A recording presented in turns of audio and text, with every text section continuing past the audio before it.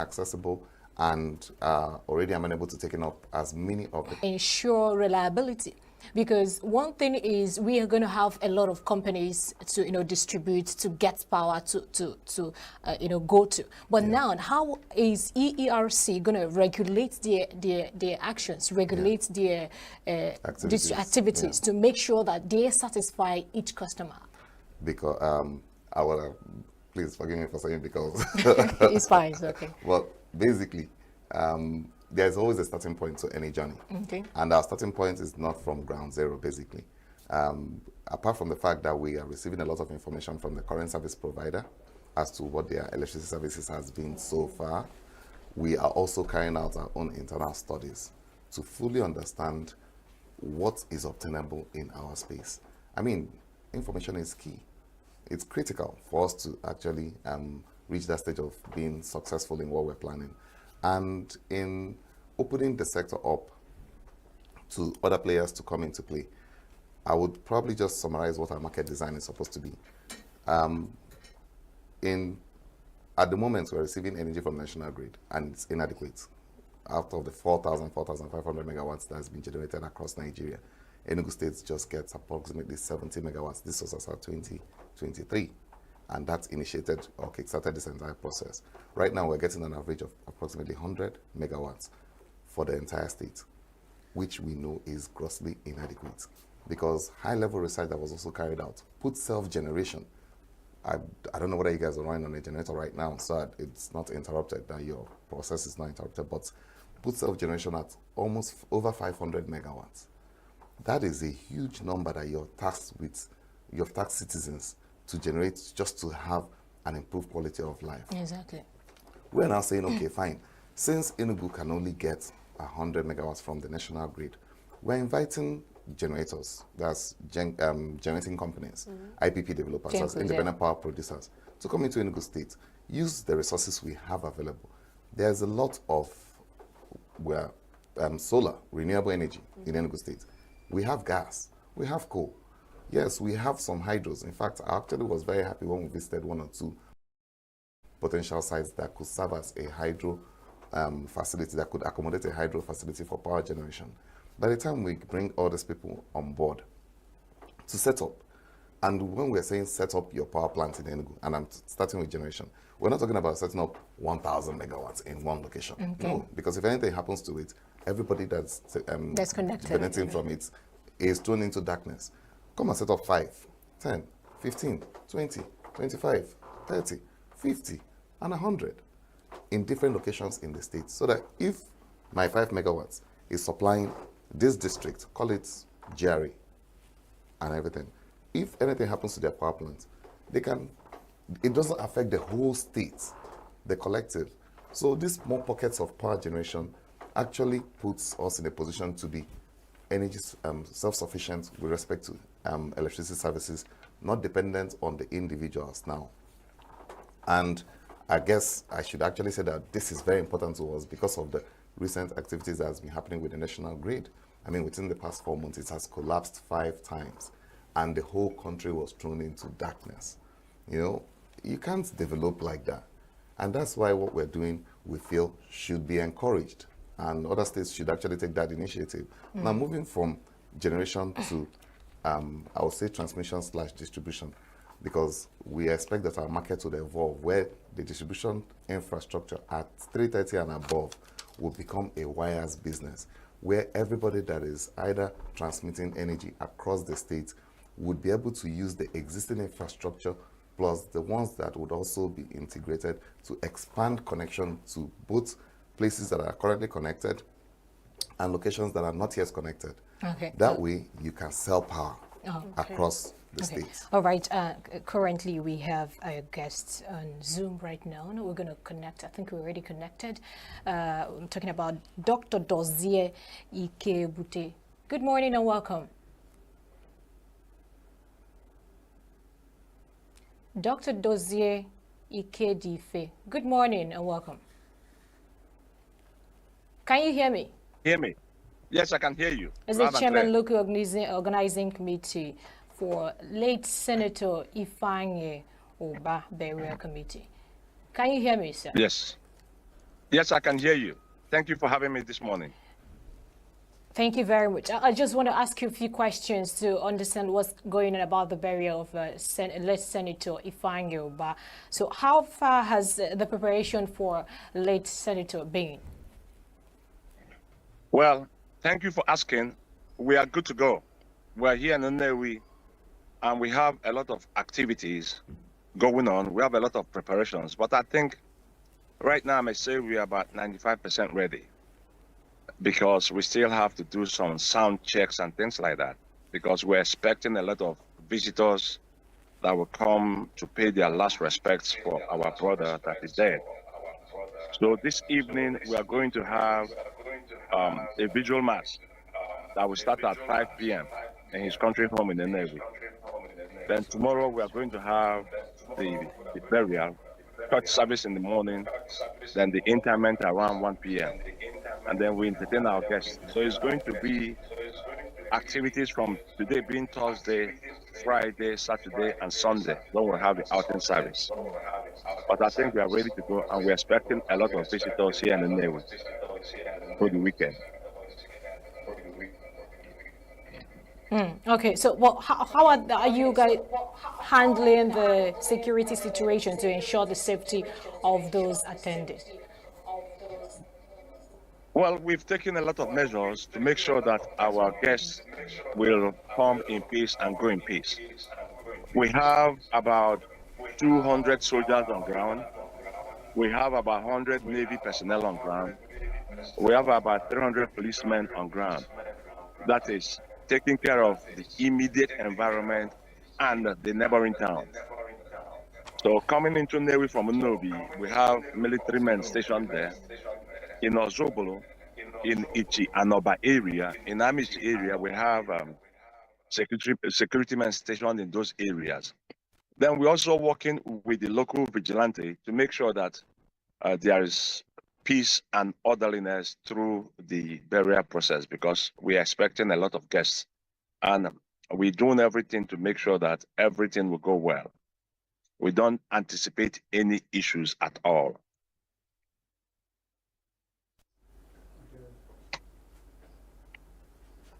Can you hear me? Yes, I can hear you, ma'am.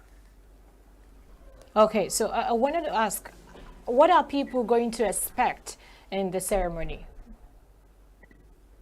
What people will expect is people will see how much Senator Ifeanyi Ubah is loved. I wouldn't even say was loved. Is loved in the Nnewi. People will see how much Senator Ifeanyi Ubah is loved in Anambra State. The town, the entire town is in mourning. The entire Nnewi community, the youths, the women, the church people are very sad about the passing of Senator Ifeanyi Ubah.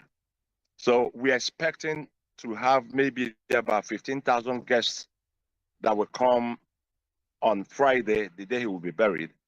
And then we expect maybe about 18,000 guests on Saturday.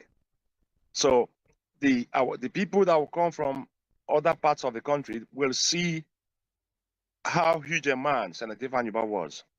People will see his impact in the community. People will see the extent of his benevolence, the charity he did, the people that he empowered, the people he touched their lives.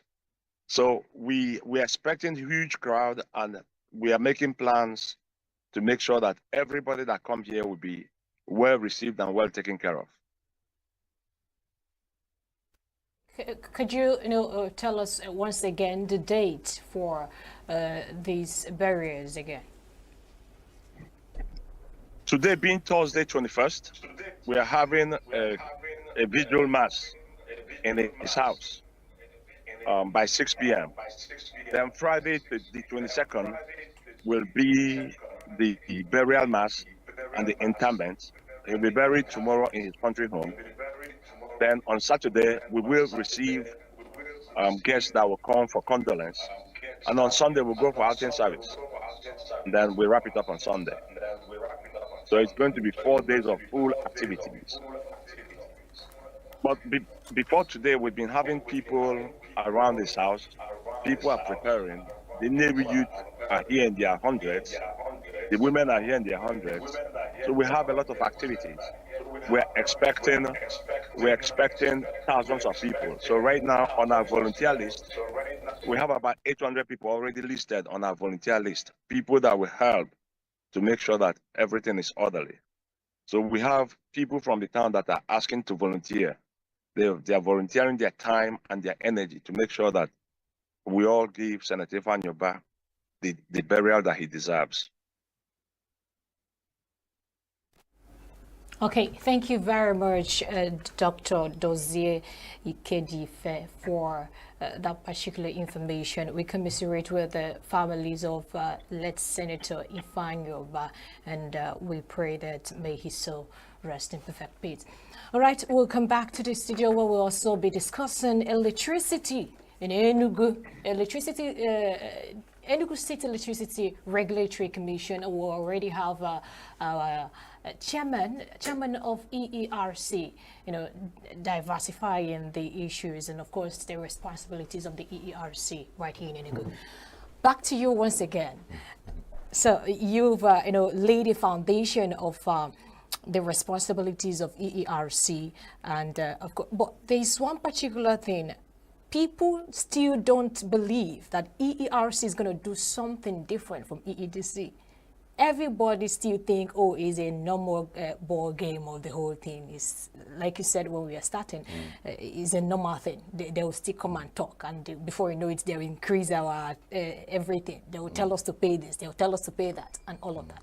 So how are you, making sure that people are complying with your regulation, with your activities? Thank you very much for that question. And may I also add voice to saying, may the soul of Senator Ifanyoba rest in perfect peace. Amen. Back to the issue at hand. The beautiful thing about, let me correct a notion. EERC would not be playing the role of EEDC as an operator. We are regulators, so we'll be playing the role of NERC in Enugu State. Our business does not go beyond Enugu State.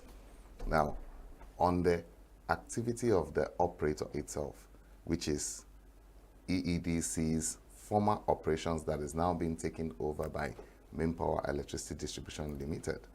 I think first things first is that our people need to start getting used to the name Main Power when it comes to electricity services in Enugu. Then the second aspect is that while Main Power is a subsidiary of EEDC, Main Power is guided by our regulations as EERC. And the beauty about our own regulation, the starting point, is that we are on ground. We are not as far removed as the national regulator was prior to our establishment. We are on ground and easily accessible. We have actually started posting our contact details, be it our phone number, emails, address, so that people can actually come to our office and lay their complaints.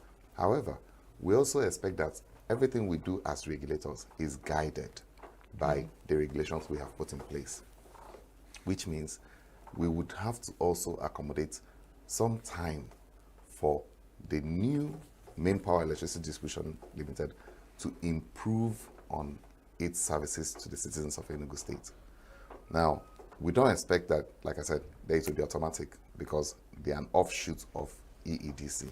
And whatever negative character they feel probably that they are inheriting is one that we would work with them to put aside, to the point where they can actually start reorienting. In fact, we actually have started that conversation. That staff should be notified that they are now under Main Power, 1. 2, that it's no longer business as usual as it is known before. Why? Because if somebody tells us that he has a fault in Osaka or in Abani, Ogu, anywhere across Enugu State, it will only take us an hour, 30 minutes at most to get there. Including as Sundays? regulator. We walk around the clock. I receive calls from customers into the night. I mean, past 12 midnight. Okay. So we're dedicating the entire staff of EERC is dedicating time to the electricity services in Enugu State. We're not even saying that we're perfect. We're saying test us and see whether we'll respond. When we get calls and multiple calls keep coming at the same time, back to back, In some cases, because we know that in some cases it can be overwhelming, we actually return calls to ask the customer, sorry, you called us and we couldn't take your call at the time that you called. What is the problem? And we'll direct that problem to the appropriate department that would work on it. I must say that Manpower has also tapped into that same level of anointing in responding to customer complaints and acting on it in real time as fast as possible. So yes, it may not be immediate, but we want customers to even give us that feedback that there has been certain levels of improvement in service delivery from their service provider. That is when we can actually rank ourselves or rate ourselves and say that, okay, fine, this is gradually beginning to pick up steam. Okay. But we have to be given time to get this done, really.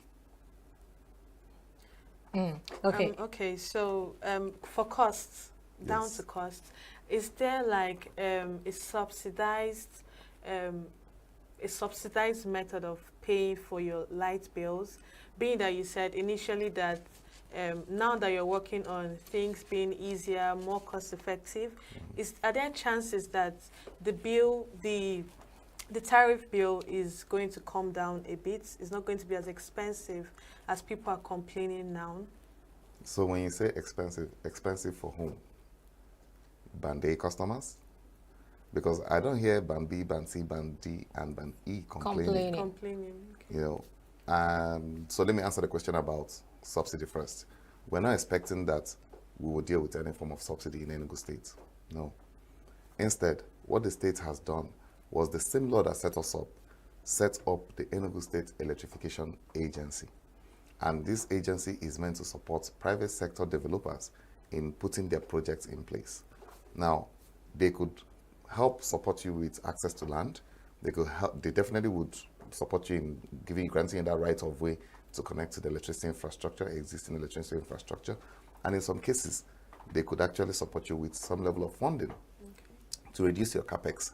Imagine where the state is willing to support the development of the infrastructure or the development of the project rather than support or subsidize consumption. Okay. By the time, if you're building a house and I say, okay, fine, building this house will cost you 100 naira, that's, you have, if I let you spend that 100 naira, the person that will stay in that house will be paying the value to recover your 100 naira. But if the state takes on the responsibility and say, okay, fine, let us support you and reduce that cost of 100 naira to 70 naira, I've already offset 30 naira, which is borne by the state, and reduced how much you will now charge your tenants, because you're no longer recovering the cost on the 100 naira, you're recovering the cost on, on 70 naira. That is the level of, how do I put it now, reduction in prices that the state is willing to accommodate. Now, in doing so, we also expect that the service provider would integrate that level of efficiency in delivering their service. And part of the reason why this potential subsidy arrangement has been put in place was because of the level of indebtedness that has frustrated the system. So what is happening with grid connected power, that is at the national arrangement, is something we're trying to remove at this state level, that we actually undertake operations that are efficient and cost reflective. It's the actual cost of delivering that service that we would expect our customers to pay. Now, I can't tell you right now that it will be high. I can't tell you right now that it will be lower. But I can actually tell you that our customers at the end of the day will be happy with whatever we put in place. However, while you're paying for that service, please, we want to educate our customers on the demand side management.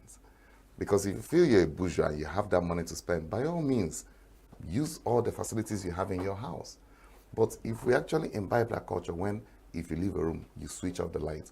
If you're not in a particular environment, shut down the electricity system in such locations. If you use your power for probably say 12 hours, I can assure you that everything you have in your freezer is frozen. So you can afford to switch it off for another 6. You are managing your consumption to an extent. Then use energy efficient appliances. I mean, once in a while, it actually doesn't, it doesn't hurt to enjoy fresh air. You know? Thank you very much, Mr. Chijioke Okonkwo. Thank you. I hope, like you said, the customers will be happy. Let's take it.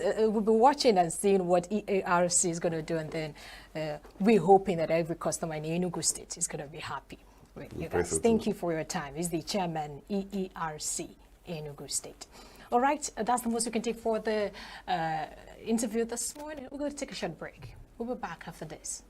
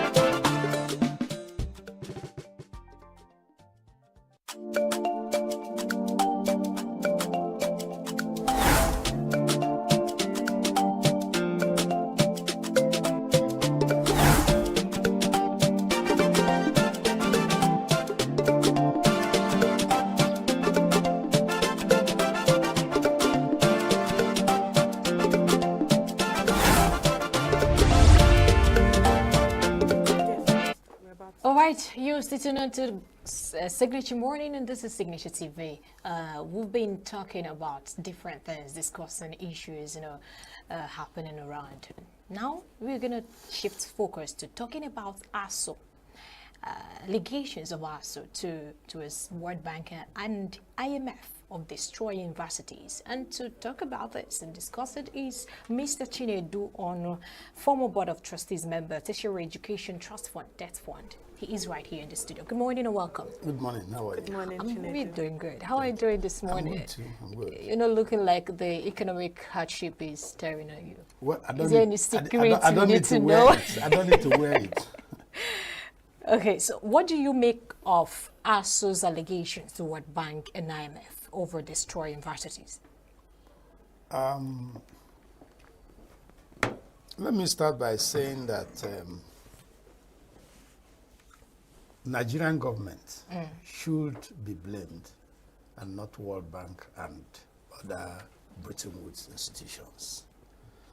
For Nigeria to accept IMF and World Bank policies that is adverse to their citizenry is not the problem of World Bank or IMF. It's rather leadership failure in Nigeria. Because I know that IMF and World Bank also extend these policies to other countries, to Arab nations, and they don't take it. Each time I discuss this issue, the late Gaddafi comes to mind. He has never agreed on any policy from any of those nations, and he ran his country effectively well. So it's not a problem of World Bank or IMF, but a Nigerian problem. Why will Nigerian leadership accept policies that will adversely affect our citizens? That's the question. If I want to say it in Igbo, I will say, na ndị ASUU hapụrụ mma gburu ha je na-atụgọrọ itoolu. What killed them is not the pot, but the knife. The problem they have is not IMF or World Bank, but Nigerian government. There's no single IMF policy and their conditionalities, even during the era of SAP, Structural Adjustment Program, or that will ever be positive here. Their emphasis is on privatization. They have forgotten that education is a social service. So I want to begin to say that ASUU should learn to face Nigerian government and not World Bank. I'm aware that recently the federal government wants to begin to provide education loans for Nigerian institutions. Students. What has ASUU done in that? ASUU, just like, of course, TED Fund as it is, was a creation of the struggle between federal government and ASUU. ASUU brought TED Fund, and TED Fund is the best thing that has happened in Nigerian tertiary institutions till date. So, the same way the government wants to come up with student loan, ASUU should embrace it, work with government and get sustainable implementation dynamics for that school loan. If the government provides these loans to the students, that means they're paying the students tuition. Therefore, universities can charge anything and government will pay for it. That will provide funding for the university. I want to ask, how do the World Bank and IMF policies directly or indirectly have impact on the quality of education in Nigerian universities? It is not only in Nigerian university, it is affecting the entire economy. When World Bank and IMF advises federal government to remove all subsidies, to privatize, as against public funding of institutions, of course, it creates high rise in the cost of education. It affects the funding lines for research.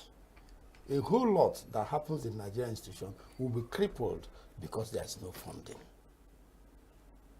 There is no way Nigerian government should accept to remove subsidy in education, or to reduce the subventions meant for the educational sector and expect that sector to survive.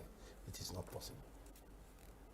Okay. Do we have cases where other countries have, have similar policies and how it has affected them? If you go to South Africa here and India, they have a mixture of private and public funding for their own institutions.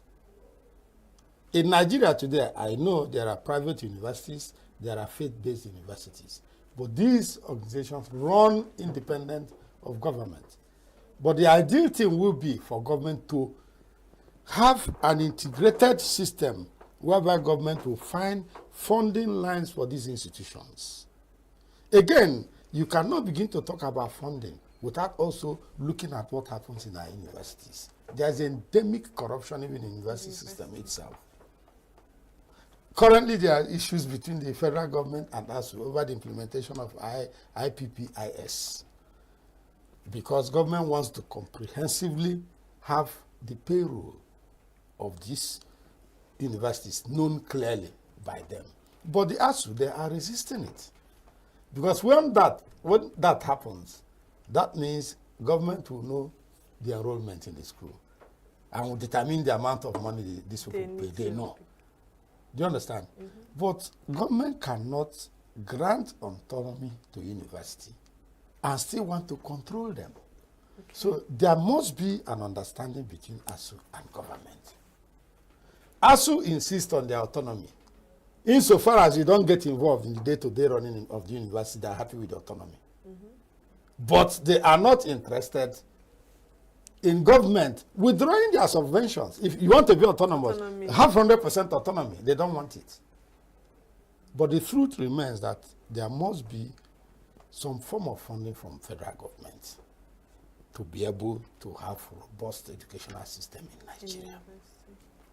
Universities today receive funding in form of grants from federal government. The question is, how many of these Nigerian universities today get funding from research institutions or get grants for their researches in their schools. Before the low-cost invasion of the ivory tower, most universities, even though they don't run independent of federal government funding, but they also on their own generate funds. 80% of researches conducted in Nigerian universities today are all theory. True. There is a disconnect between the curriculum and the industrial needs in the country. Emphasis should be on R&D, research and development. The universities should begin to attempt to answer production challenges of industries in Nigeria. The Education Tax Fund are tax paid by companies in Nigeria. How has that fund is what the government used to fund tertiary education trust fund. Therefore, if this money are generated from industries, I expect that the universities now should sit down and interface with these industries, identify where they have production processes, and do research around them to solve their problems. Because he who pays the piper should dictate the tune. These industries are funding them through tertiary education trust fund. Let them ask these industries, what are the production processes, challenges you have, so that we'll do researches around it and provide solutions to them. So it has to be a... There must be a reciprocal adjustment. We are paying you, we need A, B, C, D. But every day, we continue to do research, theoretical research. They finish theory, no implementation, no practical. How many Nigerian universities today are getting products patented? How many Nigerian universities, through their research activities, have innovated or introduced a new thing? These are the questions. In other climes, universities are funded not by government, but by grants. Professors and researchers attract to the university. These are lecturers, those with PhDs and professors. Let them also make efforts to begin to attract these research grants to their universities. So looking at this explanation now, it does look like that. It does look like the problem is a problem of the universities, not attracting funds for their research. Failure. There is a systemic failure in the entire country. The blame is not squarely on ASU or on government. Its blame should be apportioned to each of them. There is some level of interference from government that is not needed in the universities. Using the IPPIS, the government wants to even employ staffers of the university. It is wrong. It is the university that knows who they want to hire, when they want to hire, and what to pay. In IPPS, as proposed by government, payment of professors at same fund. But it is not so. Every professor is supposed to negotiate their pay with any university he or she is going to, because he or she knows the value he or she is bringing to the table. All professors are not equal. There are prolific, research-minded professors that can attract grants to your school. So you don't pay him the same thing you are paying to another professor that's not bringing anything to the table. So in terms of autonomy, we still see the hand of government in universities. Just today we had news from one of the headlines that the federal government has sacked UNIZIK chancellor and registrar. So in your own opinion, do you think that should be right coming from the presidency himself? Well, the truth is, I don't know the acts establishing Nnamdi Azikiwe University. If I know the law, I'll be in a position to appropriately respond to this. However, there are processes of selecting vice chancellors. If I know their acts, I will have said that the current or the sacked council had followed it. If they have followed the process, federal government has no business sacking them. And of course, it is likely that this matter will end up in court. The council, in their own understanding, has dispensed their own responsibility and has hired the vice chancellor. And the federal government has just dissolved both the council and fired the VC. So they may approach the court and say, okay, you have powers to dissolve what we have gone. But to have done a job that is part of our responsibility, which is hiring a vice chancellor, which we've hired. I don't know whether their sack will vitiate what they had already done. It remains, well, if they decide to go to court, we'll hear what will come out from the court. If World Bank and IMF, we know that they have hand in terms of loans to government, which automatically goes down to our Nigerian institutions. But there are some conditions tied to these loans. So I want to understand, how do you think the funding cuts or conditions tied to loans, impacted the autonomy of Nigerian institutions? Let me say this, I'm wary of anything coming from the Bretton Woods institutions, whether it's World Bank, whether it's IMF. Their conditionalities have never in any way helped any less developing countries to emerge. Therefore, if that is the case, there's nothing they will give you. There's nothing they will give you in terms of facility, in terms of loan or whatever, that will positively affect the welfare of your citizens. Because their conditionalities are that it is tied that once you take the loan, you must do A, B, C, D. And those things you do may not be good for your country. They force you to deregulate. That is privatization. Okay. They will force you to remove subsidies. But if you go to America today, there are critical infrastructures of government that still enjoy subsidy.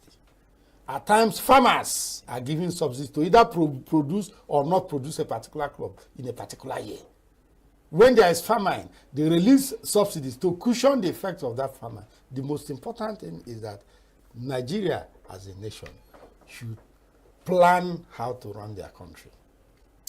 We can no longer continue to be tied to the apple springs of the Bretton Woods and expect to grow as a country because they are deepening neocolonialism. Yeah. So what alternative funding models do you think Nigeria University should Mixture. adopt? Public and private. Public because education is a social commodity. Do you understand?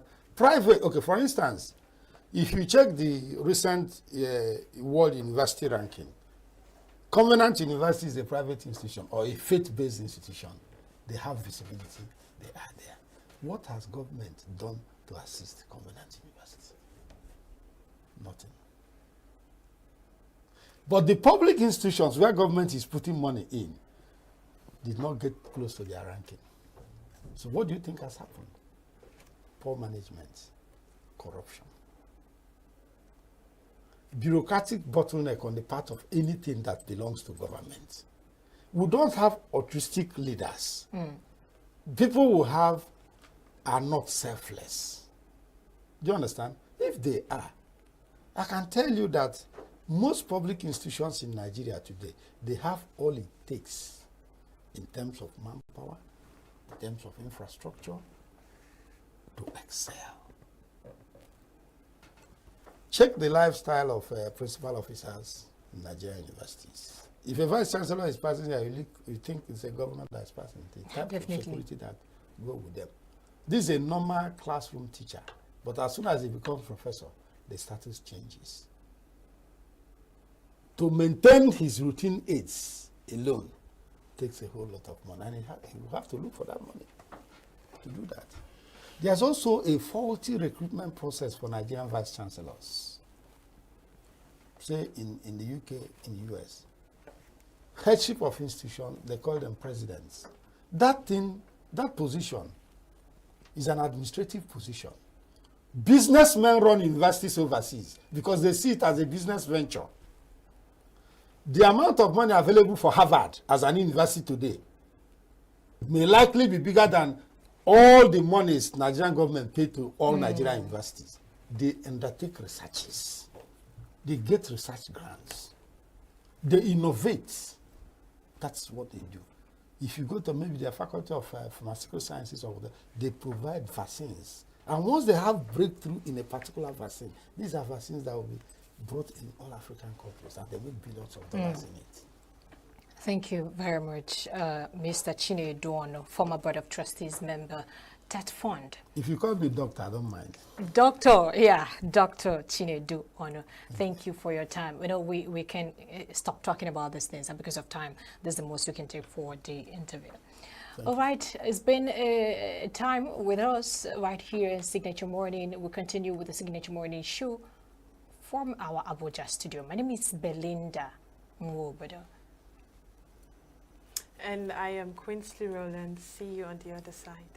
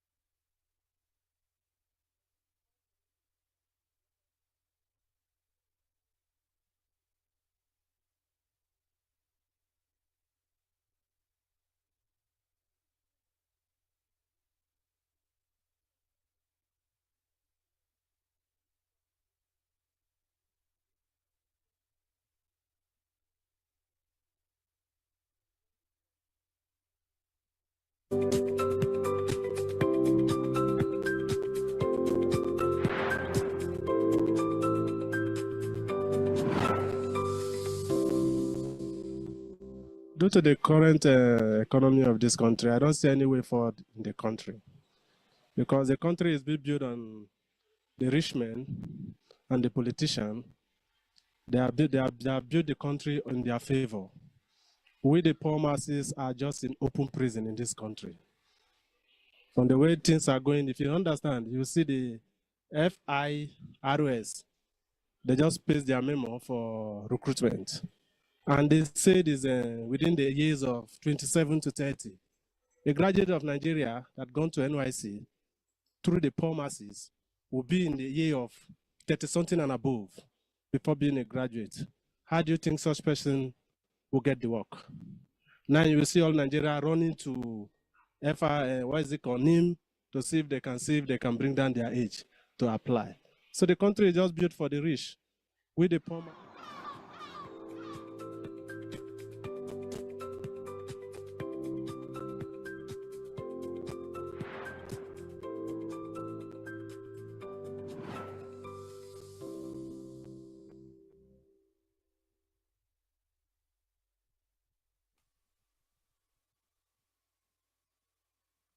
To Signature Morning on Signature TV.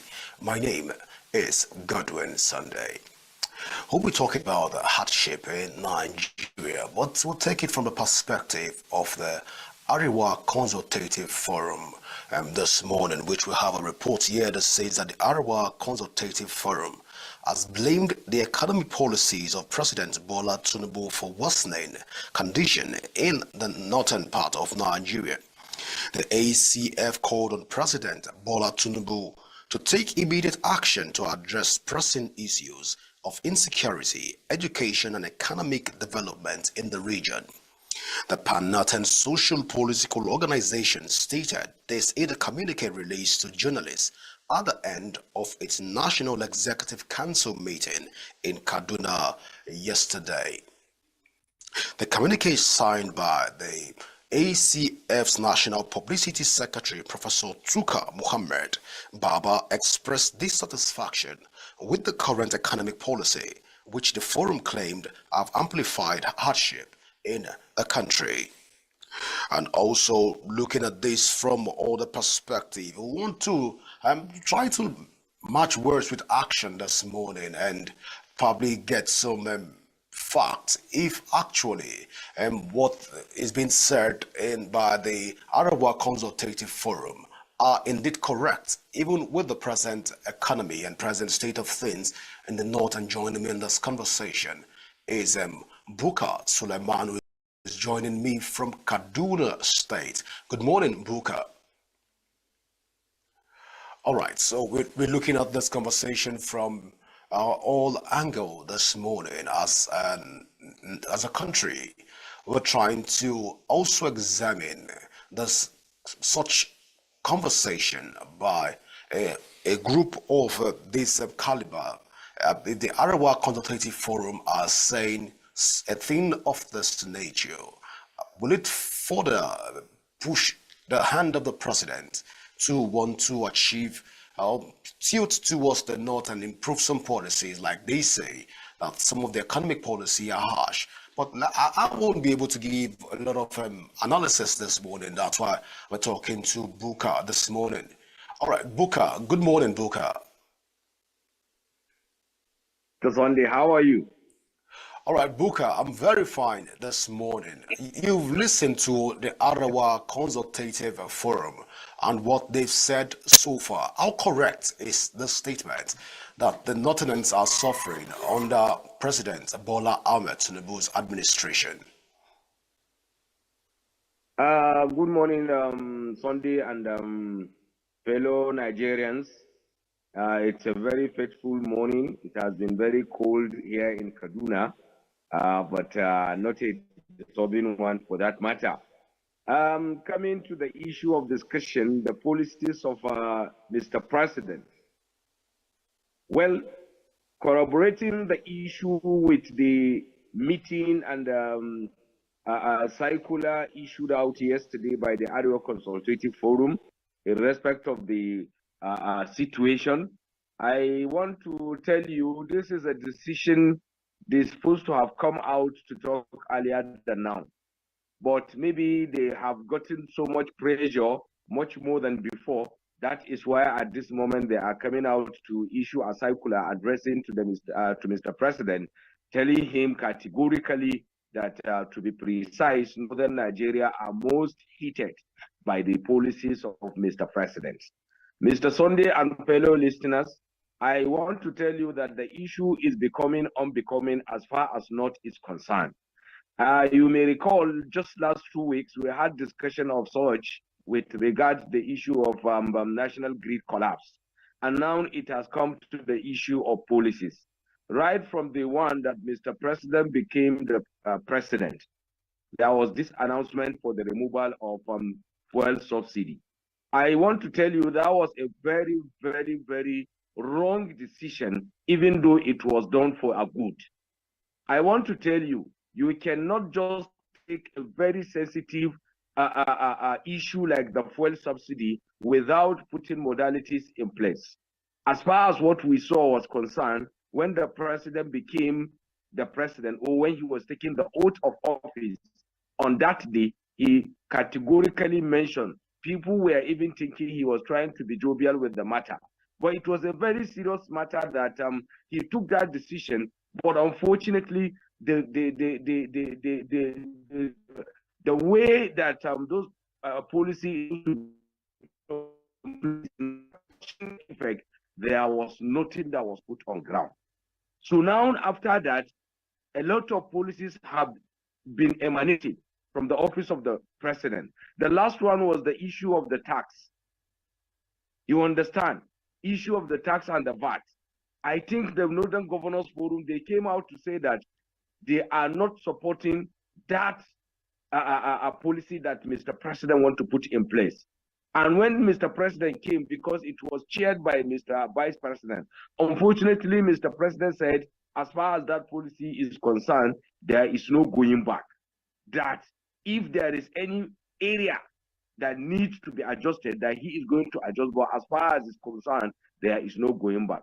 I want to tell you something. This country has more than 200 million population, and you are ruling people. If at the end of the day, people say, this is how we want you to go, no matter how you think that policy is going to be good for the masses, if the masses are not ready for that policy at that particular point in time, most sincerely speaking, if the government is for the people, then there must be a shift from the earlier arrangement by the Executive Council. But unfortunately today, Mr. President will come out to say, as far as this policy is concerned, there is no going back. And at the end of the day, when you look at the issue critically, it is not for the good of the masses. Coming to the north, to be precise, this policy and other policies are affecting us more than you think. I told you the other day that sincerely speaking, a lot of people are finding it difficult to eat. But the way I'm seeing it, if it continue like this, I assure you, people revert. And people reverting, it's not going to be good for this country. It's not going to be good for this country in the sense that everybody will come out to protest against the government. And by the time people come out to protest against the government, I assure you that will be the beginning of a problem as far as this country is concerned. Northern Nigeria is beyond what you are thinking. And if people cannot be able to eat, why you see people in the government moving with jeep with siren, one person with more than 15, 20 expensive SUVs. I assure you, people will begin to attack those that are in government, and it will not be good for this country. So the earlier, the better for Mr. President to start reversing some of these policies. I was discussing with a friend just last week. We were thinking that, okay, since the removal of subsidy by 100% on fuel has caused serious chaos to the country, why not, Mr. President, find a way of bringing back subsidy even with just 30% in place? Remove it by 70%, bring back 30%. At least it will reduce the cost of fuel, because 99.9% of all the goods and services that are taking place in this country, they depend on the fuel and power. But Booker, let's even look at the president's policies right now. Some of the president's policies are geared towards national development. President Tinubu have not set out its own agenda or set out policies that will be anti-Nigeria. Some of these policies, even the economic policy which you have mentioned, are set out by the president. I The believe point, it's for the this thing, better it will go. good of Nigeria. This statement by the Arawa Consultative Forum, don't you think in a way it will further tear Nigeria into an ethnic ground?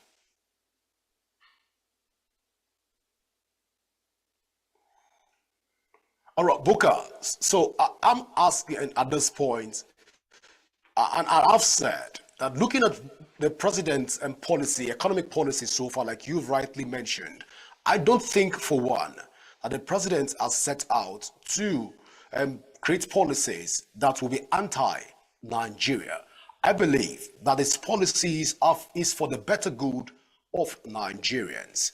Looking at this Arawa's consultative forum speech at this point in time, don't you think that this will further tear Nigerian down along ethnic lines?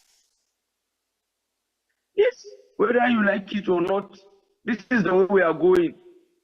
If you have done it in a way that it will unite the country, it will make us to be one as we know. But the thing is not working in that line, then of course you have to come and say it. The suffering we are experiencing in Nigeria, don't forget, it's not only in the north, it's all over the country.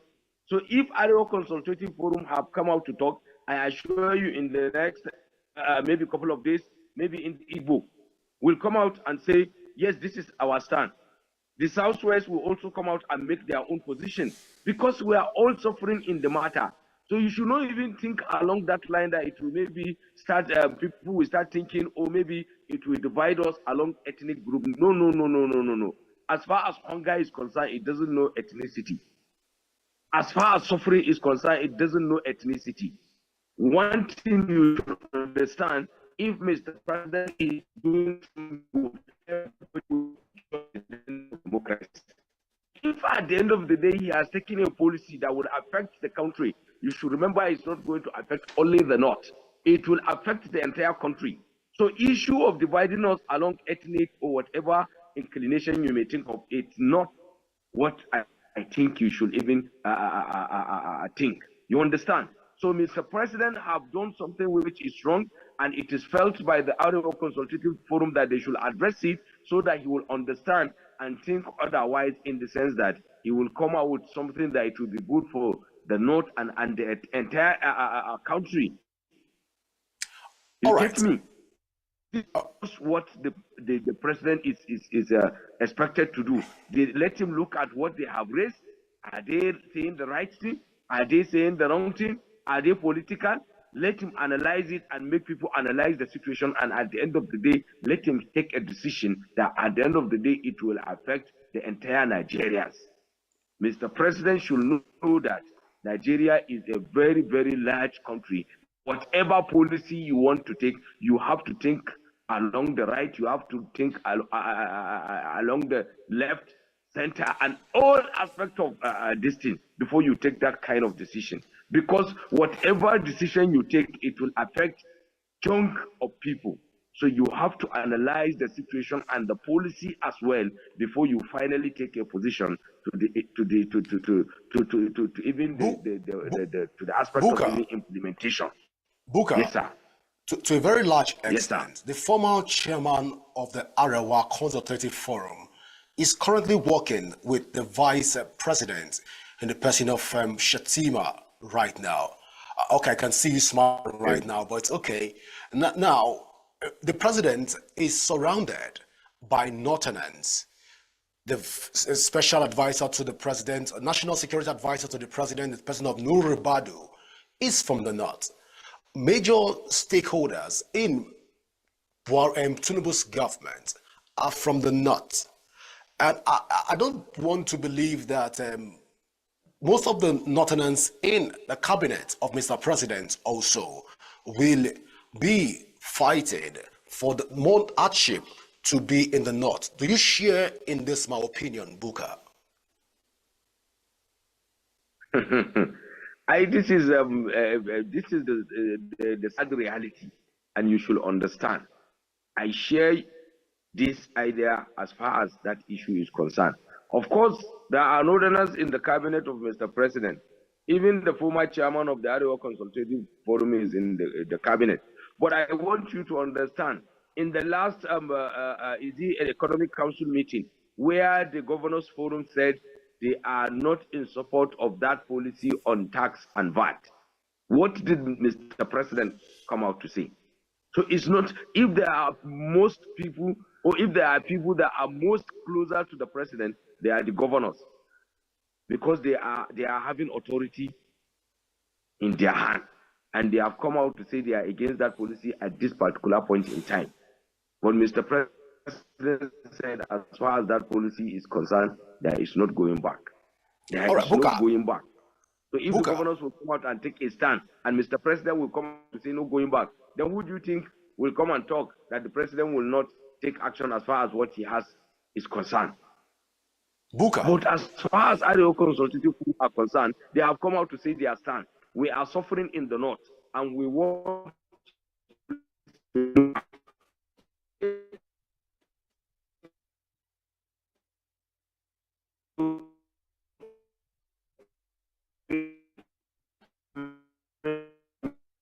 If you can hear me, Buka, if you can hear me, let's even talk. You've mentioned the Governors Forum coming out to speak. I understand that in the north, we have 19 states in the north. Then hardship, like we've mentioned, like the Arewa Consultative Forum have rightly mentioned, that the president needs to put his house in order. But we rarely see the Arewa Consultative Forum come out to speak about state growth and development in the state. Is it that the Arewa Consultative Forum is turning a blind eye to some of the economic policies that state governments are putting in place that is even further deteriorating the state and throwing them along poverty and hardship line? Is it that Arewa Consultative Forum are not seeing it, or they are just shying away from that conversation? I want to say this. First of all, I agree with you. If some of the problem are from the federal government, some of the problem are from the state government.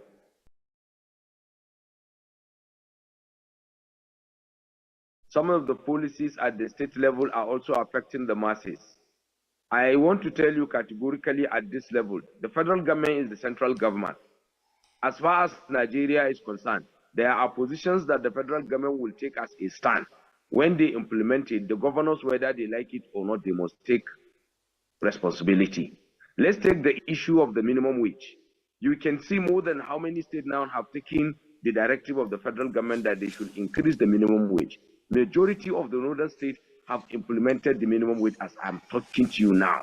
Last week or last 2 weeks, the state government of Kaduna have also taken a position of paying, I think, about 73,000 naira as minimum wage in Kaduna State.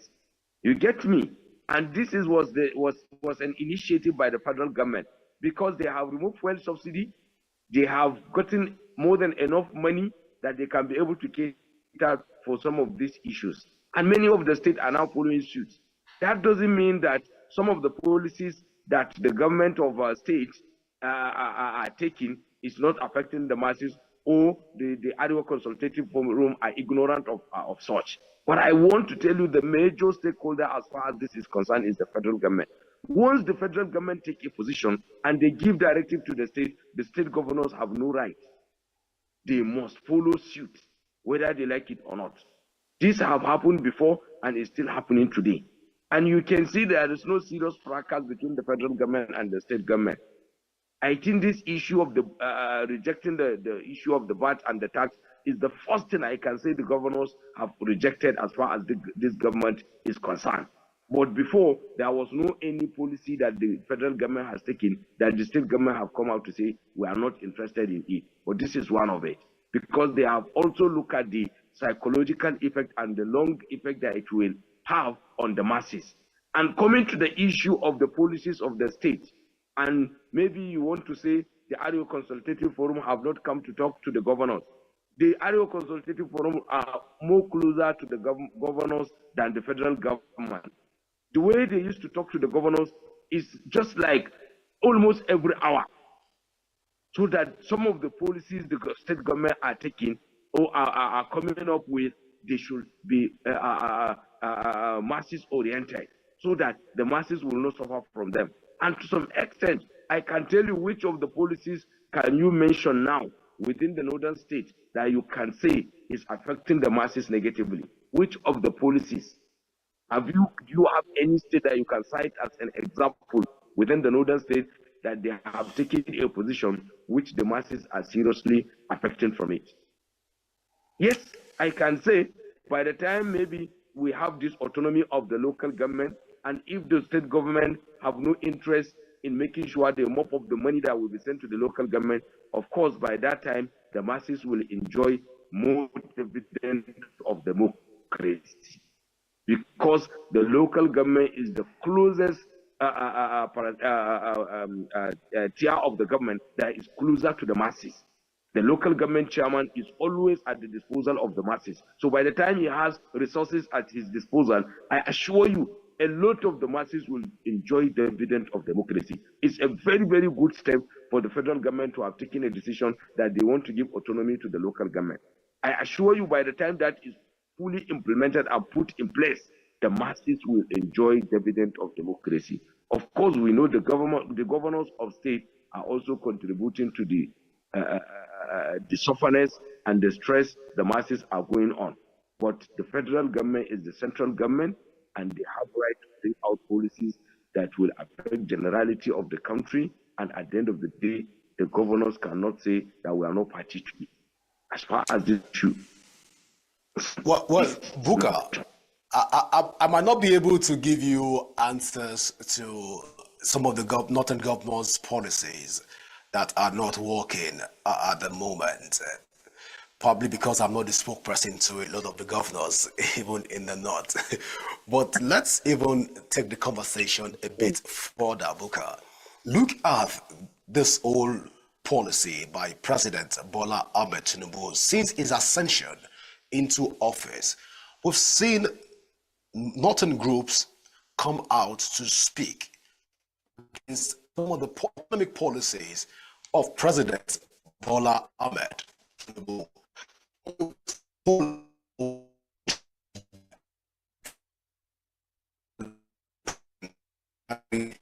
Some of his policies also had some retrogressive effect even on Nigerian economy, and some people will say it threw Nigerian back into along poverty lines.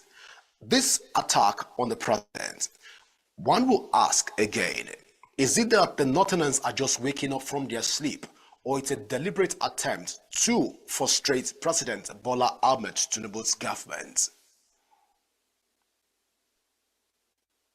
Mr. Sunday, I want to tell you this. Let me be sincere with you. It's not all the time that you just come out to public and just talk anyhow. You understand? The Arewa Consultative Forum are not ignorant of the processes that they can be able to reach out to Mr. President. And it's not that they have not taken that step. I want to categorically tell you that they are aware of it, and they have followed all means to ensure that all possible ways of making sure it reaches the president are exhausted before coming out to the public.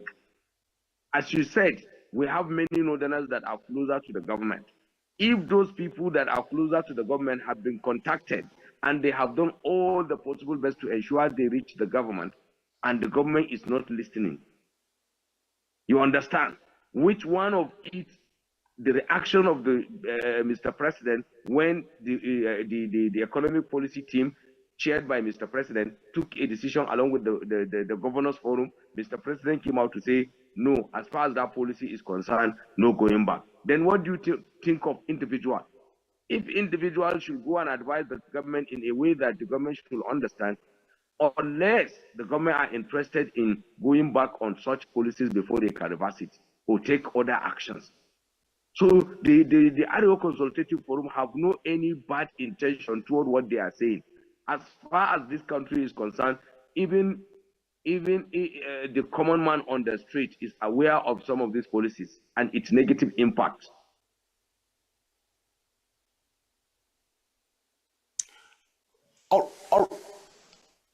All right, Buka, let's even talk about the generality of the North right now.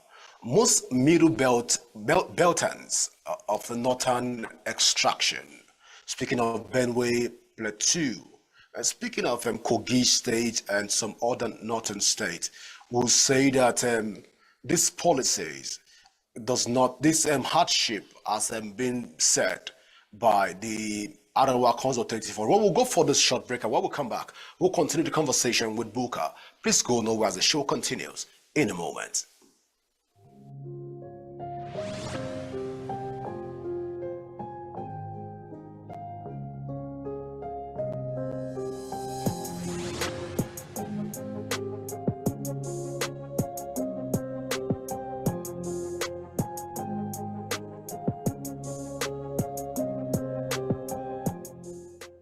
Due to the current economy of this country, I don't see any way forward in the country, because the country is being built on the rich men and the politicians. They have built the country in their favor. We, the poor masses, are just in open prison in this country. From the way things are going, if you understand, you see the FIRS, they just paste their memo for recruitment. And the state is within the years of 27 to 30. A graduate of Nigeria that gone to NYC through the poor masses will be in the year of 30-something and above before being a graduate. How do you think such person will get the work? Now you will see all Nigeria running to NIM to see if they can bring down their age to apply. So the country is just built for the rich. We, the poor masses, I don't see anything for us in this country. And in Nigeria, due to lack of knowledge, a lot of them are, even the leaders, they don't have they call it common sense, but it wasn't common sense. They were shouting, Buhari didn't go to school. They took all these things, finish. Yet Buhari managed this country. We weren't suffering like this. Can you imagine a bag of rice now is 90,000? Then tell me, can you afford it yourself with your salary? So these are the things we are talking about. Tinubu shouldn't betray the opportunity God gave him. You know, God give people a chance. He give them chance, but they don't want to utilize it properly. And when God just turn his back, they will say, they've killed him, or they've do so, but they are the cause. So, my dear, I don't like to really talk about this nation. It's embarrassing.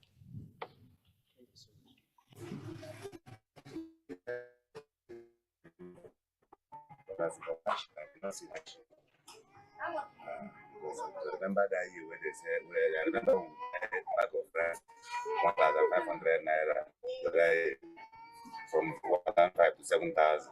So it's now 15,000. My country is moving forward. Everything we are hoping Tinubu should continue within a while. It was not something that has spoiled for how many years. We don't expect him to repair it under 1 year or 2 years. So with that, things will be okay. Current economy in Nigeria is very, very bad. For instance, I'm a businessman, and the price of goods goes up almost every 2 weeks when I go to the market to buy goods. It's just very, very annoying, but we're hoping that it will get better, but we don't see any good thing coming soon. The generation that we have T-Pain is kind of funny, but it's annoying and it's very, very sad. So I hope that maybe one day God or a good person in government can do something better for us, because our basic things are not even affordable anymore. So I pray that in the future, something better will come up, government will do better, and the people too will see a better way to lead their life than we are now. Because going by this method, the country is going down.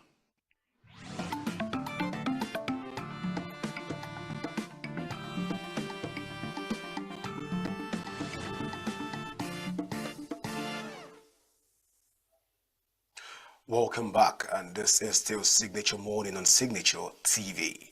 My name is Godwin Sunday, and we're talking with Buka Suleiman, who is joining us from Kaduna.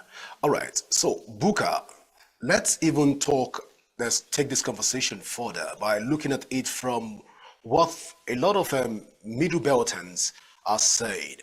that this Arewa Consultative Forum's conclusions does not in any way state their stand on this issue.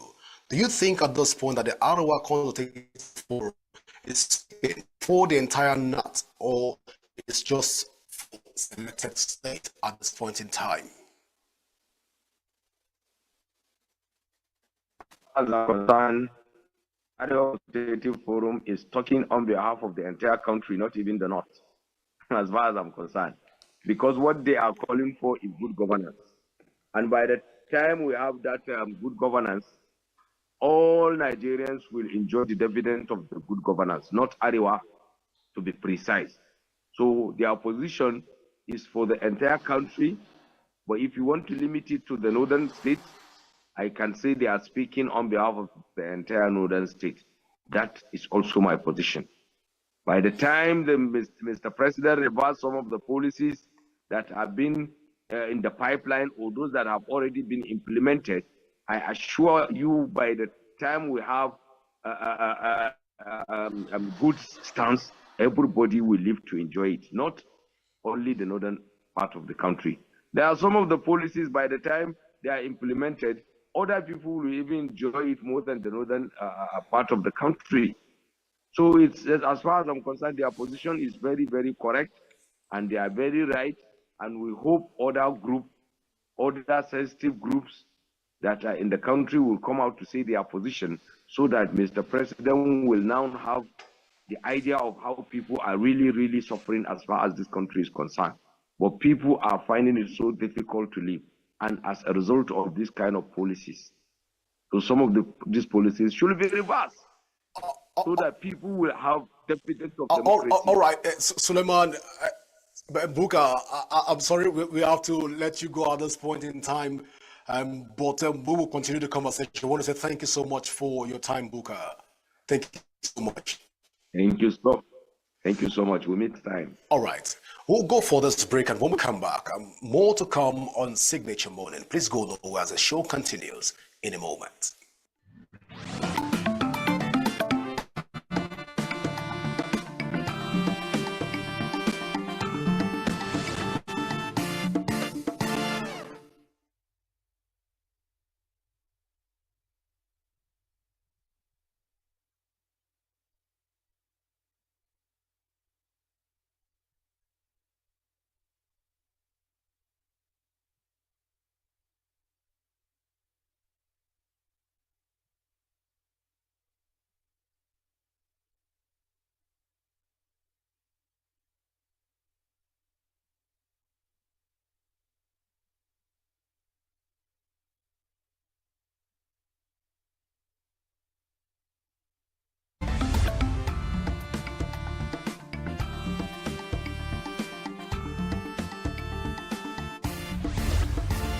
Signature TV, news in your pocket.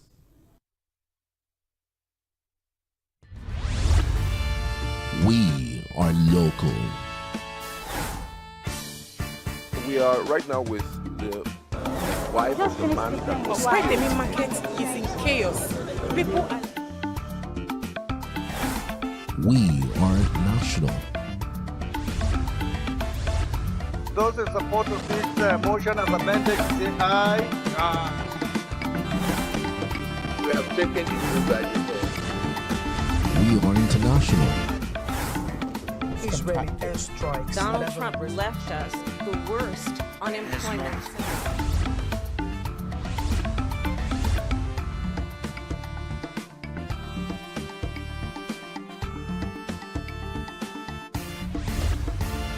Signature TV.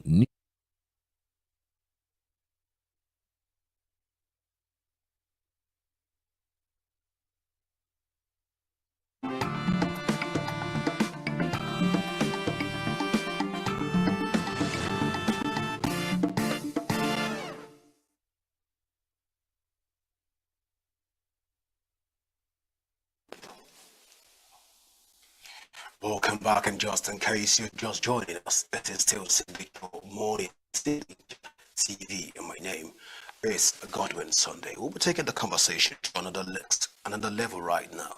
We'll be talking with Mr. Honorable Simeon Toluwani Borokini, who is a senior legislative aide to the Senate President. I'll be talking about the situation of Nigeria, even from the legislative point of view. You're welcome to Signature Morning, Honorable. Thank you very much. It's nice to be here, and thanks for having me. All right, Honorable, people will ask that what is the 10th Assembly doing right now, even to address some of the economic hardship that we're currently experiencing in the country?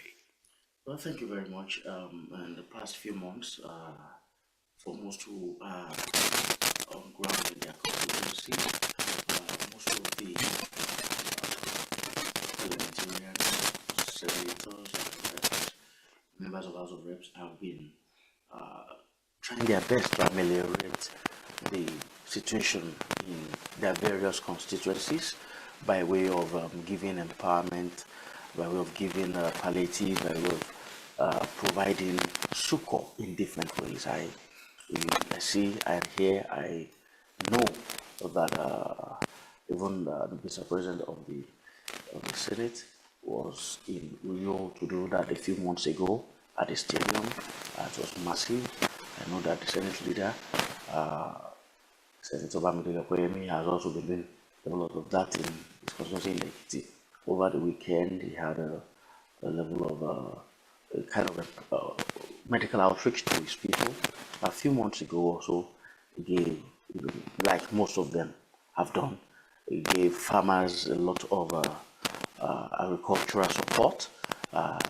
They also reached out to the widows, to the aged, and to the youth. They are doing their own, and of course, you can also see that in many ways. Just yesterday, what happened, how the Senate had to sack our man who has also had his own issues. So they are doing their best to ameliorate poverty and, of course, to also cushion the effects of the situation in our country.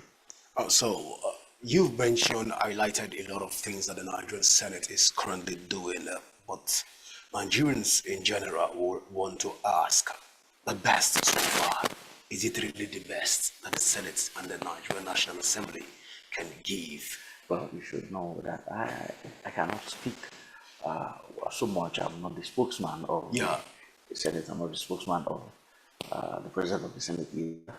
But as a citizen who is also conversant with what is happening, so many things people do. We only talk so much. I've served as a member of the House of Assembly before.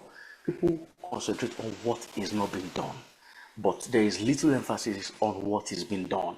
I can tell you for free that majority of our legislators are doing their best. Most of the time, they go out of their ways to also add their own personal resources to cushion the effect. I remember that because I follow the trend. I know that some of them, if they have to give 5,000 maybe to their constituents, they know that 5,000 items in quote will not be enough. They go extra miles to get 2,000 more or get double that number to ensure that they give their constituents. But people will be patient because everything is a matter of time.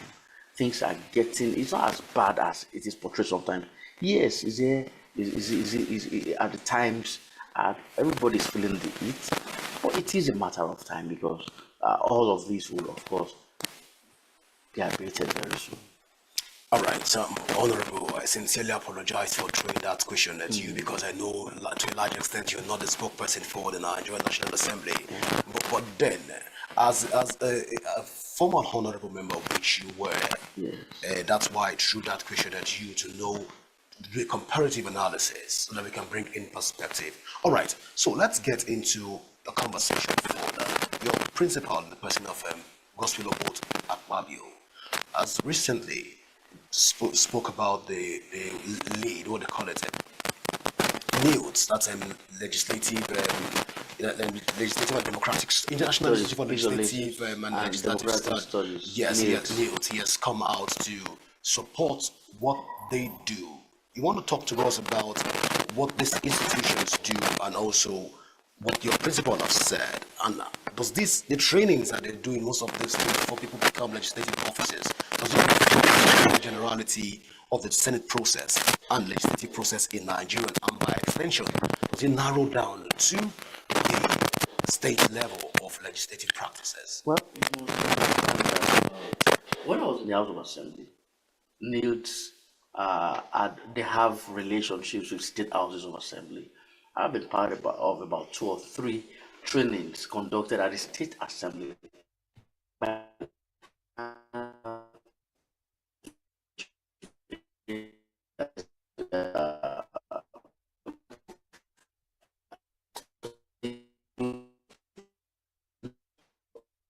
They handle, I know they collaborate with the National Assembly for inauguration trainings and retreats. Even in the course of the session, most of the committees have relationships with them. For us who are legislative aides, some of us also have opportunities to learn at NILS, have further studies, different master's courses, different diploma courses, and the knowledge. Recently, I was also part of a training that was conducted for senior legislative aides, and the knowledge that is being impacted is unequal. They have one of the best and seasoned lecturers, tutors, instructors who come to break some of these things down to us. I must say that it is highly commendable, and the relationship, of course, has existed for a while, and it will only get better. Does it translate to the state and even local governments in terms of what they've been, what has been tutored or taught in NILS? Does it even translate to the legislative process? Yes, like I did say. Because why I'm asking that question is because we're trying to do a critical assessment. You've been a honorable member, and by extension, you are a senior legislative aide to the number 3 citizen of Nigeria. So we're trying to do a critical analysis of some of the institutionalization that even members of the National Assembly have gone through, and how well these institutions have been able to translate their knowledge and impact knowledge that can affect the grassroots to a very large extent. Yes, one of the things I learned when I was serving as a member of the House of Assembly, and one of the trainings we had with NILS was that you must ensure that your constituency offices is functional. And that is one thing you cannot take away from legislators. Every legislator must have functional constituency offices. And of course, because of one of those trainings, they specifically told us the advantages of running such. You get feedback from your people. They have access to you. You know, everybody cannot come to Abuja in case for those who are in the House of Reps. But if you are in a state assembly, the state capital is probably going to be, you know, that's where your offices would be. But your constituency offices must be in your constituency. So those feedback mechanisms, sometimes people give, the people have this level of oversight and just take it with levity. But NILS lets you know how it should be run. They even give us some level of what you can call a framework to ensure that you run some of those programs. Of course, and also encourage that you have town hall meetings. You know, they have this framework that has been drafted over the time that you must engage. So I can say that at the state level, at the federal level, the job is being done, and it's a whole lot of advantage.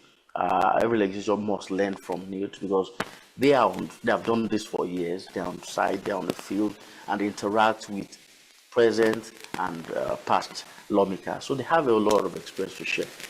All right, let's bring this question again back home at this point in time. Your principal, the person of Rosfield Board, Akpabio, when he was the former governor of Akwa Ibom State, a lot was recorded.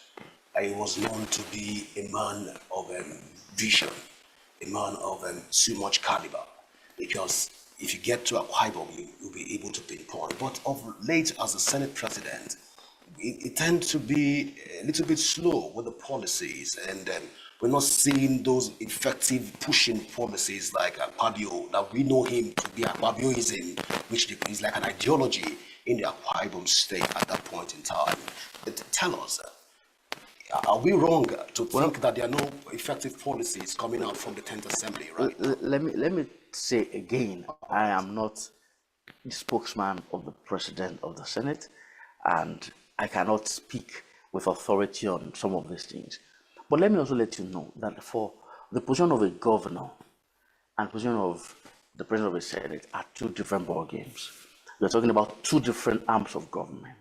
So somebody who was able to personally drive, some things as a governor doesn't mean that he has so much he would be able to do exactly that as a Senate president. He leads a people. It's not a one-man show. It's a teamwork. He has 109 senators who is first among equals. So there are things he cannot unilaterally do. There are things that the committee of the whole must come together to do. The House of Assembly, the state, the House of Reps, the Senate, work through committee stages. So there are committees of the whole, there are committees through which the Senate functions. So you must look at it holistically.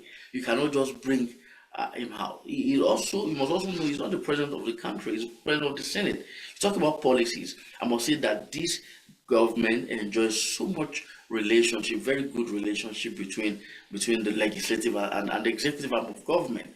And there's a lot of check and balances as that you cannot take away. So for me, I think he's doing a great job. Nigerians, this admin is just one. The Senate, the 10th Senate is just 1 year plus, and we must be patient because many things, foundations are being laid. The executive has an agenda. What the legislature has to do is to work with the agenda of the executive. So they cannot run separate ways. They have to run the same way. So anything that comes from the executive, the Senate, and the National Assembly looks at them critically, and they work together. So for me, I think the 10th Senate has made progress. You are not in the position, like I said, to speak for them and speak on the scorecard. But I must say that there's a lot of progress, except we want to deceive ourselves. But we must know that foundations are being laid by this administration, by the president of the country. And in terms of where we started this conversation from, in terms of ameliorating the situation of things, cushioning the effect for Nigerians, for constituents, I think the 10th Senate they're doing greatly. In fact, agriculture is one area I know that they're investing so much in. I know that my boss loves agriculture, is doing so much in agriculture. It's not every time he has to bring everything to the media, but he's invested so much in agriculture for his people. And most senators have also looked into that area, and they are doing so much. Foundations, I said, are being laid. And when foundation has been laid, you don't see the building. We usually have to wait for the next few months, and we're going to see a lot of these things build up. So we should take you by your word that in the next few months we're going to see manifestations of some sort, or we're going to see some magic that will happen. Well, I didn't say magic. All right, so let's critically Nigeria. Let's even look at Nigerians right now. I'm asking some of this question a bit. Let's get Nigerians' own opinions on this issue. Do you think that Nigerians should line? You mentioned agriculture. Should we tilt to a particular line right now, even from the executive? Are there faults in the line that can further create a gap between policies in practice? Well, just yesterday, our brother and friend, the Honorable Minister of Youth Development, on behalf of the federal government, has announced that NYSC would henceforth deploy corps members to their areas of specialization. It has been how many years since we had NYSC? This is the first time a government is looking towards that direction. Now, if somebody reads education, why post them to the bank? Why not let them work there? If somebody studied industrial chemistry, what are they going to do in a school? So the point is that with this little policy that happened yesterday, it's obvious that this government is conscious of looking into the future for this generation. I must also let you know that, okay, you'd recall that Mr. President also established the Ministry of Livestock Development, under which is you take as a part of agriculture. But now we are looking at pork as an area to boost the agricultural effect, to boost the impact on people, on farmers. I do some poultry. I have some chicken I raise. A pig farm. These things for years.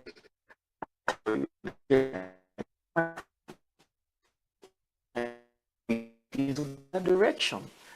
The egg I eat in my house back home are eggs from my farm. So I must let you know that everybody must begin to look into the area of agriculture. If everyone takes interest in farming, things will get better. You understand? And over the time, I have interest in tomatoes. For instance, last year we had some serious situations with tomato farming, and ahead of next year, I'm already thinking there is a period of the year that is like tomatoes get scarce.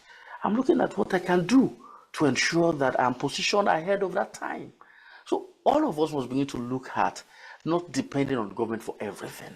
We must begin to look at being responsive and responsible citizens for ourselves, not because of the president, not because of the party in government, but for our own servant family.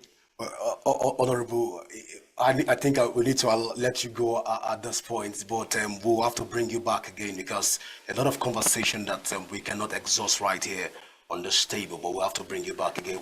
Thank you so much for being a part of the show this morning. It is my pleasure to be here. Thanks for having me. All right, so I'm speaking with Honorable Simeon Borokini, who has been speaking with us on some of issues in Nigeria and how best to address those issues. Do remember you can join the conversation on our various social media handles. Should you want to do that right away, our social media handles are displayed on the screen. I am Godwin Sunday. Do remember that peace and unity are the pathways to progress. From all of us here in the studio, it's bye for now.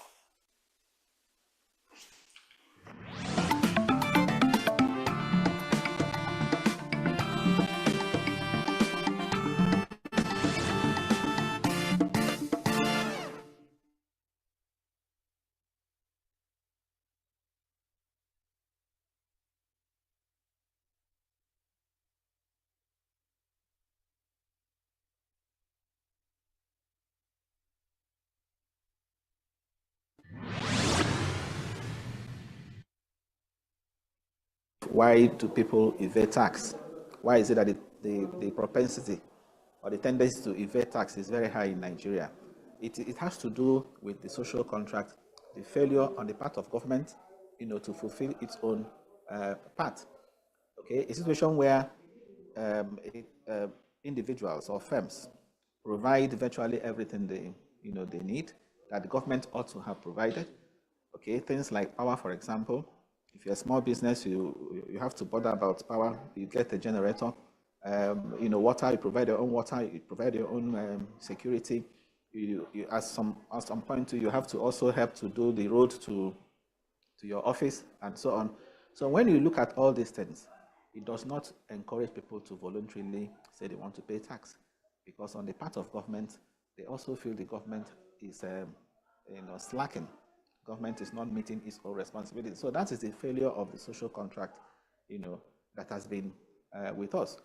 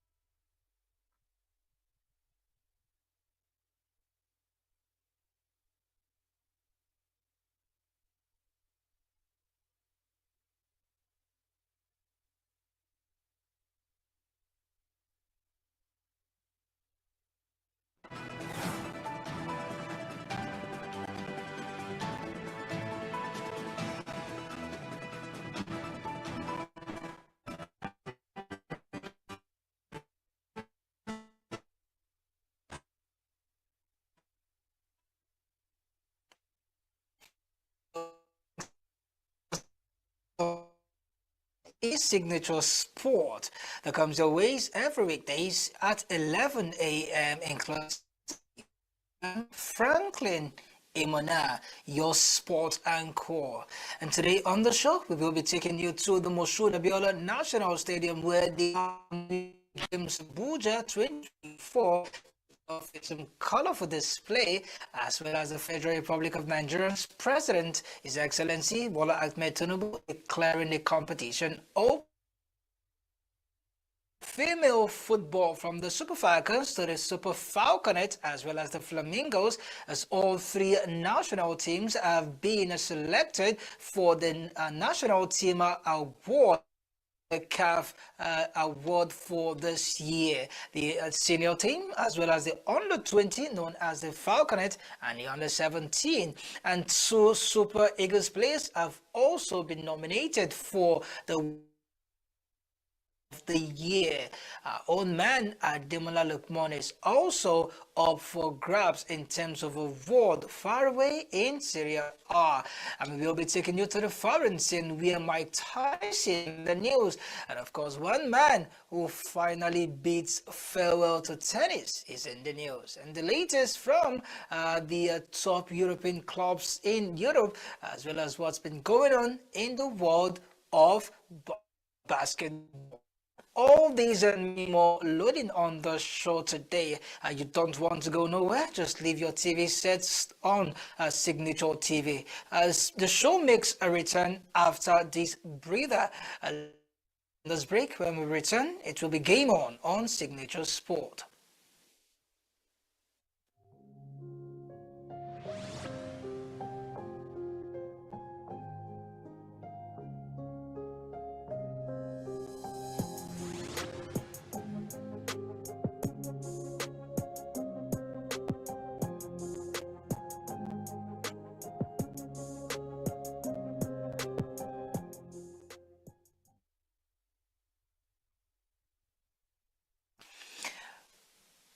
All right, welcome back to Signature TV, and the show is officially on as we take you to the Nigerian Premier Football League, where the Kano Pillars and Enyimba Football Club game have been postponed by the Nigerian Premier League Football Association. Yes, talking about the league in Nigeria. The game, which was slated for Sunday, the 24th day in the month of November, will now be played in a later day, as Enyimba Football Club will be involved in a continental game, that is the CAF Confederation group stage, where they will be away from the shores of Nigeria. Hence, they will not be the game between against Kano Pillars. In a statement, organizers, the NP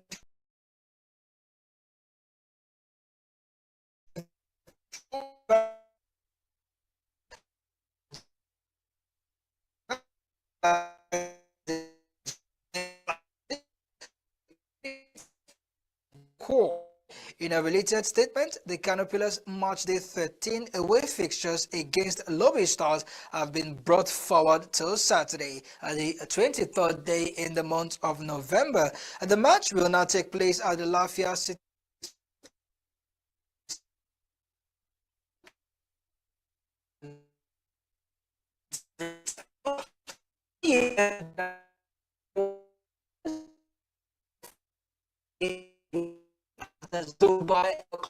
Dubai Classico. Yes, this is the name for the encounter.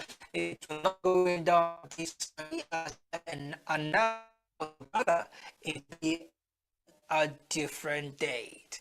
And away from the Nigerian Premier Football League, let's go to the headquarters of the Confederation of African Football, where good news have emanated from there. And what's that? It's all about the CAF Award 2024.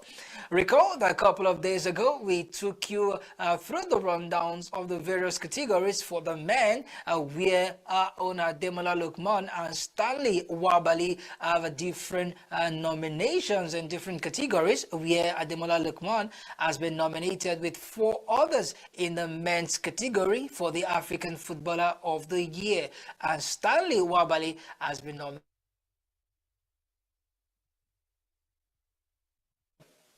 as well as the Super Eagles of Nigeria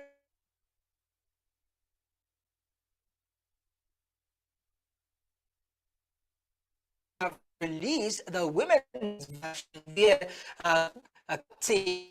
Shivade Rashida have been nominated to get a teammate Chiamaka Nadozie for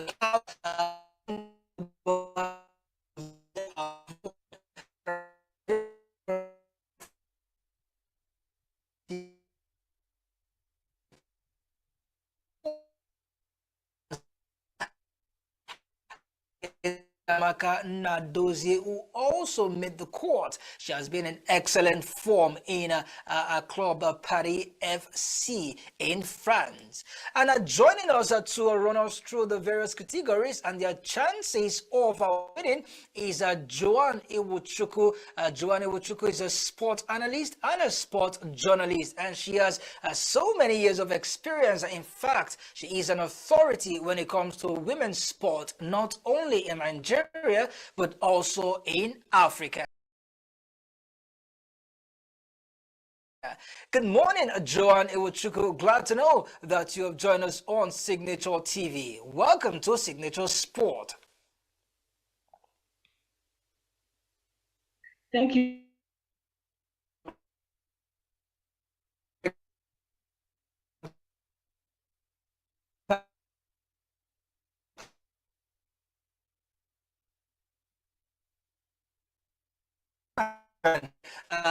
Voted, or rather nominated for the player of the captain Rashida Jibade, known as Mommy Gio, and goalkeeper Nadozie Chiamaka. Both players have been in impeccable form. Perhaps we can get your thoughts in a minute or two, but while we wait for your submission on that, let's also inform you that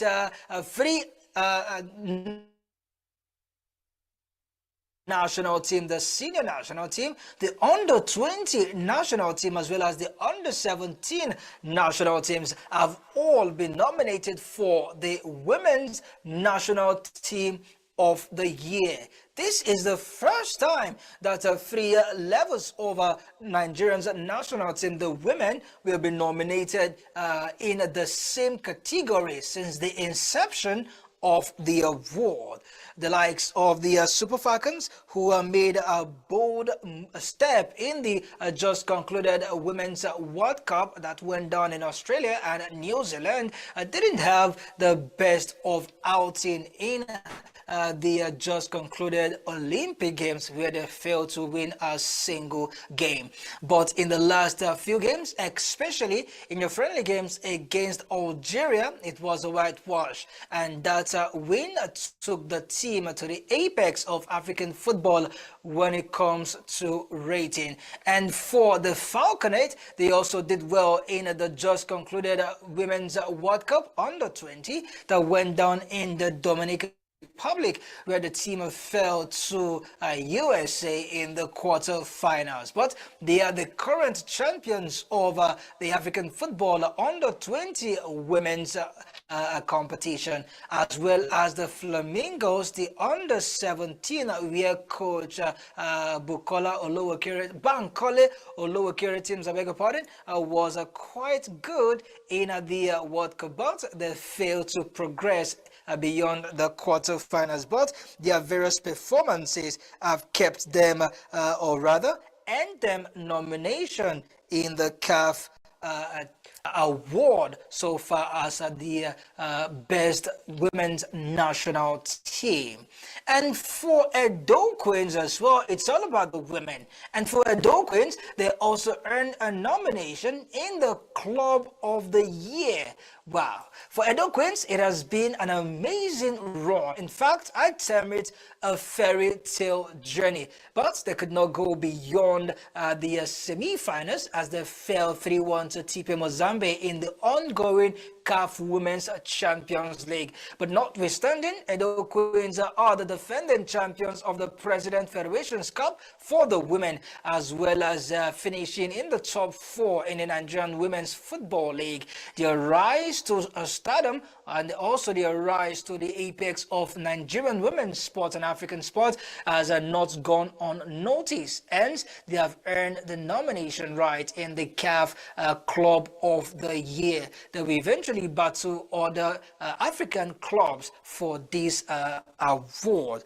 And also, MMSian is a player for Edo Queens, as well as a teammate Mary Oyogo has also been nominated for the Interclub Best Women's Player of the Year.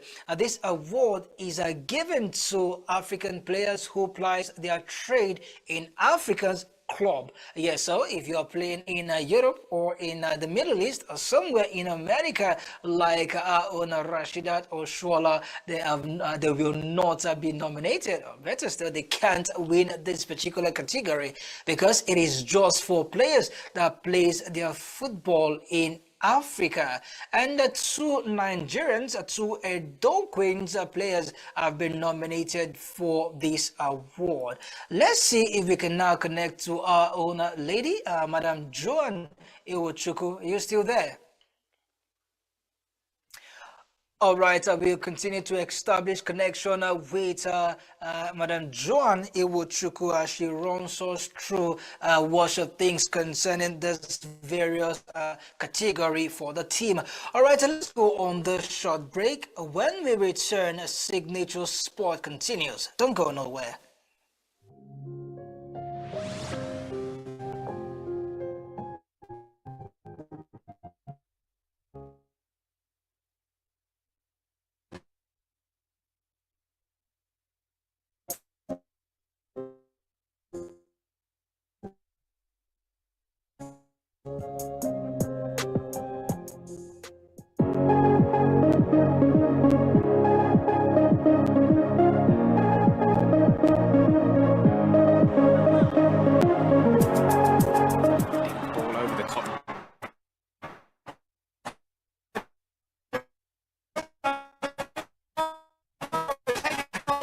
By Claudio Lopez.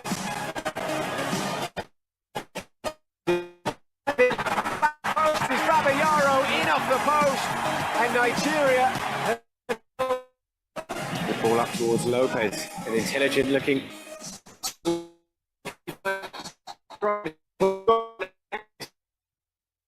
Against Dosu. Oh, that's a fine penalty. Really, really well struck penalty. It's flicked on. And it might fall for Amakachi, and it has. And Daniel Amakachi, with a brilliant improvised finish, has got Nigeria back on level terms. Ball's curled in. The offside flag stays down. Amunike has scored. Emmanuel Amunike has scored for Nigeria right at the death. Is that the goal that wins the first ever footballing gold medal? There is the final whistle. There is a historic moment. Nigeria become the first African nation to claim gold in the men's football. Defeat Argentina by 3 goals to 2.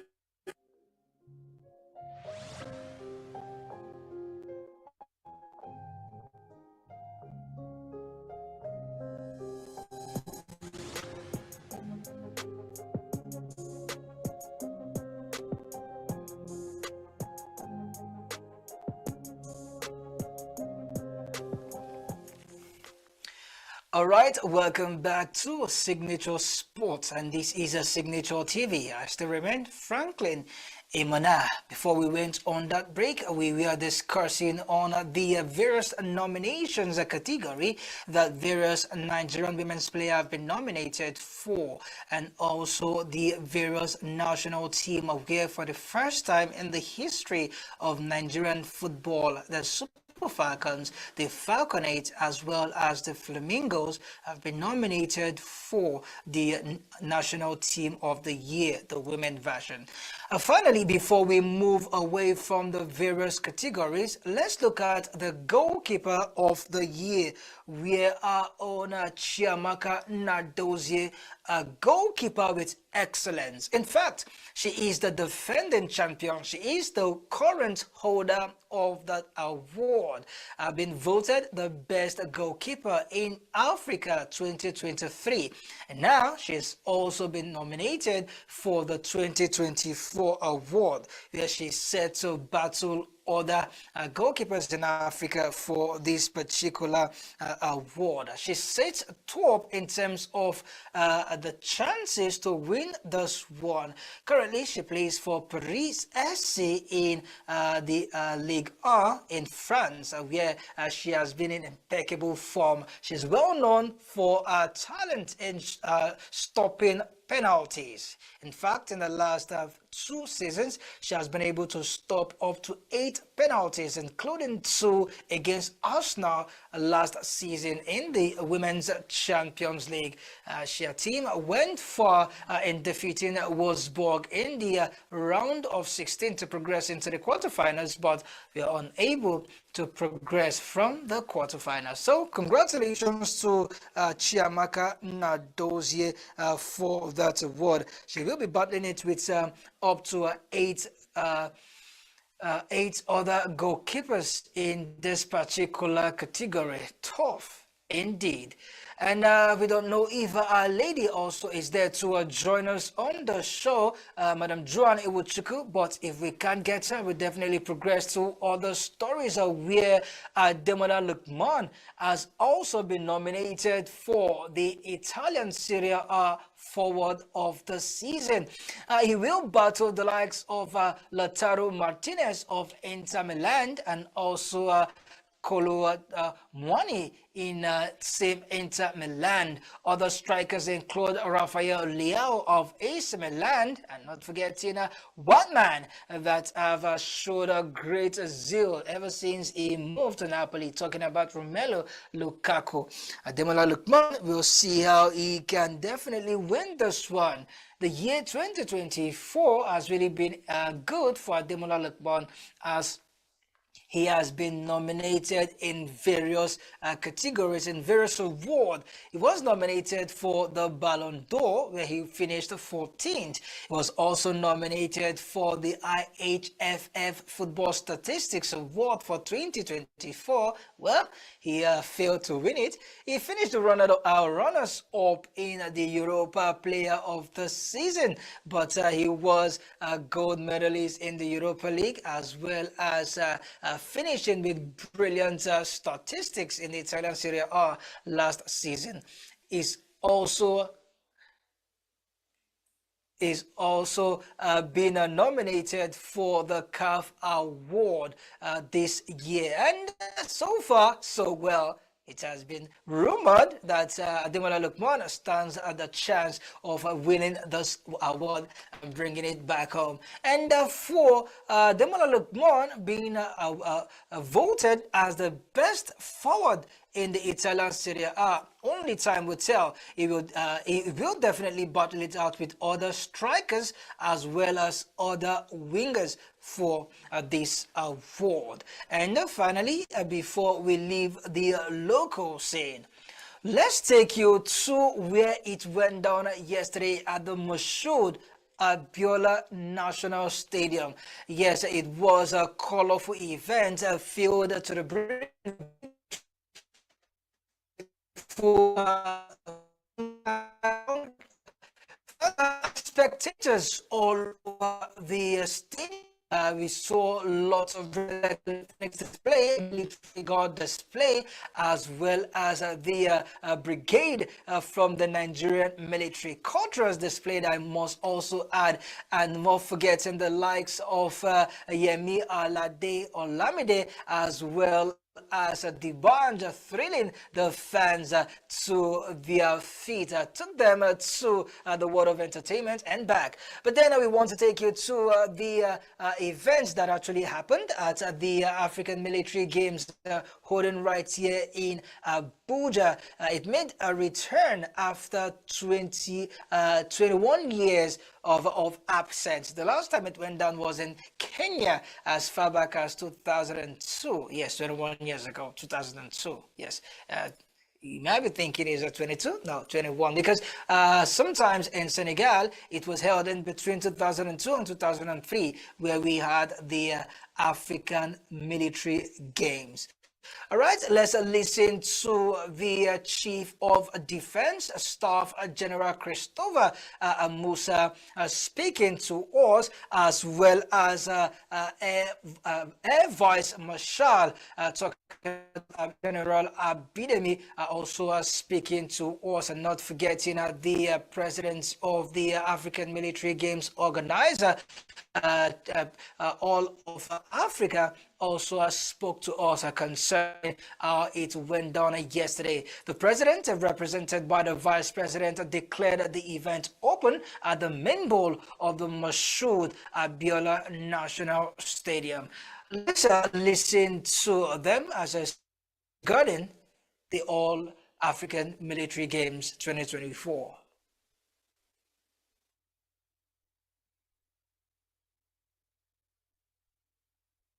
Council.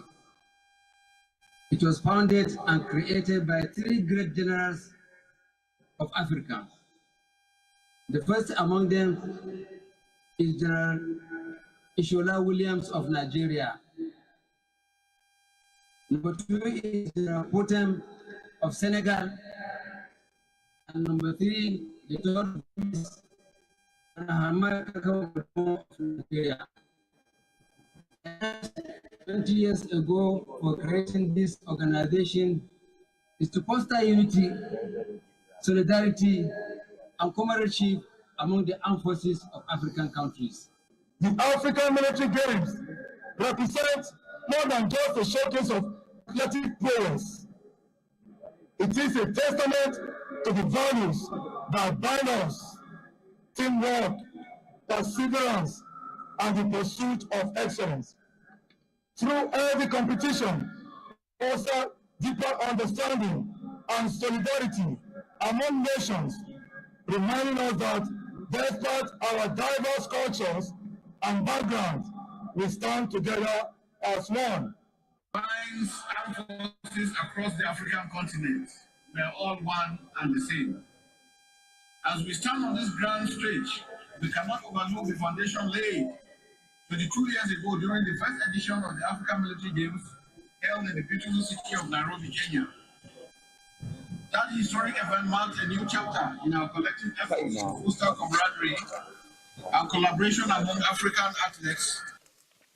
All right, those were the Chief of Defense Staff, as well as the Chairman of the local organizing committee, Vice Air Chairman Abidemi Marquis, as well as the President of the African Military Games in Abuja. Yes, Major General M. Abdullahi spoke to us regarding the military games. All right, let's connect to Madam Joan Iwuchukwu as she joins us in the show. Good morning once again, Joanna.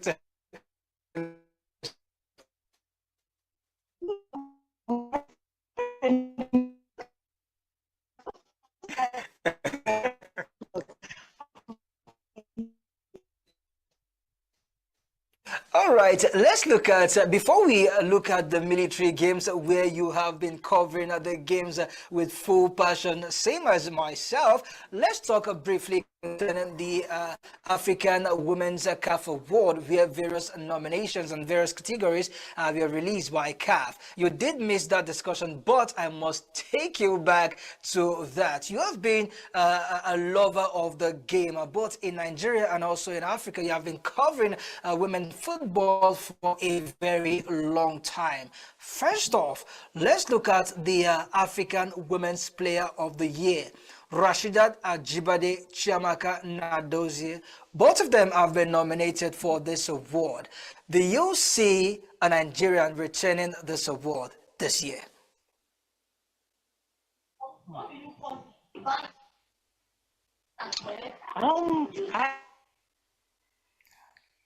I it's a good one for Rashida. I believe that the award should be given to Chama has worked hard for it. She has worked hard for it in the sense that she has made it to the Champions League twice, and she has made it in Africa and what have you. She has proved herself that she deserves it to be there to win that award. So I believe Chamaka should have it to me. To have it. It's a good one for us to have gotten. I football, that we're doing something beautiful and doing well. And thank God for doing well, and we're proving to the whole world that yes, Super Falcons are still #1 in Africa and out there in the world. We are coming up, and very soon most countries will be proud of us. All right, let's look at the goalkeeper of the year. The current holder, Chiamaka Nadozie, has been nominated for this one, and of course, deservedly, she ought to be nominated because she has really stood out in the year 2024, not just for the Super Falcons, but also for our club side, Paris FC. Do you see her retaining this particular award, or you think that this year some other goalkeeper will just rival out of this award? Chamaka should still have it. She should still. Let's check out. Let's check out the. Let's check out.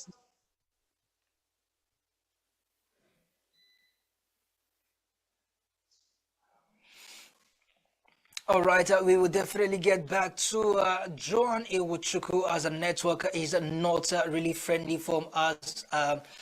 Side.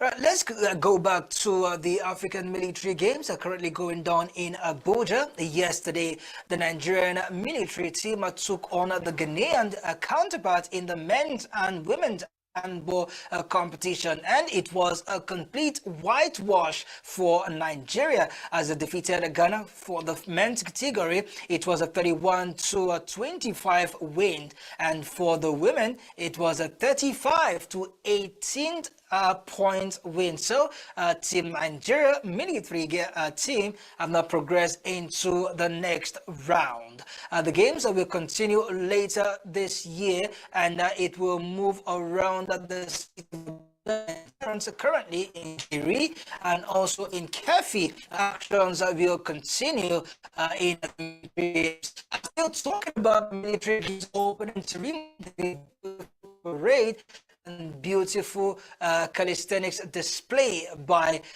the military, as well as the Nigerians that will be present in that at the opening ceremony, as well as countries from other African states, the likes of Tunisia, Ethiopia, Zambia, South Africa, Guinea, Ghana, and the likes. They will present at the opening ceremony. Let's enjoy this beautiful clips straight from the Moshood Abiola National Stadium.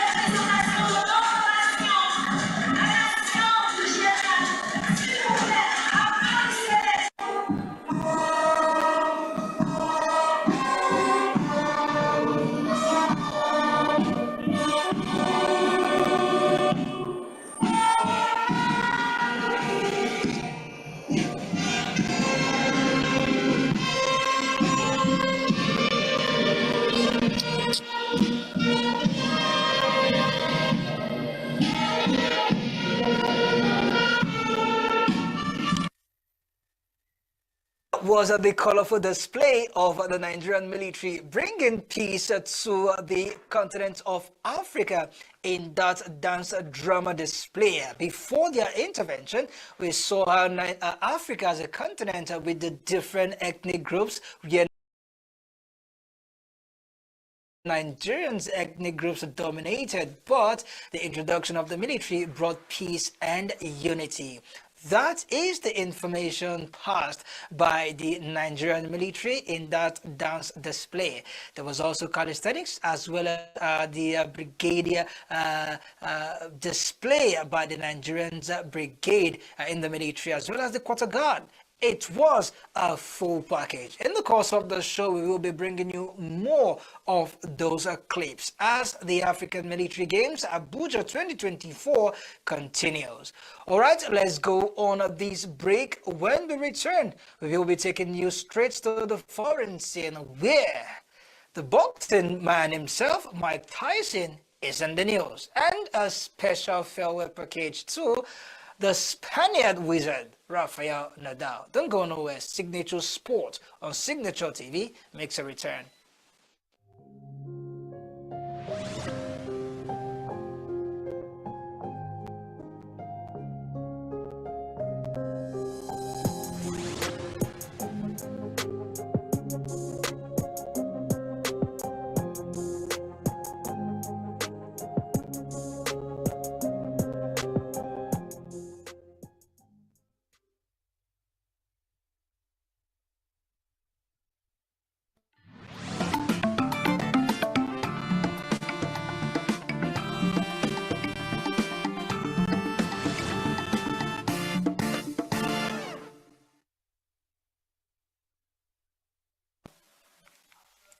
All right, so welcome back to the second half of the sports show on Signature TV. My name is Franklin Imona, and you have been enjoying a whole lot of sport and stories from Signature TV. Before we went on that break, we were looking at stories from the local scene, where we looked at extensively the African Military Games in Abuja, as well as the various nominations in the CAF Award for the women's version of 2024. The Nigerians are currently standing tall in terms of their teams, players, as well as the various clubs have been nominated for the very first time, where we have up to 6 different nominations in the various category. All right, let's move over now to the foreign scene as we'll take you to the world of tennis, where Germany will face Netherlands in the semi-finals of the ongoing Davis Cup. We hear that despite being without their star player, world number 2, Alexander Zverev, Germany won the title within requiring double rubber. Daniel Almeida beat Gabriela Diallo 7-6, 7-5, and John Leonard also defeated Daniel Shapovalov 4-6, 7-5, 7-6, 7-3 in the ongoing Davis Cup. Just so you know, Germany are 3 times Davis Cup winners. They last lifted the championship in 1993, but the Netherlands defeated host Spain on Tuesday, ending Rafael Nadal's illustrious tennis career. On Wednesday, Italy face Argentina, and the United States will play Australia for place in the last 4. Those games will be going down later today. So it's all about Germany and the Netherlands in the semi-finals of the ongoing Davis Cup. And talking about the Davis Cup, we thought that this particular competition will give Rafael Nadal a fairy tale ending to his illustrious career, as he said that after the Davis Cup, he will officially be saying goodbye to tennis. But the Netherlands didn't make the game beautiful for him, as they had other plans for Rafael Nadal's Spain. And Spain were ultimately defeated in the quarterfinals. After the game, we caught up with Rafael Nadal, and we have this colorful season or career ending of the world greatest French Open player.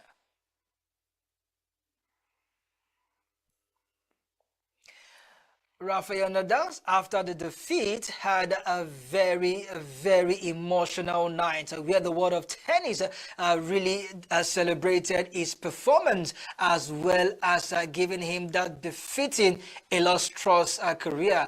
Rafael Nadal spoke to us concerning how the game has been for him. He says he would love to be remembered as a little boy who followed his dream. Born in Malaga, Spain, Rafael Nadal has had about 22 Grand Slam titles in his career, with winning the French Open, popularly known as the Roland Garros, been played on the clay court, and he earned his name, or rather, he earned the title King of Clay. Rafael Nadal has won 22 Grand Slam, like I said, the second most won Grand Slam, just behind Novak Djokovic. Novak Djokovic, who is currently 37 years of age and is still playing tennis and is ranked number 3, also poured his encomium, well wishes, as well as is a farewell to Rafael Nadal. Not forgetting, Roger Federer was also on ground to celebrate his best friend, in his words, in the world of tennis. Roger Federer has had 27 wins in the grass court, Wimbledon, and he have recorded just 1 defeat. And it was Rafael Nadal who gave him that defeat in his career.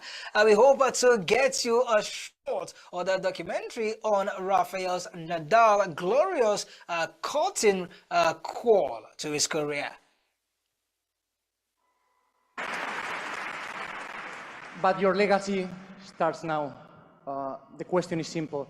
How would you like to be remembered in the future? Well, in English, I understand. So,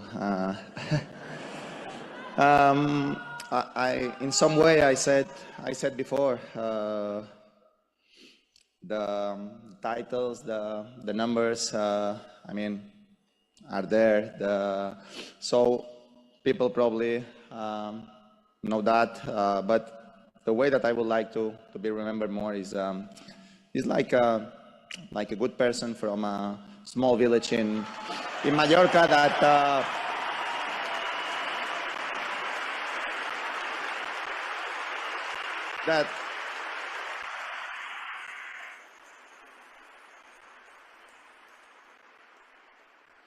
I mean, as I said, from a small village in Mallorca, that I had the luck that I had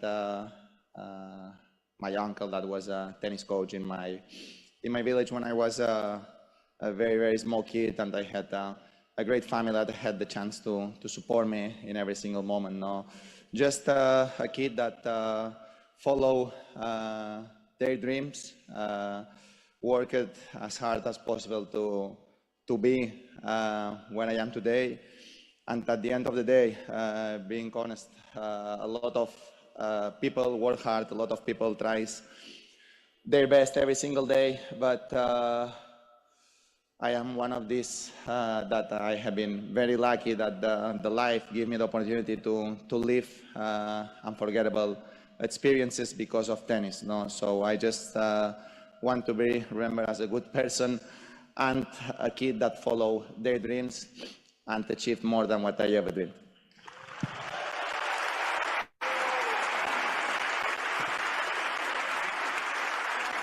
You are retiring now? The world will hope to see Rafael Nadal and Carlos Alcaraz, a player that Nadal has passed on the baton of leadership from Spain tennis to. And we hope that Carlos Alcaraz will live up to the expectations of not only Rafael Nadal, but also the entire fans of tennis. As for Rafael Nadal, we wish him all the best in his future endeavors. And away from tennis, we move over to football, where we talk women's football, where Chelsea have booked a spot in the ongoing Women's Champions League following a 3-0 win over Celtic. Goals from Bronze, Zaretti, as well as a second half goal and Chelsea three goals win over Celtic. And Chelsea has been in an amazing form where in the last games in the group stage they have recorded 100% win ratio, and they needed just a point to cement their top spot position in the group, and it was a 3-0 win from coach Bomba Posters team that took all 3 points in the day. And Chelsea will look forward to see their next opponent in the quarterfinals. As for Manchester City, Arsenal, they are also in the race to qualify for the semi-finals. Bronze captain and Perisic goal prove too strong for the Celtic female team. As well as the Celtic, they have been a long absence in the Women's Champions League, and the return didn't go well following their 3-0 defeat against super side Chelsea Football Club. And away from Chelsea Football Club, let's still talk football as we hear that Genoa has finally gotten their hands on Patrick Vieira, a former Arsenal captain who won 3 EPL titles during his spell at the Highbury Stadium. And then he signed for Crystal Palace, but he was unable to get the job done, and he was exit door. Then he moved to French Ligue 1 side Lille, and then he was sacked due to poor record. OGC needs, I beg your pardon, in the French Ligue 1, and then he moved over to Genoa. Genoa, in his announcement and paper signing, also unveiled Mario Balotelli, a player Patrick Vieira has not really has not really had good times with during his time at OGC Nice. For Patrick Vieira, he says that his time at OGC Nice would have been much more successful if Balotelli was not in the team. And for Balotelli, he says that he would have had a very good career if Patrick Vieira was not the coach of OGC Nice. And both of them have now reunited in Italy for Genoa. Well, it is up to these two great men who have played the game of football to find a common ground to get the job done. Mario Balotelli, who won the English Premier League with Manchester City, also had a spell with Liverpool, which didn't go down well in his playing career as he failed to live up to expectation. He also had a stint with the Italian national team where he won the silver medalist in the Euros 2012, where they were decimated in the final by the Spanish national team. And both of them will now be team player and coach in Genoa. And away from the English Premier League, let's come down, and away from the Serie A, I beg your pardon, let's come down to England as a Tottenham Hotspur have decided that they will appeal the 7-game ban that was meted on their players, Bentancur Rodrigo, following his racist slur he made to Son Heung-min. Bentancur Rodrigo, I beg your pardon, was slammed a 7-match ban and £100,000 fine following the comment he made regarding Son Heung-min and his son. He said that Son Heung-min and his son looks alike. And the FIFA racist rule that does not give room for racist slur. The people of South Korea didn't find that statement worthy enough.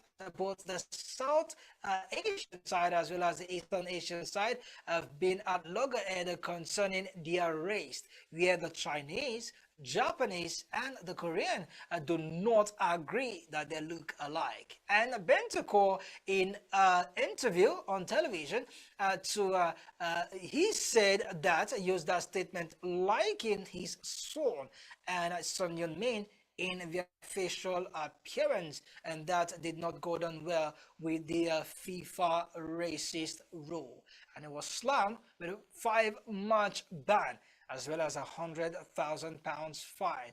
But Tottenham Football Club have written to FIFA that the 7 games ban is too harsh on their players, as he meant well for Son Heung-min as well as his son.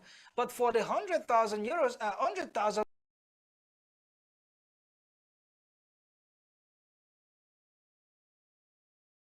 pounds rather that he was fined, he's going to not appeal that fine.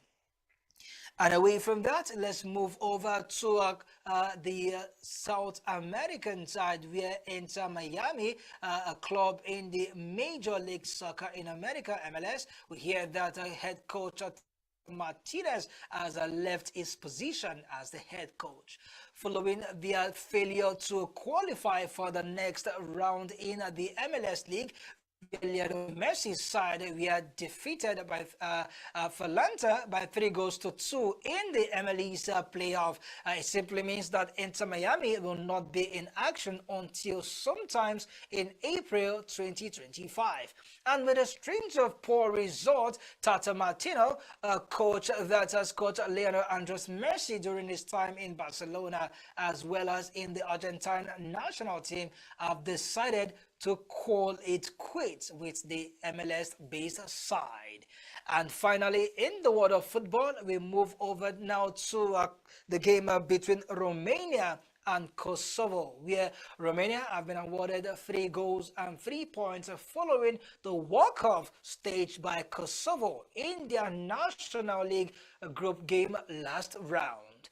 Kosovo walked out with few minutes left in that game following the chant by the Romanian fans that Kosovo is Serbia. This is a political undertone where the Kosovans didn't find that really respectful as they walk off during the game. The Serbians, Kosovo, Gibraltar, Romania, and the country of Northern Macedonia have been in loggerhead following a political racist chant, xenophobic remarks, as well as Kosovo refusing that they are of a subordinate form over the Serbians. The Serbians believe that they are superior over the people of Kosovo, and when they heard that racist, that xenophobic chant, I beg your pardon, they had to walk off during the game, and FIFA have now slammed them with £168,000 fine and a 3-point and 3 goals deduction. Well, for Romania, their fans will fined £105,000, and they have now given Romania a 3-match closed-door ban. What it simply means is their next 3 home games will be played behind closed doors, where fans will not be allowed into the stadium.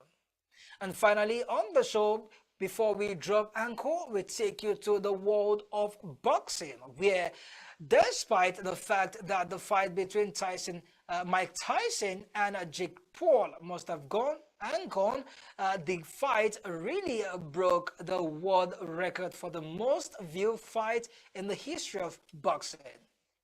Netflix released a statement that 60 million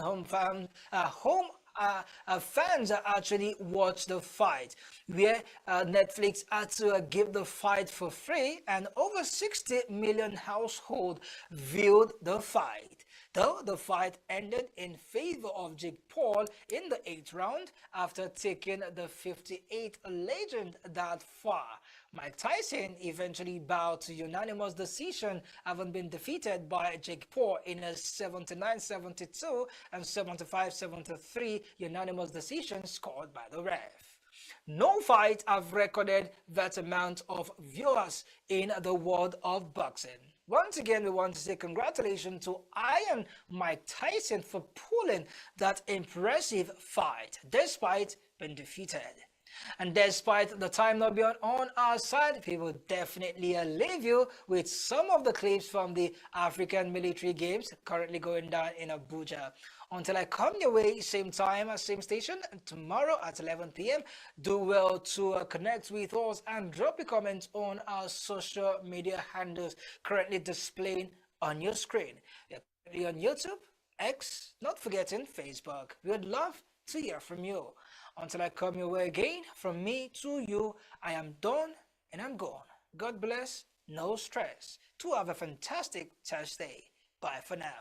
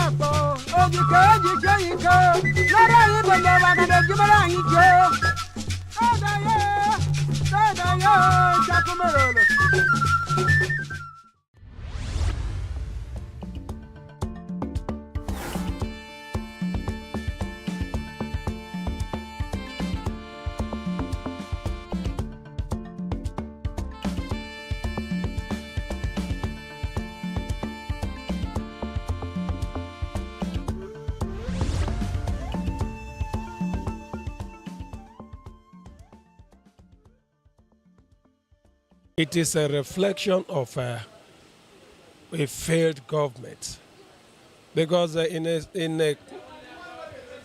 a civilized climate, it is unheard of, despite what we are producing in the country, that today we are experiencing total blackout in the northern part of the country. But I believe with time it may extend to other parts of the country. So the government is not actually doing well. That is my own personal opinion. Because what effort are they doing? What led to it? It is not even made known to the public. Because sometimes they will just allow certain things to go bad, believing that the citizen cannot do anything. They are capitalizing on the complacency and without the self-satisfied nature of the citizens. That's my own personal take on it. As far as I'm concerned, the government is to be blamed. Because when they have made up their mind to render essential services to the people, what aspect of the country is working effectively with respect to the services being rendered by the government? I suggest they should even allow the private sector to handle this thing. See, I'm from Adamawa State. Temsa local government, to be precise.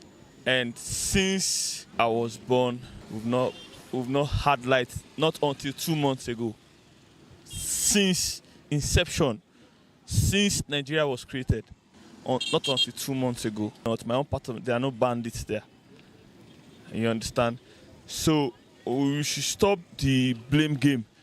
It's not the fault of bandits. Let's not give government upper head so that they will not have what they will use as argument against us. It's not the fault of bandits, it's the fault of the government. Because I remember there was even a time in my village when they brought transformers. The same government didn't wire those transformers till we don't even know what happened to those transformers. For years, for more than 10 years, those transformers were there.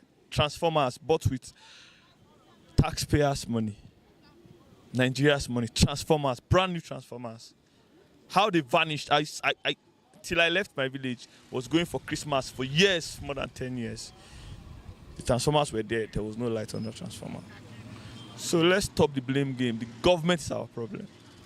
The government should sit up and do what they need. The government should see government as business, not as where you come and steal money and frustrate people. It's not good, Sharp, for the thing that is happening, because it's affecting the business and also it's affecting the productivity of the nation. For the citizens, and like for there's no light in the country now, is affecting the businesses of the masses. Businesses are not moving the way it's supposed to be. And for those that are behind the banditry, something that they're talking about, the government should please try and do something about it, so that at least people can go back to their various businesses, and it will help. It will also help to boost the economic of the country. And the night wey no dey for north, light no dey for everywhere, and people are cry, people are suffer. May government help us for that light and security.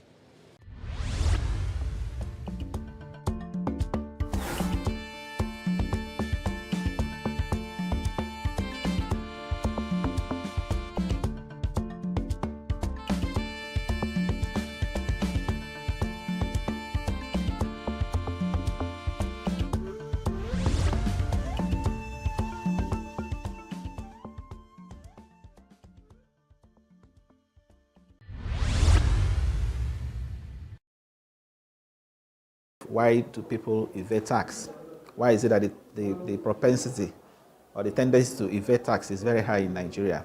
It has to do with the social contract, the failure on the part of government, to fulfill its own part. Okay, a situation where individuals or firms provide virtually everything they need, that the government ought to have provided.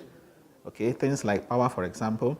If you're a small business, you have to bother about power. You get a generator. Water. You provide your own water. You provide your own security. You at some point too, you have to also help to do the road to your office and so on.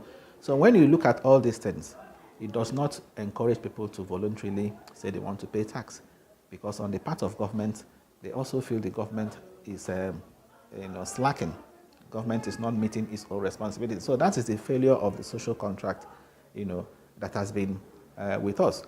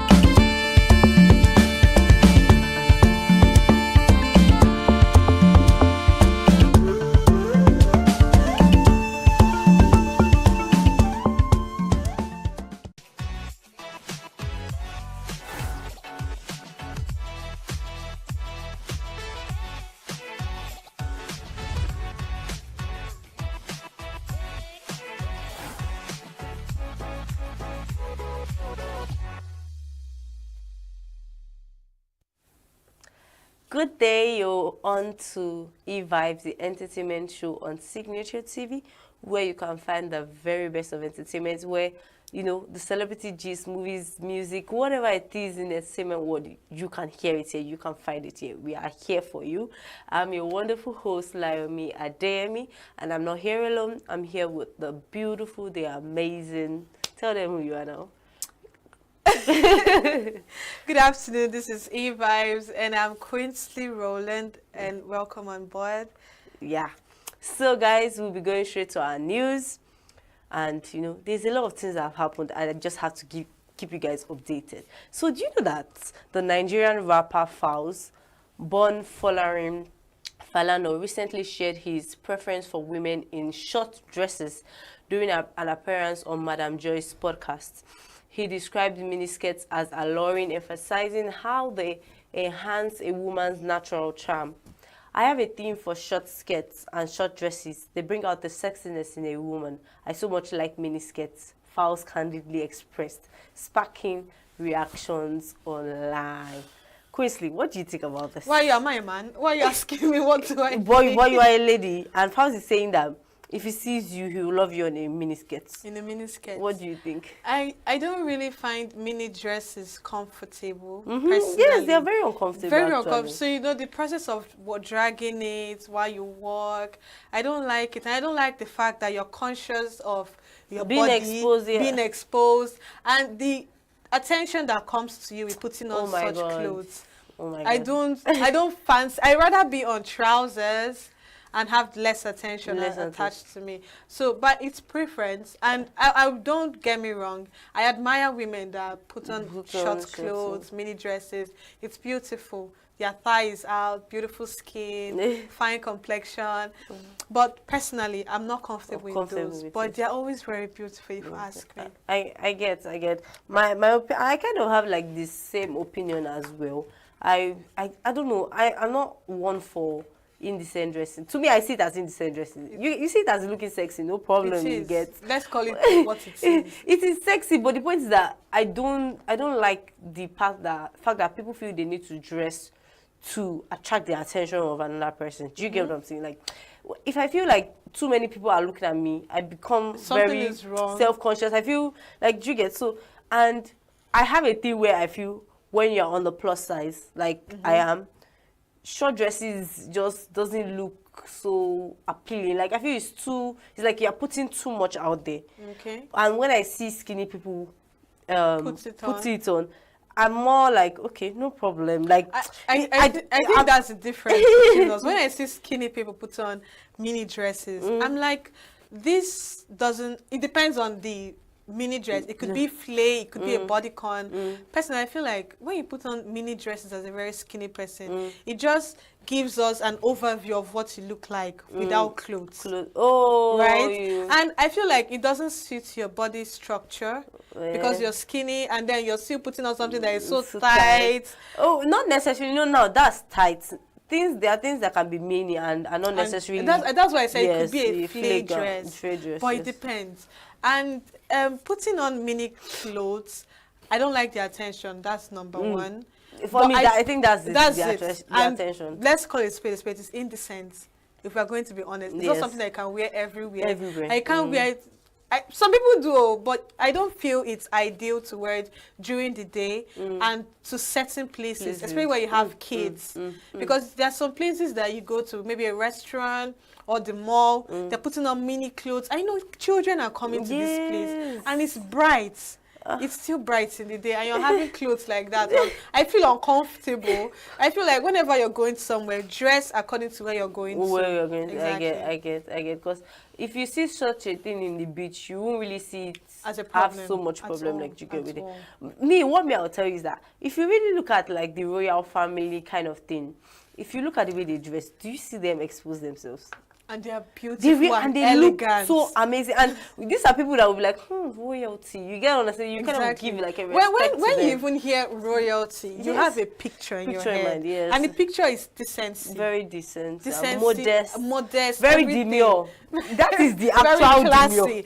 But another angle is, even when women are dressed decently, you still can draw that attention. True, to yourself. yes. So at that point in time, you know that it's not you're dressing that is drawing the attention. Exactly. You are just such a beautiful person. Do you know what I'm saying? And you attract the right people. Because that's why I feel, most times that's always the case. You attract the right people and you still draw the same attention that you draw in a skip. Not exactly. You not draw attention from, in quotes, unreasonable people. Perverts. People looking for... Exactly. And they already have imaginary images in their head.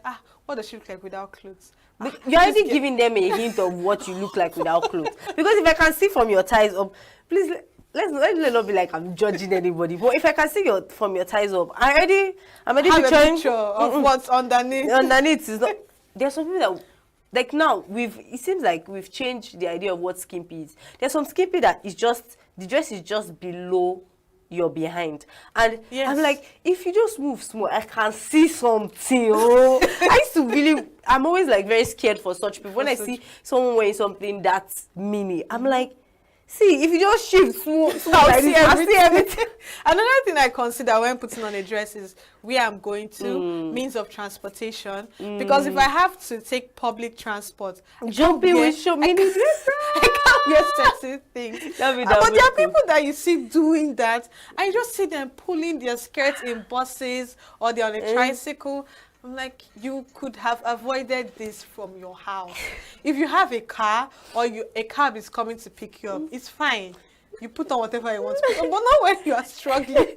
You are struggling to get on a public transit and you want me to make space for you. It's not possible.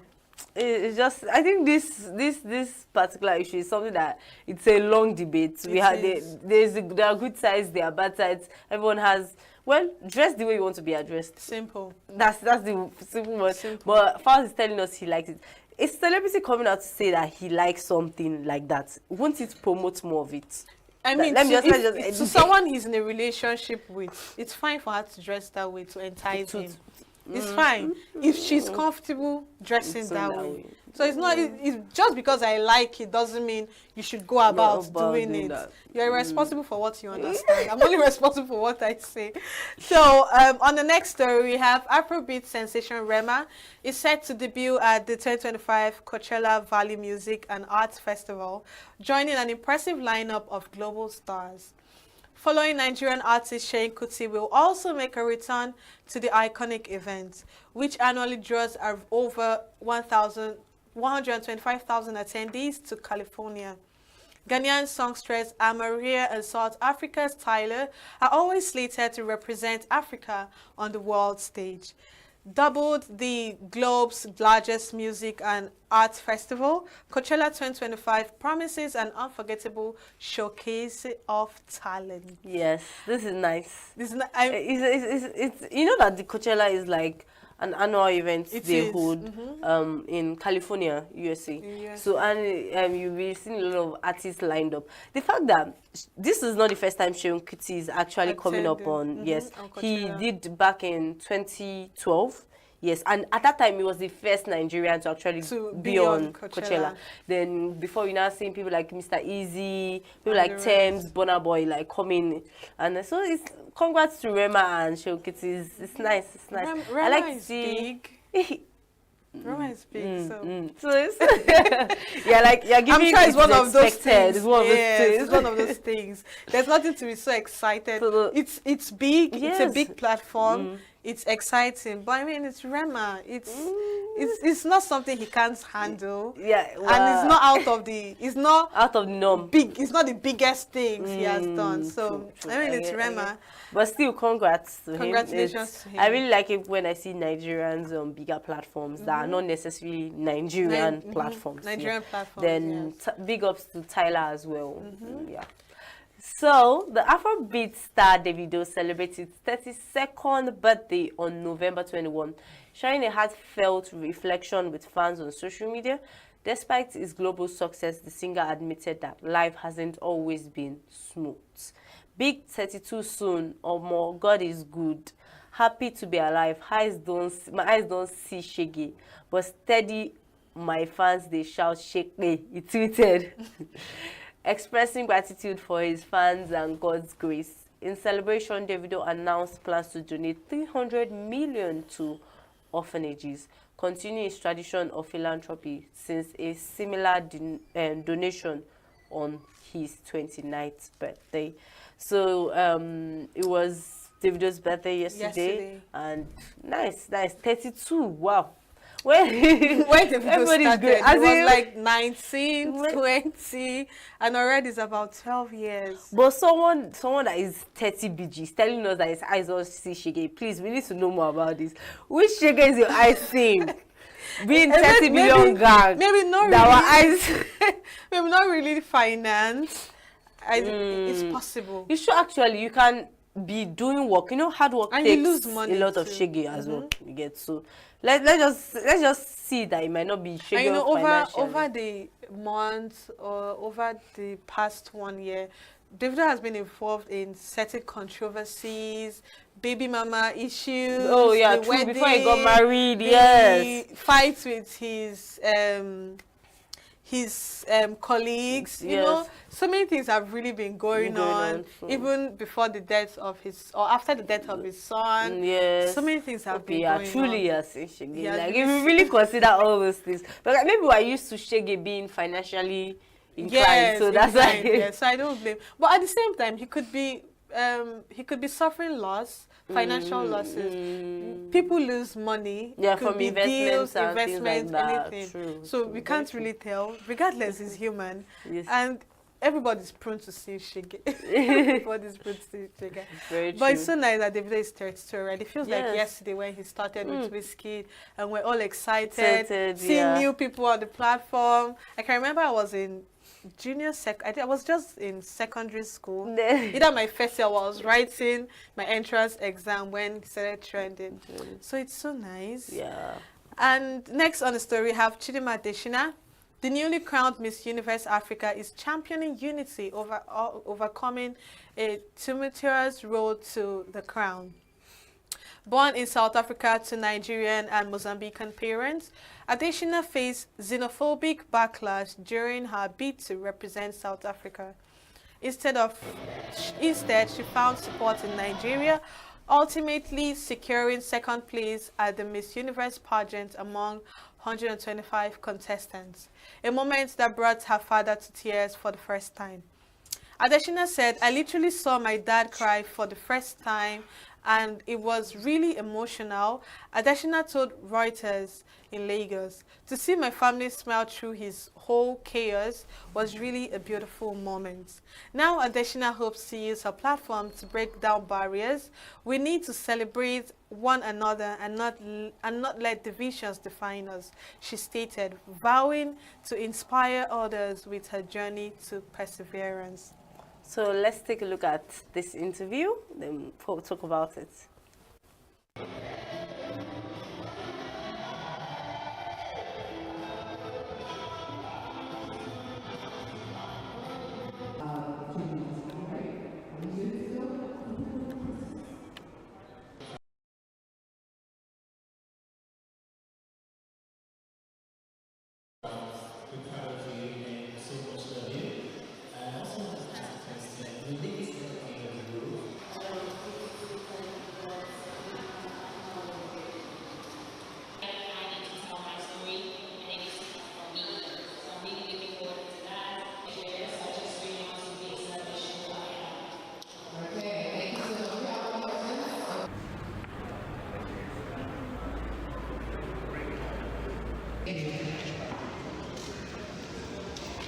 It'll be real quick, don't worry.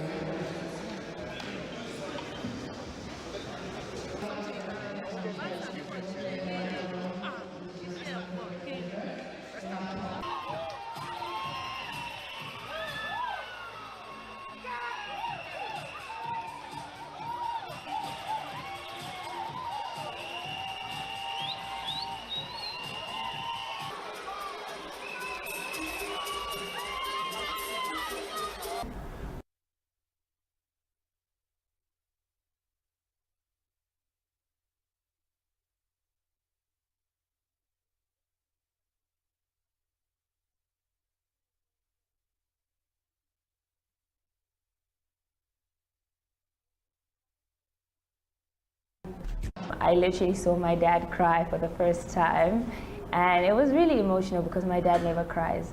So to see that he was having tears of joy and just to see my family smile through this whole chaos was really a beautiful moment. In fact, I was even the one that was bawling my eyes out with so much tears because I feel like in the process of me achieving my dreams, it sort of also like brought pain, but I think at the end of it all, it was a very good win. I think it was even a push even for me to still want to achieve my dreams because I felt like a lot of people really went to an extreme extent to try to get in the way of me achieving my dreams, but I still fought and I'm really grateful for everything. I wouldn't have changed anything. I really had to come to terms that, you know, maybe I had to be part of this process and I had to forgive everyone that kind of made me feel some type of way about where I come from, knowing that this is a place that I called home and I felt rejected from people that I look at and I call my own. But again, it's not the end of the world because I also have received a lot of support from some of them. So yeah, I guess someday I'll be okay with it and hopefully not another person will be able to go through what I went through. I feel like we need to start celebrating one another and not allow certain barriers to get in between us. I feel like we let minor things like where are your parents from, where you're born, what language you speak, and all these things sort of like get in the way of us uniting together. And I feel like those are not supposed to be the things that break us apart, but it's just a way to identify who you are as a person. So I feel like we need to start knowing and understanding the difference between the two. Just because we use these barriers to identify a person does not mean we need to use these barriers to break us apart and unite us, and divide us, sorry.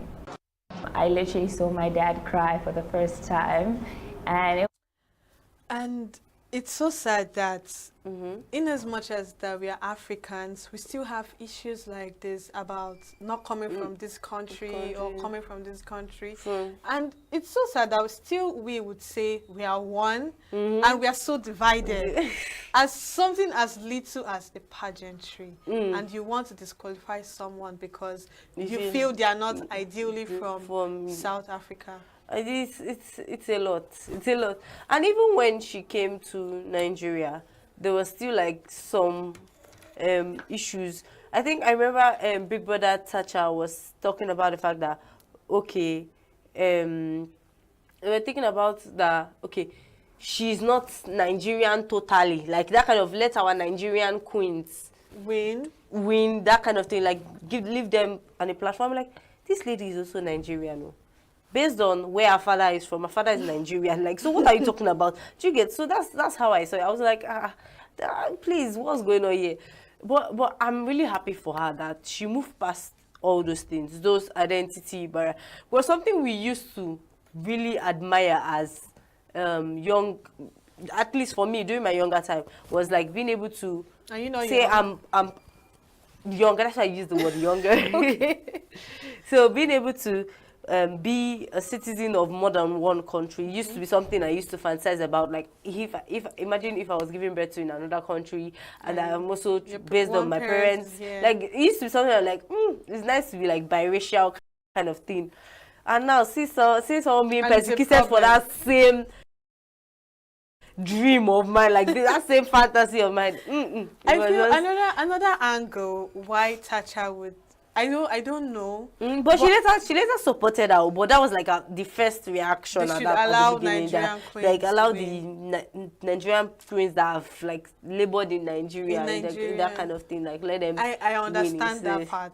I understand that part, because another angle is this girl has been through so much, and mentally it's going to be off sentiments, based on sentiments that some people just want to, let's just vote for her out of pity. I don't know if you understand. So maybe that was something she didn't really want to happen. So that you don't go voting for the wrong person because you want to make them feel loved and belonged. And so it happens. It's sentiment. They play when things like this happen. It plays on our own mental. True. Exactly. Yeah, because I can imagine doing such a thing. That, okay, this girl has been through a lot, and she's a wonderful person. Like, with the little we've been able to say, because we can't say it all. So with the little we've, it can make me feel like, okay, yes, let's make sure that she wins. That kind of thing. So that she to compensate for what happened before. And recently she said she's pulling out of pageantry, that she wants to focus more on, working out this thing of, being rejected because you don't fit into a particular society. This one was like rejection on a large scale. It's different when some people like reject you, like maybe your family, like some friends are like, we don't want you to play with us, chief. This one is like, you went for and South Africans are known for xenophobia, for this xenophobic activity, and that's what it just shows. Because how can you not want me to contest? You say that they've ended xenophobia in South Africa, and suddenly I want to contest for this. You see, I'm good enough for it, and I stand a chance of winning. But you now bring in the pattern of paternity. I don't know who am I coming from, my heritage and the rest. And it just shows that xenophobia is still there. It's still there. It's still underlined in certain actions that they take against people that are really not from South Africa. It is well. Just really. But it's sad to realize. I am, but it's sad that after all these things, I mean, Miss Universe Nigeria is big platform, and then we have Miss World. Yes. So why don't you just go for that, and then you just want to opt out of pageantry world? No, yeah. Well, she got Miss Nigeria. Like she won the Nigerian contest, Universe, and now she's winning. She got first runner up for. I think it should be the world, Miss Universe World. I think it is. Yes, it should be. Then she now got crowned Miss Universe Africa. Because right now she's Miss Universe Africa. She's Miss Universe first runner up. You get Miss Universe first runner and Miss Universe Africa and Miss Universe Nigeria. Like you get like Miss Nigeria. So like, in a way, like she has kind of achieved a great feat. She's at the peak of her career. Yes, there are other things, international modeling careers that she could actually attain for and still achieve it. Why would you, this platform that everybody have put in together to build for you, well, let's see it as maybe she's taking a break. And the truth is, if you're passionate about something, you might take a break for a while. You can be like, because she has gone through a lot, and true. it would have affected her mentally, whether we like it or not. So let's just see it as her taking a break, and she might actually come back. You don't know anything. Do you get passion would always push you to make some certain decisions. You get. I believe so. So in other news, South Korea's labor ministry has ruled that K-pop stars, including members of the chart-topping group NewJeans, are not classified as workers under the country's labor laws. This decision followed allegations of workplace harassment by 20-year-old member Hani, who claimed mistreatment by her record label. While fans filed petitions for her protection, the ministry stated that the artist's contracts classified them as independent contractors rather than employees. Critics argue argue that the ruling exposes the lack of protections for idols, who often endure grueling schedules without defined rights. The controversy has reignited calls for legislative reform in South Korea's entertainment industry. This particular gist is just really weird. I can't explain. Hani is one of the 5 members of the NewJeans K-pop band. You get, so they're like a group of ladies, and they're actually quite young, 16 to 20, like their age range, and they're quite young and everything. And she's talking about the fact that they are in the label Ado. NewJeans is in the label Ado, and she was saying something about complaining to the CEO that some of their seniors, because there are different bands in a label, so complaining to the CEO about the fact that some of their senior members and everything, they kind of like ignore them, this, that, and they've been times it's like they are not being heard, and sometimes their working hours don't really make sense kind of thing, and like that they've been kind of been bullied in a certain way, and she feels like their rights are being trampled upon. At first, even when this whole thing happened, she said that the CEO kind of just like ignored her complaints and requests. So they took to YouTube to talk about it. So when they took to YouTube to talk about it, they took down the YouTube video. Can you imagine? So then they're like, okay, let them. So many fans were really annoyed about it and interested about it. So they filed a petition and everything. And imagine the government coming to tell them that you guys are not workers, so we can't act, we can't do anything. But it's an independent body. True. Everybody, True. I feel like, ideally, if you're an independent body and it's obvious it's not a government parastatal. If you try to sue a particular workplace, like if you try to sue your workplace, I'm just giving an example now, for workplace harassment, it doesn't have to be a government company. I mean, you can't tell what the laws in Asia is like.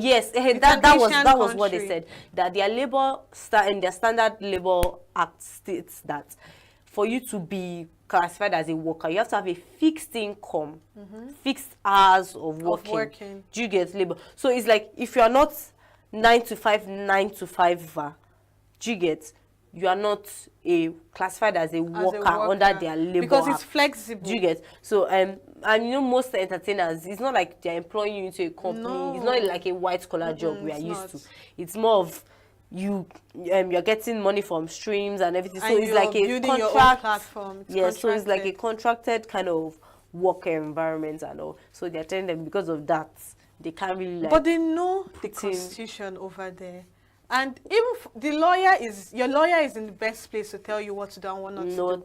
And taking you along to sue your company, it doesn't make sense. If you know it's not going to go through, why did you encourage them to do? Or sometimes they want to use the influence of social media to achieve certain things. Yeah, true. There's been a lot of that. Where people feel like, okay, because now I have a social media You have a backing, platform. I can push out something. Exactly, but you know the right thing to do. You know the law. Social media is just group of people. They are just airing their opinion. Nobody cares about it. Nobody does. It's true. We've seen in Nigeria, actually, Nigeria is a testament that social media is not a place. We're all keyboard warriors. Nobody really sees your face. Nobody comes out in the open to say, oh, I'm vibing for you, I'm supporting you on this. It's just all online, and then it just boosts your morale to go and do whatever you're supposed to do. But I feel like when you're being contracted for something, you read through the papers, you read the tiny details, the tiny letters. See, in those in the entertainment world, you know that most of the times, like, you are a young person when you're being signed in. That's the reason why you've seen a lot of advice about that. When they're just being signed in, most of them are more excited about the fact that someone is signing them. They feel like they are being blessed by the opportunity, which is true. But at the same time, you need to make sure that the working conditions are actually, it happens even in 9 to 5 employment. Sometimes don't read through their employment contracts. I feel whenever they see conditions like that, terms and conditions like that, they feel like, waiting go happen where go make me reach this kind of level. Don't worry, we'll never get to that point. And you forget that people will deliberately push you.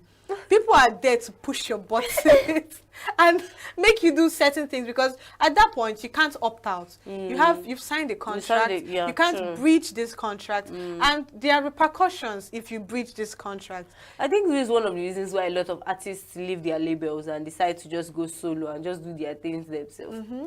And it's safer that way. You play by your own rules. But at the same time, they are also open to backlash. Like, when you're in a label, they control everything. Like the public's image of you, they help you sort out and sift through even some of the contracts you get, some of the works you get, they sift through it for you and everything. But if you are on your own, it means every decision you are making concerning your career, it's maybe just you and your manager. Yes, it's just you. So you are prone to seeing rubbish and shaggy. I feel it all depends, because I'm sure there are good record labels out there. There are really good record labels. When I read about the reply of the CEO after everything was really brought out to the open, she was like, okay, she would pay more attention to it and see. There is no time paying attention. Someone complains, and that's the problem with CEOs. Maybe because they feel you're young, you're naive, you're stupid, She's 20. You don't know things. What do you expect? Honey's 20. That's what I'm saying. They feel you're young, you're just going to complain about everything. Why don't you look into this situation before it gets out of hand? And now you're taking down YouTube videos and they're filing petitions against you. If the CEO had worked on it at the early stage, it wouldn't have gotten to this point. And now you're saying you look into it. Why not just take an immediate action? And then what we are seeing online should be, oh, this is what the CEO did in concerns to this situation. And the next story we have, a banana duct taped to a wall has made history, fetching $6.2 million at Sotheby's for art sales. Titled Comedian by Maurizio Catline, the conceptual piece was initially valued at $1.5 million, but soared past expectations as 7 bidders vied for the artwork. The final winning bid came from Chinese collector Justin Sun, founder of Tron, a cryptocurrency platform. Drawing over 12 million viewers during a global tour, the artwork continues to spark debates over the nature of contemporary arts. Let's take a look at the artwork.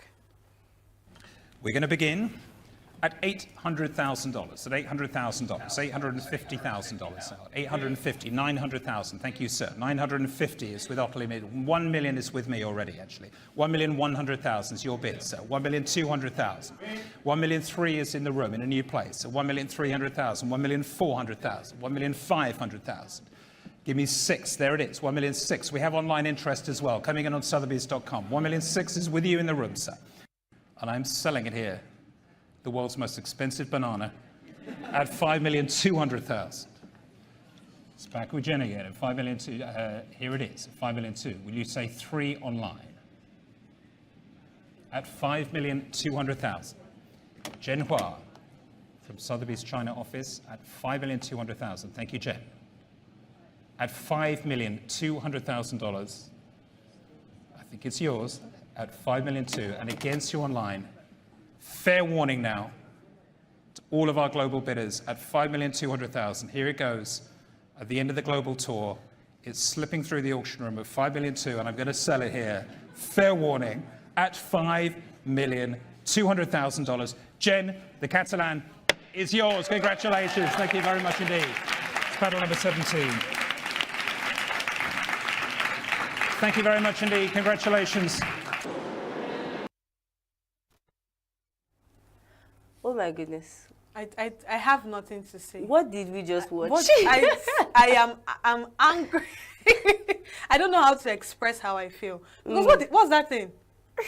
Banana. A banana. A banana, my dear. Tape. With a duct tape. They like nothing to. See, they don't even do ceremony on the duct tape. They not do ceremony. Even on the banana, they didn't even paint the banana. Maybe see. My dear. I see. Oyibo is angering me.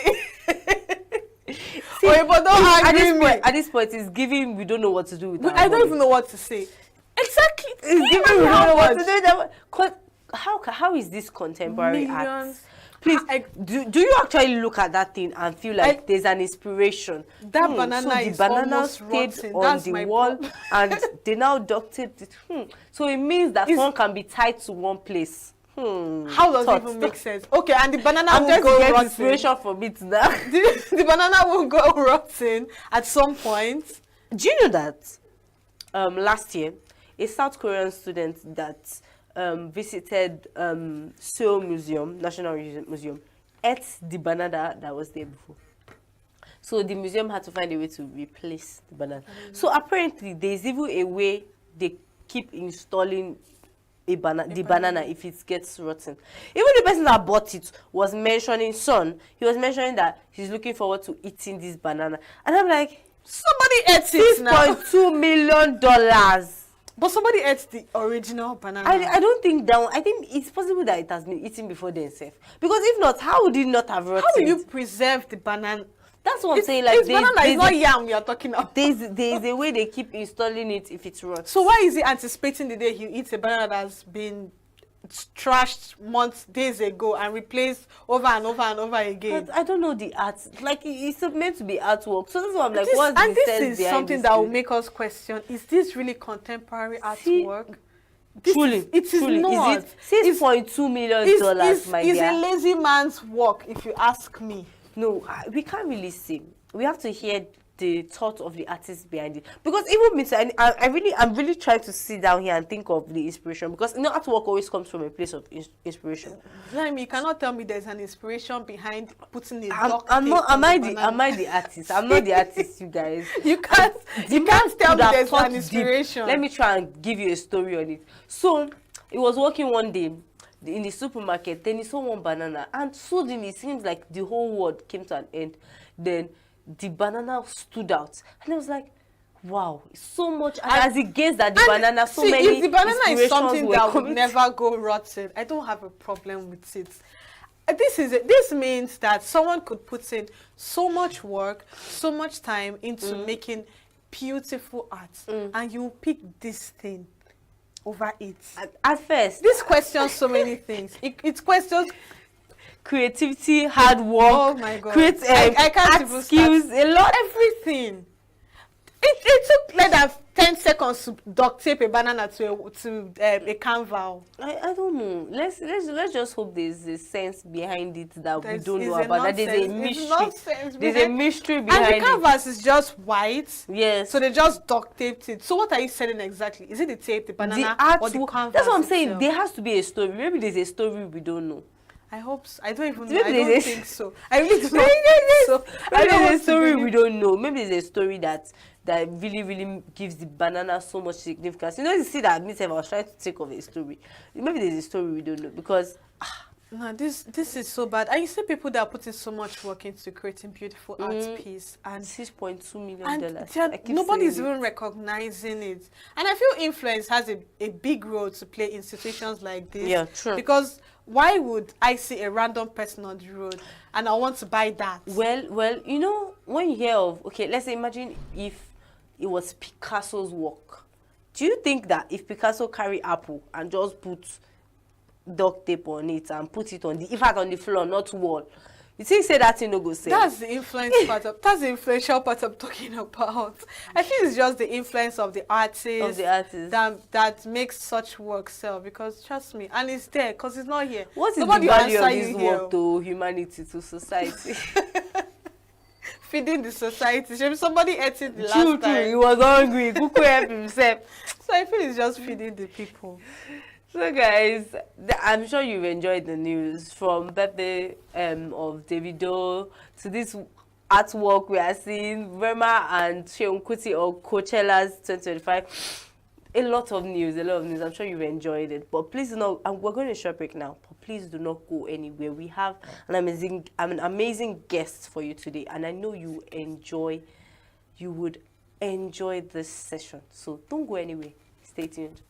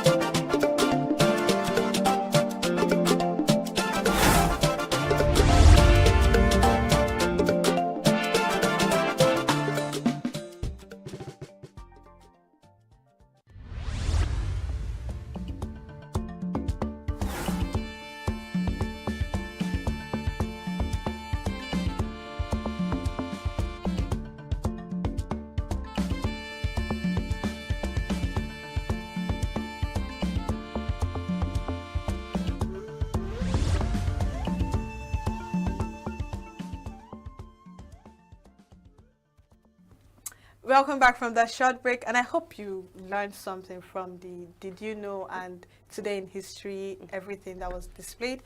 And I'm here with Jess Lamy, still Jess Lamy, and still Queensley, and we are about to play an in-house game. Yes. Brace yourself. I'm not going to be easy on her. And I'm not going to take it easy on her. Don't worry. I'm not scared of you. I'm not scared of you. I will show you what I can do. I'm not scared of you. This girl, I will school her in front of all of you today. Yes, I'm ready. You can't do that. Okay, so you go first. Go first. Okay, so let me take it easy and you go first. Give me your best. So guys, we're going to be playing a color game. So we have to match a color with an item. So meaning that if I call out a color, we have to say items that has that color, and anyone who runs out of what to say loses. So guys, you understand the game now. I'm about to show this girl who is a boss. Like me, you get. So the color I'll be calling, let me look for a color. It's not too easy. Understand? Don't go and call beige. You will be beige. I don't have strength. Don't try it. Let me think of my color. Okay, let's start simple.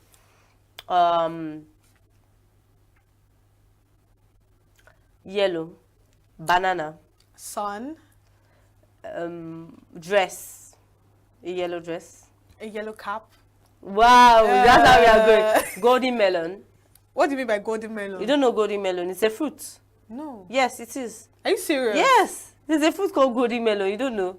What does it and look it's like? yellow. It's yellow. Has a. This guy is using time to think. No. I'm serious. It has never heard like golden. it's round. Yes, it's round like this. It's a melon actually. Then you can cut it. Duck. You know that toy? That duck. Toy duck. Yes, it's always yellow now. Yeah. I give you that one. Yellow. Yeah. Purple. The inside of purple is yellow. It's orange. There are some the that are outside yellow. is yellow. Is There the are some inside that is are orange? The inside, yes. Now the inside when it's ripe, let me it's try orange. to quickly save myself. Can I quickly save myself? Yellow. Guys, yellow. Orange. Oranges are yellow. Orange is not yellow. Orange is yellow. The orange is orange. No, the ones I've seen, the that orange, is green on the body. Now the the American ones is orange. No. The ripe oranges, the one we see here in Nigeria, it's yellow. It's not yellow. Then when it's it's not ripe, it's green. I kid you not. When it's are you trying to picture it? Round. It's alright. You won this round. We've seen that. You won this round. Call your own color. I'll show you. Blue. Okay. The sky is blue. Eva's background is blue. You see this guy? You see this guy? It's alright. The ocean is blue in color. Signature TV logo is blue. Channel's logo is blue. No, it's blue. I don't like this thing you're doing. It's blue. Okay, blue car, a blue car. A blue dress. People wear blue dresses. Okay, blue hair. People dye their hair blue. I said this. Okay, yes, blue eyes. You know, people naturally have blue eyes. Blue accessories. That's too vague. That's very vague. That's a very hairbands, vague bracelets, necklaces, bangles, wristwatches. Anyway, blueberry. Blue. You see that my answers are more very intuitive. That's blueberries. That's unfair. Blueberries. That's really unfair. A blue ball. You see what kind of generic answers this guy is giving me today. I mean, I'm trying to think now. How can I mention so many blue things? How many blue things do I see a day? Okay. Blue nail polish. Blue underwears. Blue glasses. Blue shoes. Blue paints. Yeah, paint is blue. Paint is blue. You see, blue it's not roof. blue. Don't do that. Should we go to another color? Okay, yes. Let me try and call another color. It seems like that one's like a tie kind of thing. Don't worry.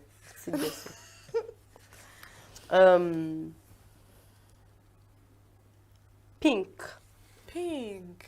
So I'll start first. A pink lip gloss. A pink dress is dreamy. A pink cap. Pink shoe. Your flesh usually not pink. pink. When you cut, when you have an open wound is always pink. Oh, don't allow me to fight you. Yes, an open wound. What shade of pink is it? I don't know. How will I know shade this Why shade of you pink? say an open But wound? yes, now if they cut, have you seen when they do surgery for somebody? The inside is pink. Pink. It's I be red. I'm Because serious, it's blood pink, that no, is there. No, it's when the blood now starts saturating on that area that That it is becomes pink. red. You see that I know these biology things. Yes. See, I don't want it to be as if I'm losing or I just want to go easy on you. Wow. Yes, now. Do you think there are so many other pink things I can't Oh yeah, mention. And we have pink tables. Which pink table have you ever We have seen? pink table in my house. That's very, very. I have a pink This table in girl, my she's house. cheating. There's nothing you want to tell me. You are cheating. There's nothing you want to tell me. I wish we had other people to play this game with us. So we tell you that we have pink tables in our houses. Pink table in your houses. Oh yeah, pink underwear. Ladies like pink underwears. But I said it's in blue now. This is pink. Pink is not different. Yes. Pink cups. Thank you. Pink cups. Yes, now you didn't have a pink cup as a girl child. Okay. Pink pen. Yeah, people like pen, I think. Pink jotters. Pink teddy bears. Oh, beautiful. Thank you. Beautiful. Pink toy cars. Wow, this See, let's leave this game. It's okay. Let's be endless. So many things I can assume that. No, maybe what we should have done is more of naturally pink things. That if they don't come naturally as pink, you can't say it. That's what we should Like have done. It flesh would have been so wounds. harder. Like flesh wounds. Yes, because they are naturally pink. Yes. Lion, please leave me alone. So, our next game. Okay, Yeah, what introduce should we our do next for the game. next game? We'll have abbreviations. Are you sure you want to play that game with me? How many abbreviations do you know? Please, let me show you how it's done. Yes. Let me start. OOTD. Outfit of the day. Okay. IDC. I don't care. Yeah.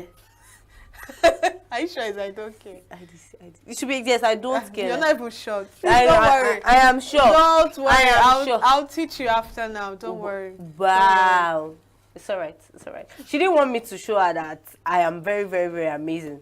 You know. But I'm sure you guys have enjoyed yourself. You've had your laughs because I have laughed today. And I hope you enjoyed today's episode. And since you did, I won't say if, since you did, tune in tomorrow by 1 p.m. Do well to follow us on all our social media platforms, X, Instagram, Facebook, and here on YouTube. Please subscribe. Roland, tell them to subscribe. Please don't forget to click on the subscribe button, that button, yes, Yes, with the bell, red. and turn on your post notification so that you always be notified whenever we are on air. See you tomorrow, same time, Mondays to Saturdays. Quincy Roland and Layomi Adeyemi. See Yes, you so next time. bye.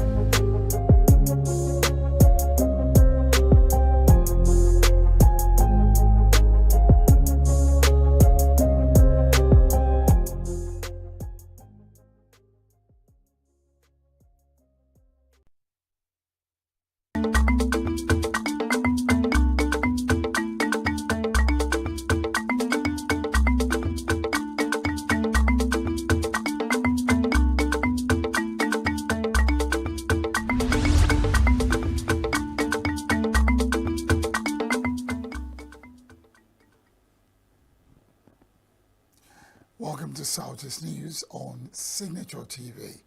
I am Barry Kumo Ado. It's a beautiful day here in the Southeast. First, the headlines. Laborer shot dead, 3 injured. NGO frowns at low health budget performance. Stay tuned for details.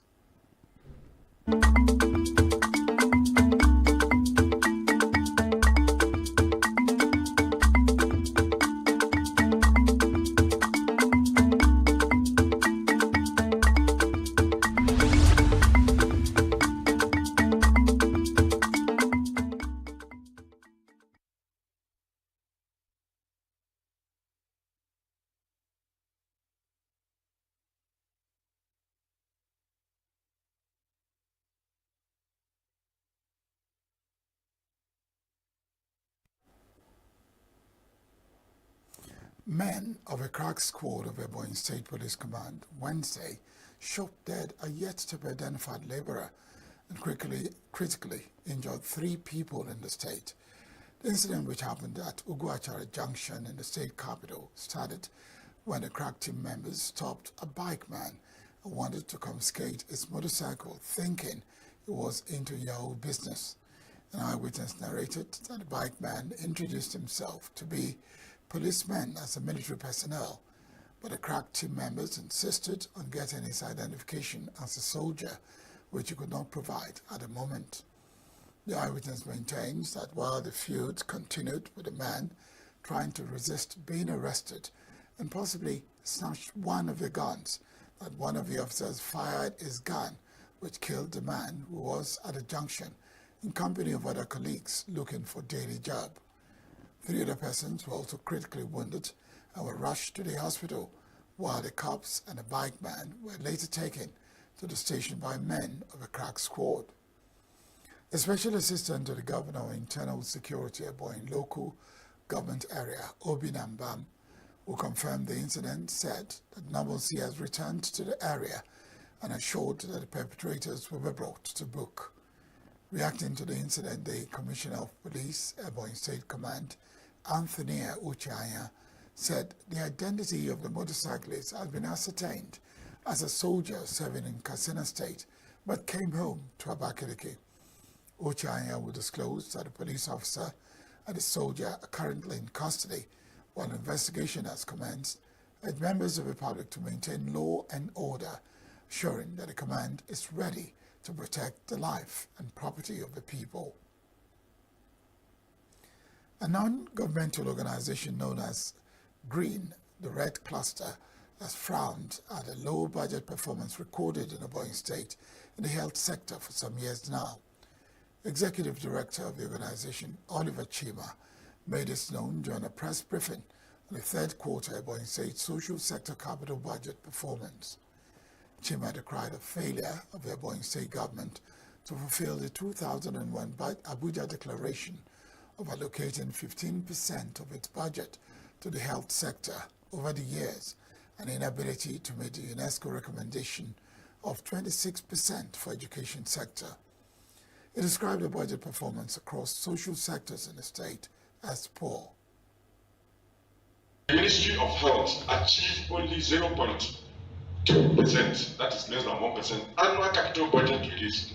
The State Primary Health Care Corporate Agency and other agencies under health also have 0% capital budget release in 2022. As it stands now, as at September 2024, Ministry of Health has 5.6% performance. EPSHA, the State Health Insurance Agency,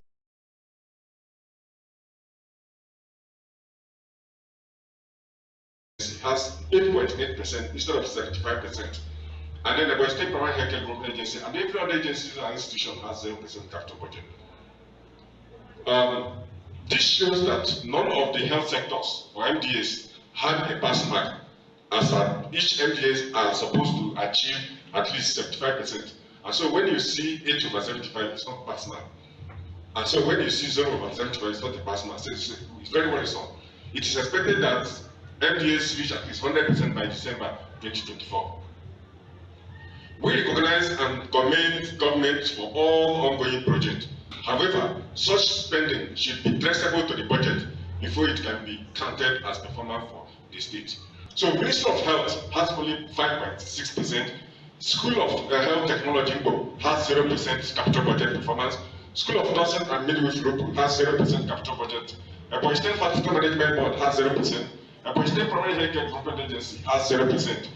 Ebonyi State Health Insurance Agency has 8.8%. Ebonyi State Committee on Food and Nutrition has also 0%. We try to extend to education to see how far is the education sector. We discovered that the Ministry of Primary and Secondary Education has performed at least 23% budgetary allocation. Other members of the cluster, while lending their voices, appealed to the government to prioritize developing realizable and easy-to-fund budgets and ensure strict compliance with the policy thrust by ministries, departments, and agencies. Are we saying that the governor is not doing very well? No, that's not what we're saying here. The governor is doing very, very well. He has revamped the health system in so many ways. But we are saying, build up to what DIG have read out and in the briefing.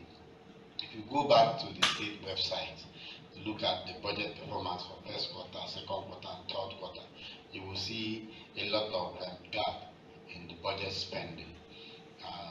My own comment would be, maybe the government may have to reconsider again developing a realistic, fundable budget and ensure that the ministries align whatever they are doing with the policy thrust of government. Because if government has a direction where they want to go, the ministries is their responsibility to tie whatever they are doing to that policy of government. And then the last thing I want to say is the capital budget, like Oliver said, is the only area where the poor masses benefit directly from government.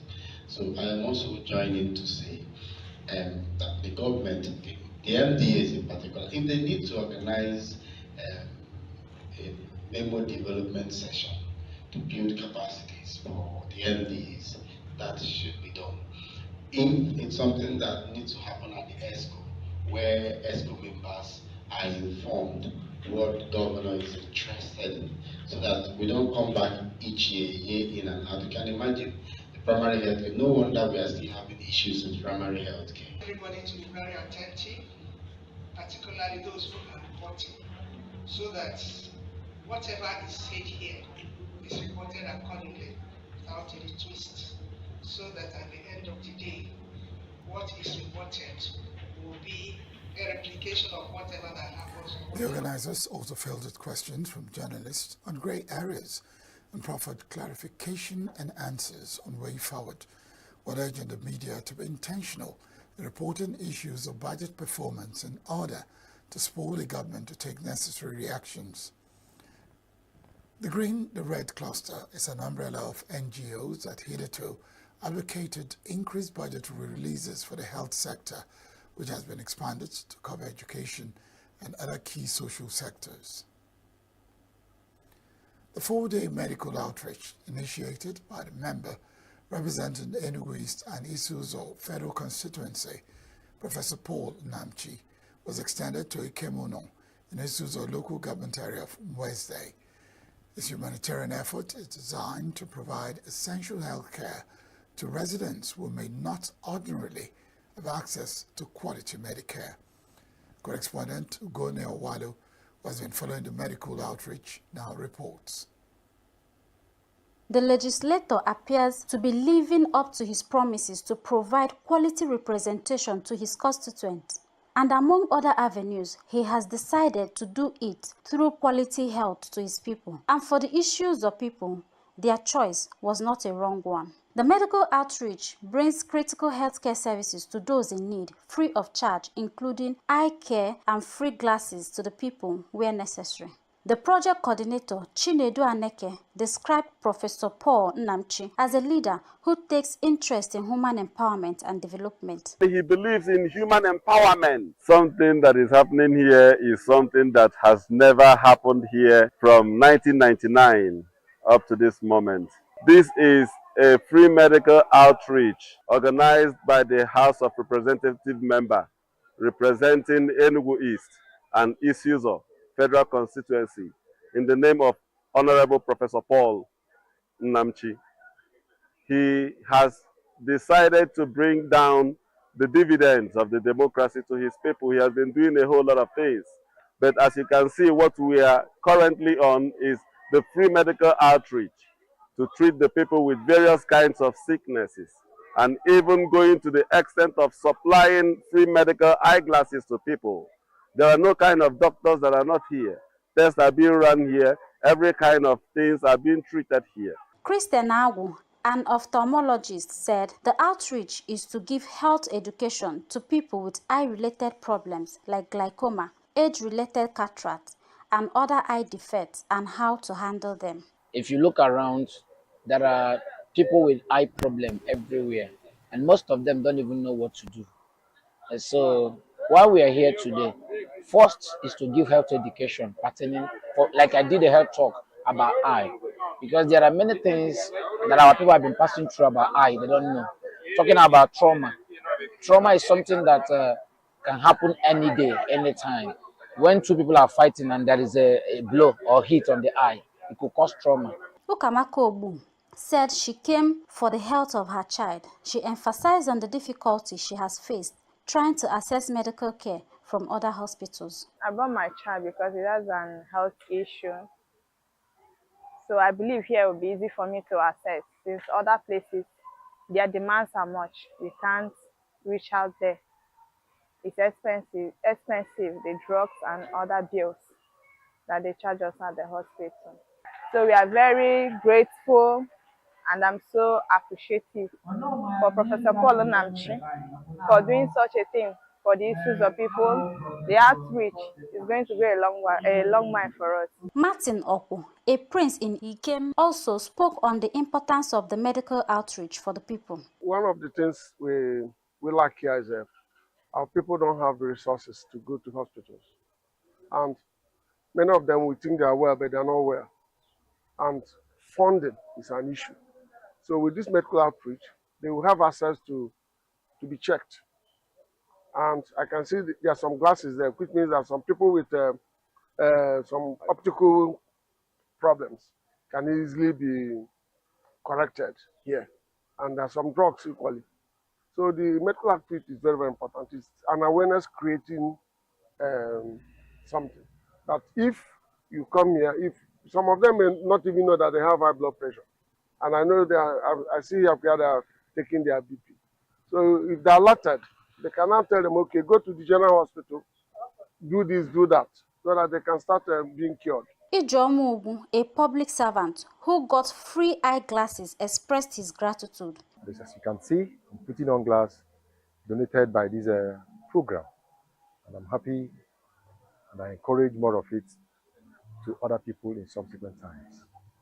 I still want to use this opportunity to appreciate the quality representation of Right Honorable Professor Paul Sunday Nnamchi, who has been doing it better and different this time.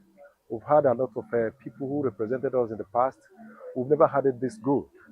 And I want to believe if he continues at this pace, he will go places. With a heart full of gratitude, the people of Ikem in Isuzo says thank you to Professor Paul Nnamchi, and as well prayed for him.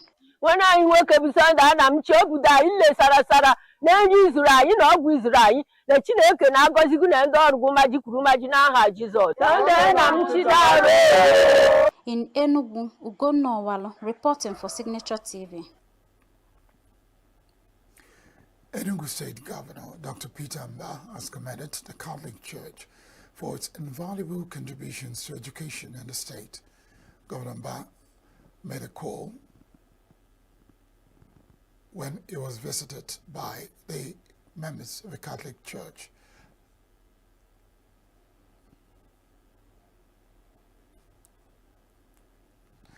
When he received the new papal nuncio to Nigeria, Most Reverend Michael Francis Crote, who visited him at Government House, ENUGU. The governor acknowledged the significant role the church plays in shaping young minds, stating that its values have made ENUGU State stand out in terms of moral standards and respect for societal values. He also congratulated the church for the remarkable achievements recorded by the Brigade Memorial Seminary, ENUGU, which he described as outstanding. Of most importance to us is the fact that a lot of our values, a lot of our worldviews, and our horizon is forged by the Catholic Church, the institution of the Catholic Church.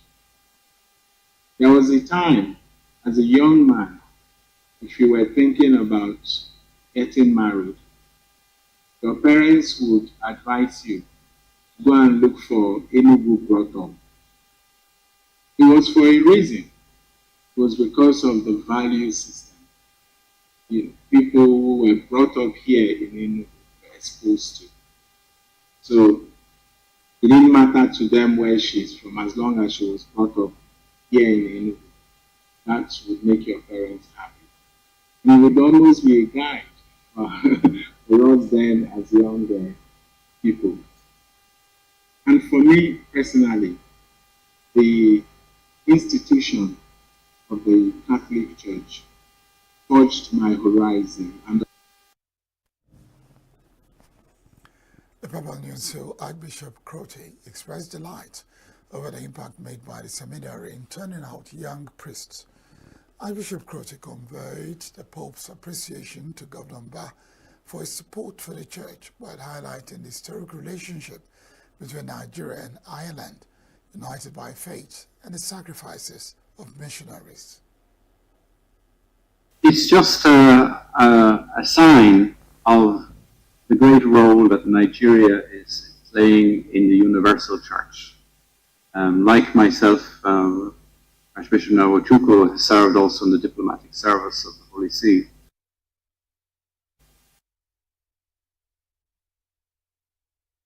And so I think it's a wonderful experience that we have, that on the heart of ENUGU State, we have so many people who've gone forth and served in many parts of the world. It was a great honor for me as an Irishman to come also to Nigeria. From the moment I arrived, people have said, "Welcome home" to me. And countless people have told me, given witness of the Irish missionaries down through the years that have been so much part of their faith story. Present during the visit were the Catholic Bishop of ENUGU, Most Reverend Dr. Calista Sonaga, the Auxiliary Bishop, Most Reverend Ernest Obodo, and the Rector of Brigade Memorial Seminary, Very Reverend Father Albert Ikpenwa, among others.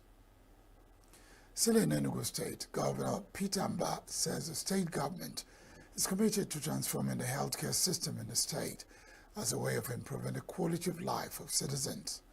Governor Mbah spoke when he received a delegation from the European Union led by the head of section Green Economy, ex-Nigeria, Ingo Stefanowe, at the Government House in ENUGU. He emphasized the need for round-the-clock primary healthcare services and steady power supply in the health sector. The governor expressed the readiness of the state government to partner with the EU and private sector stakeholders to explore opportunities in the renewable energy space. Education, the sort of things we're doing there is not head of anywhere. 1/3 of our budget is dedicated to the education sector, where we're currently building 260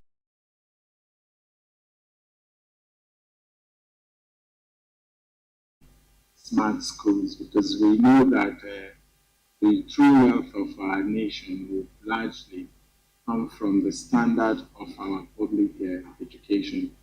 And then the same thing in the primary healthcare area, where we do not find the indicators in that space acceptable, whether it's the infant mortality rate, the maternal mortality rate, and the under 5 mortality rate. They are just not acceptable to us. So what we did was to basically start the construction of 260 primary healthcare centers type 2.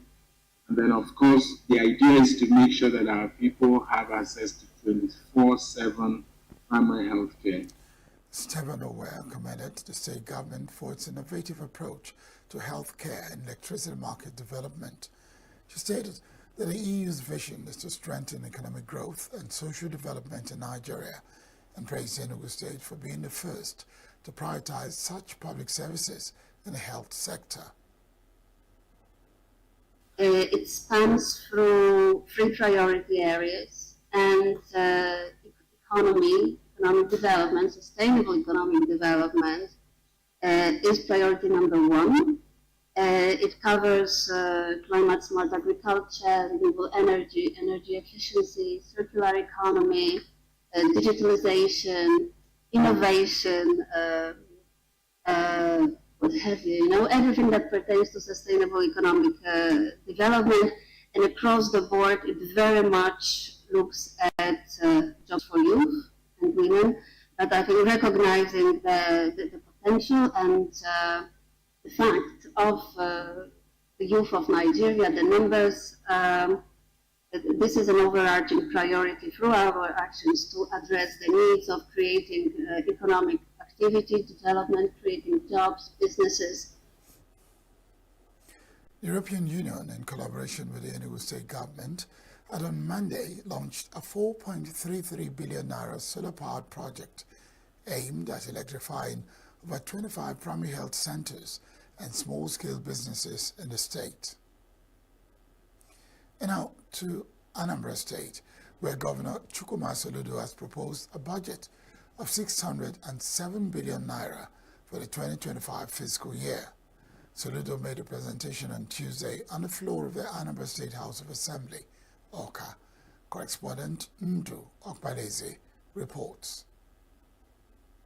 Budget of 606.9 billion naira represents a 48% increase over the 2024 figure. The budget is made up of 139.5 billion naira recurrent expenditure, which is 23% of the budget size, while capital expenditure amounts to 467.5 billion naira, which is 77%, and a deficit of 148.3 billion naira, representing 24% of the budget size.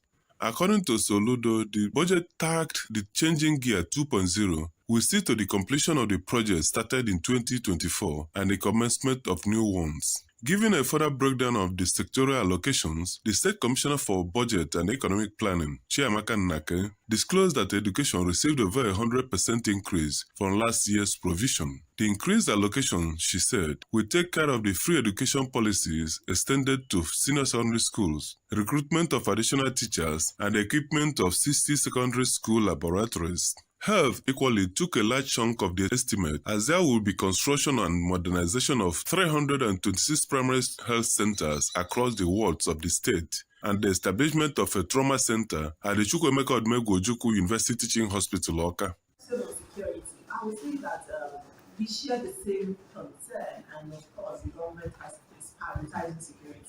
In fact, we're not even waiting for 2025 budget to come through.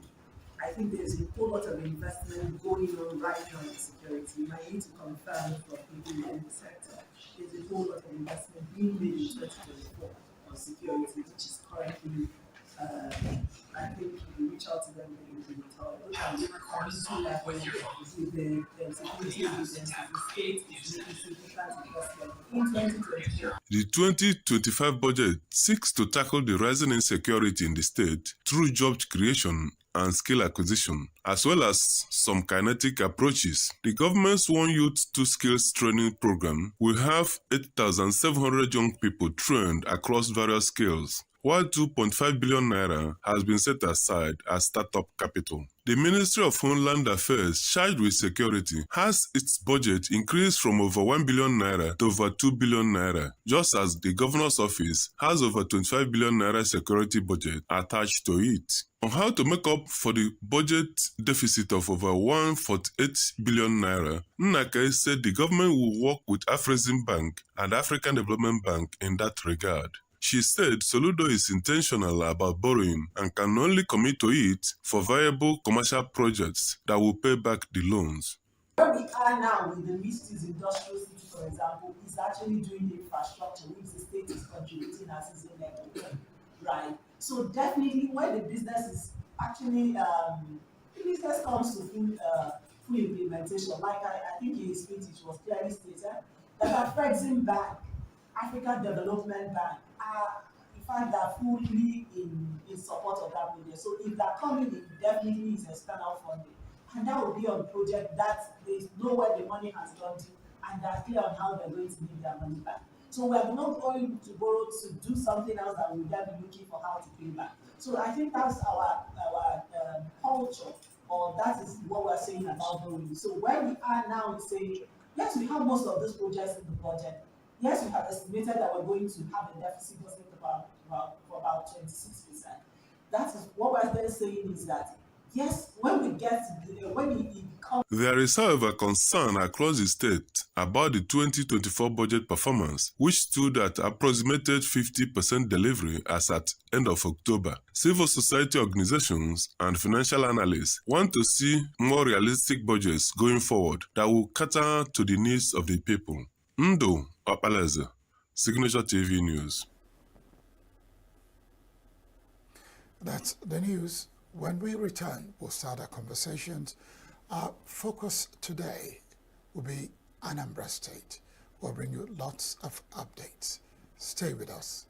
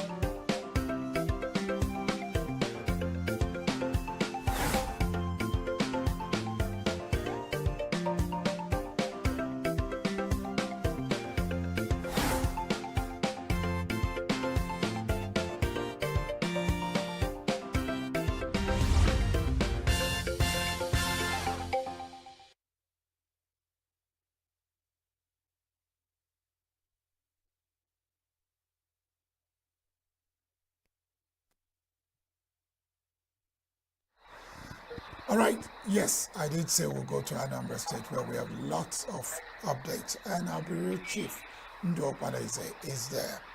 First of all, let's start with the budget that the state governor, Chukwuma Soludo, proposed for next year, which comes to about 607 billion naira. It's quite a sum. Anyway, all across the states in Nigeria, and especially the Southeast, the budgets are running into billions a state. But the big issue we have on ground, before I introduce Ndo Okpalaeze, is the fact that part of this year, about 3 months back, an NGO had done a survey and looked to show that the budget in the second quarter did not perform as it should be. That's the 2024 budget. And that the NGO is a civil rights concern.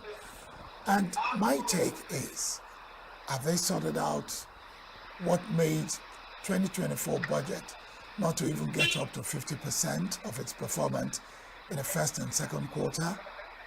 Well, let's turn our attention to Ndo Okpalaeze, who is there in Oka, Anambra State. Ndo, good afternoon. Yeah, good afternoon. So my very first question is, would 2025 budget perform better than that of 2024, given the issue I raised, the issue that OK actually raised, the Executive Director of Civil Rights Concern?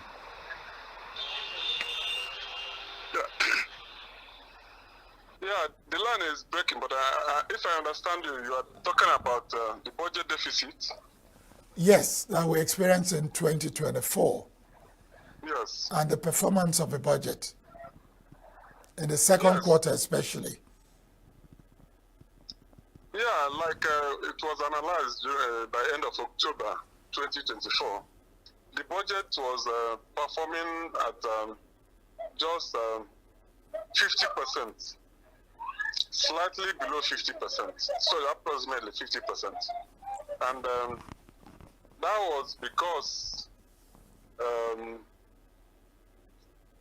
the big deficit they had and the unwillingness of the government to borrow, even though it was provided for in the budget. But this time around, in 2025,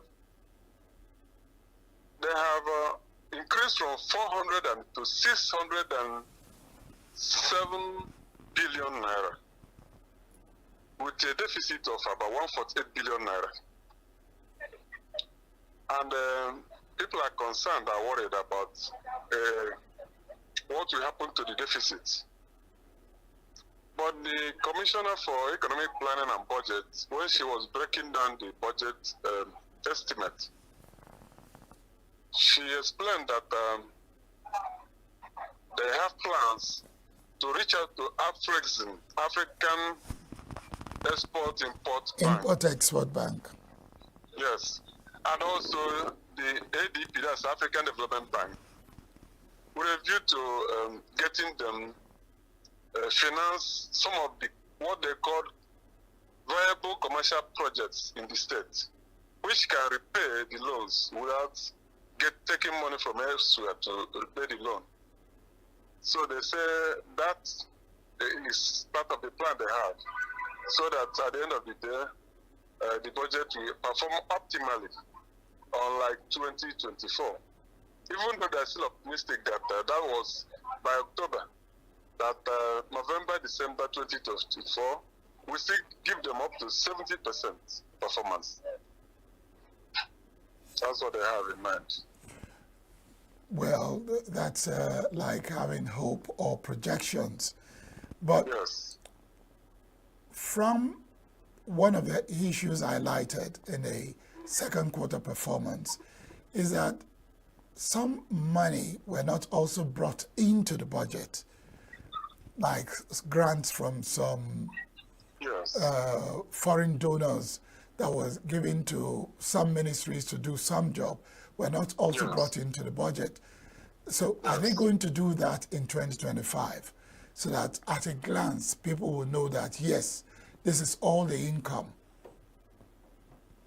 Okay, it is still a guess, the hazard a guess, because that grant that we're talking about is for ASUBEB, that is Anambra State Universal Basic Education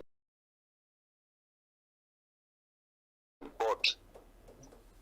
The state has no powers to determine what will come in, because it's the federal government that guarantees that grant.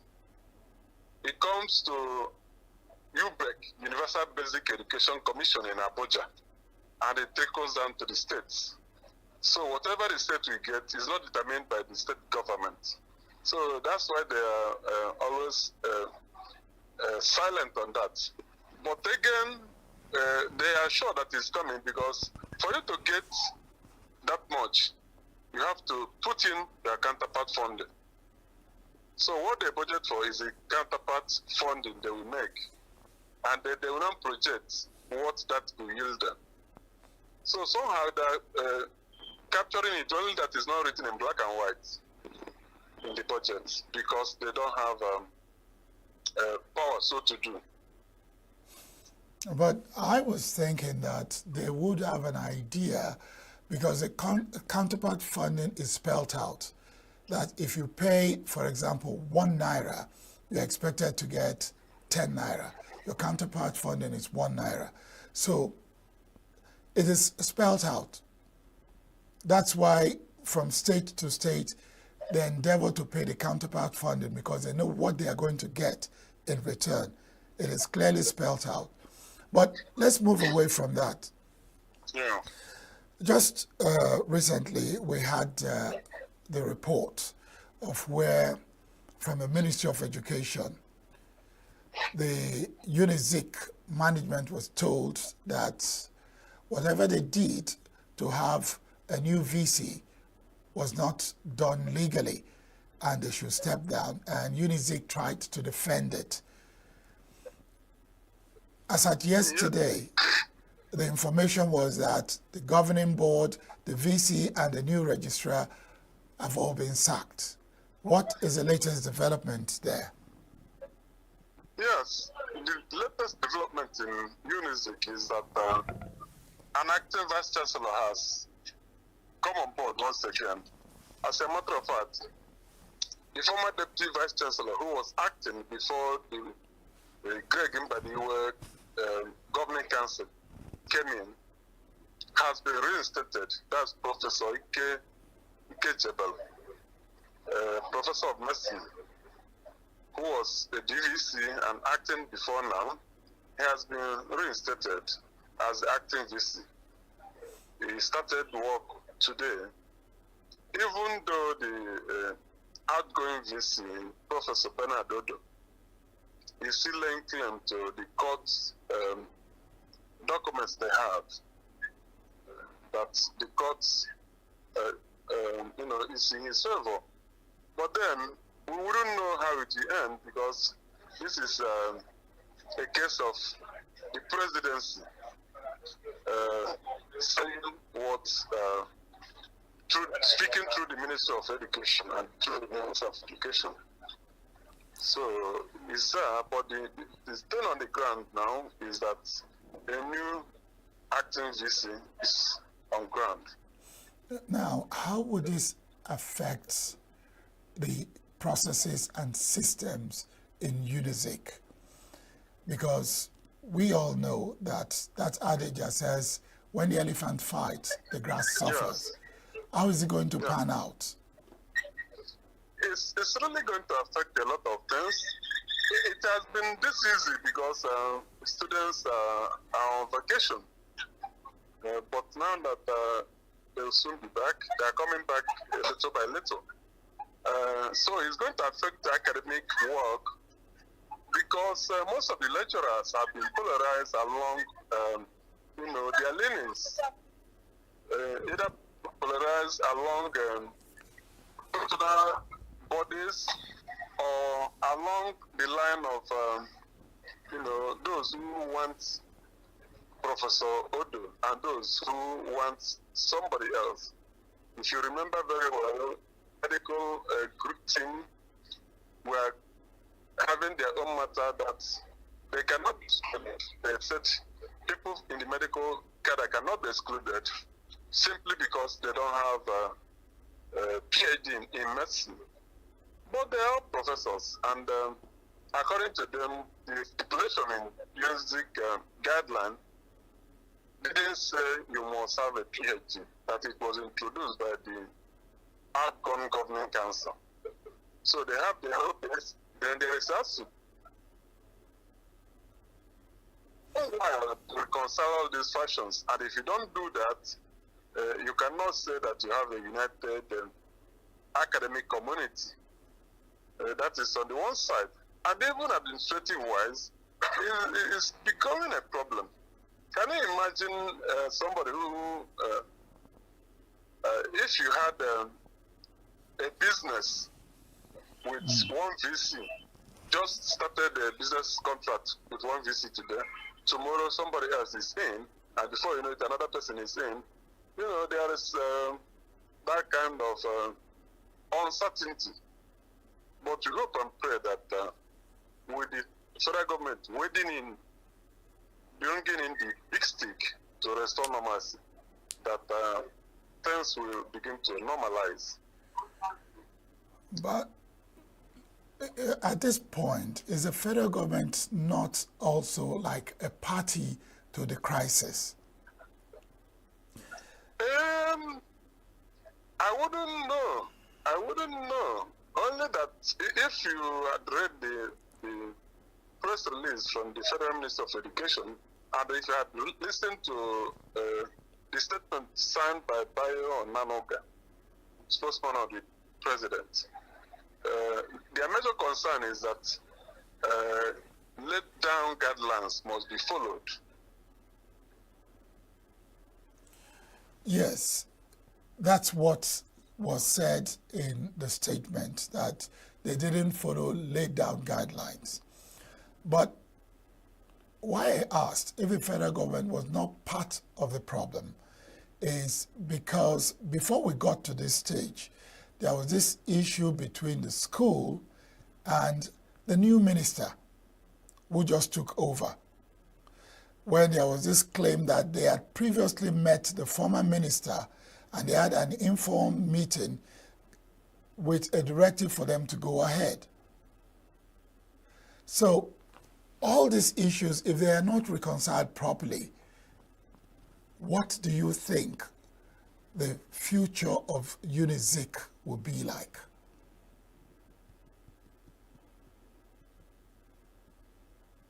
Hello, Undu. Hello. It does look as if we have a problem with the connection. We're taking a quick break and we'll be back.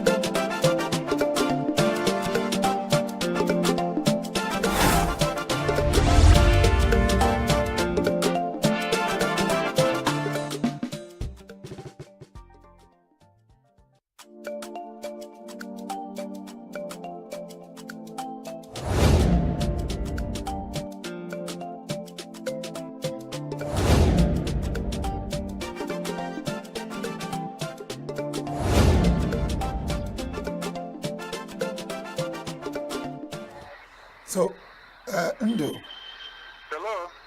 probably with all these issues coming up, shouldn't the acting VC be looking for a way to reconcile all parties? I'm not talking about the the governing board that has been sacked. I'm not talking about the VC that has been sacked or the registrar, but I'm talking about the people who are left, the ASU, the medical people, all the other groups. Shouldn't that be the first function of the acting VC? I am anticipating that. I don't think he has more option except to do that, because he cannot be presiding over a disjointed and divided university community. So I think that should be the first thing we will do. Maybe from tomorrow we begin to see that happen. Bringing the ASU, bringing the professional bodies, bringing members of the Senate, and even the other stakeholders. Yes. Other stakeholders like the student union government, there are people who sponsor projects in the school, and no matter how you look at it, one way or the other, Professor Odo has also got people who are on his side. So you have to bring everybody back to one table and discuss way forward. That's the only way to bring back sanity to the institution. All right, thank you. Tomorrow will be a very busy day in Anambra, given that Ifeanyi Ubah will be buried tomorrow. But we are still having issues of insecurity, and I really don't understand why. So can you give us an update on what the security agencies are doing and what the burial committee for Ifeanyi Ubah is also doing, so that tomorrow will go on smoothly? Okay, yes, just like you said, there was a serious concern last night in ENUGU. That's the hometown of Ifeanyi Ubah, even though not in his village, but close by, the way to the place. You know, there was a shootout and firing that led to the burning of a Venza vehicle and the death of some passers-by. About 2 of them were caught in the web. So, and that led to pandemonium, kind of. People started running helter-skelter, confusion here and there. But the police command at the state level, this time around, they have not just said that there's no cause for alarm, but we have seen it happening. They have deployed more hands to ENUGU. In fact, most of their arms and ammunition and personnel are being detailed to man ENUGU tomorrow. And you remember that being a senator of the Federal Republic of Nigeria, that the federal government and the Senate precisely has a hand in what is happening. So security is also coming in from Abuja. As a matter of fact, they were there already by yesterday. I think it was that confusion that happened yesterday was, if you see the police, state police statement, they said the firing wasn't from an unfriendly group. So they are a combined joint team of police, army, navy, and all whatnots. And they are beginning to man ENUGU. Security, I think, will be there. But what I will not confirm is how well people will attend that burial. Because people are becoming very, very security conscious because of the spate of, insecurity. If you remember, just last Monday, people were killed, security people, vigilante people were killed at Abatete and Ukpo. And that is sending down jitters on the minds of people. And then this last night one again. So that burial is likely to be attended by people who have their own personal security and those who must be there. That's what I think. I'm not saying for sure, but that's judging from what is happening. People are becoming apprehensive. Do you have any update from the side of the burial committee?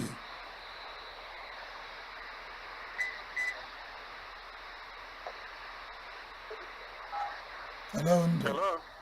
Yes. Do you have any information for us from the burial committee? On what?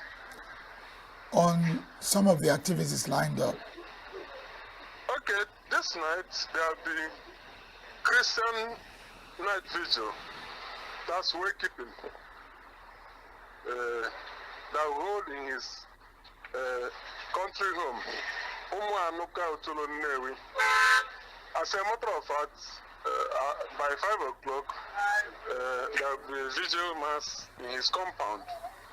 And that is the beginning or commencement of the final journey to the great beyond. Then tomorrow morning is there will be a mass at the church service, after which there will be interment and condolence visits for tomorrow. Thank you very much. Ndu Okbaleze, that's our bureau chief in Oka, Anambra State. We hope to keep you updated concerning the burial events of Senator Ifeanyi Ubah. Thank you, Okbaleze, for coming on to Southeast News today. You've been invaluable as usual. And this is where I say thank you too for joining me. Baruch Mado is my name. We'll be back tomorrow. May God's grace. Take care.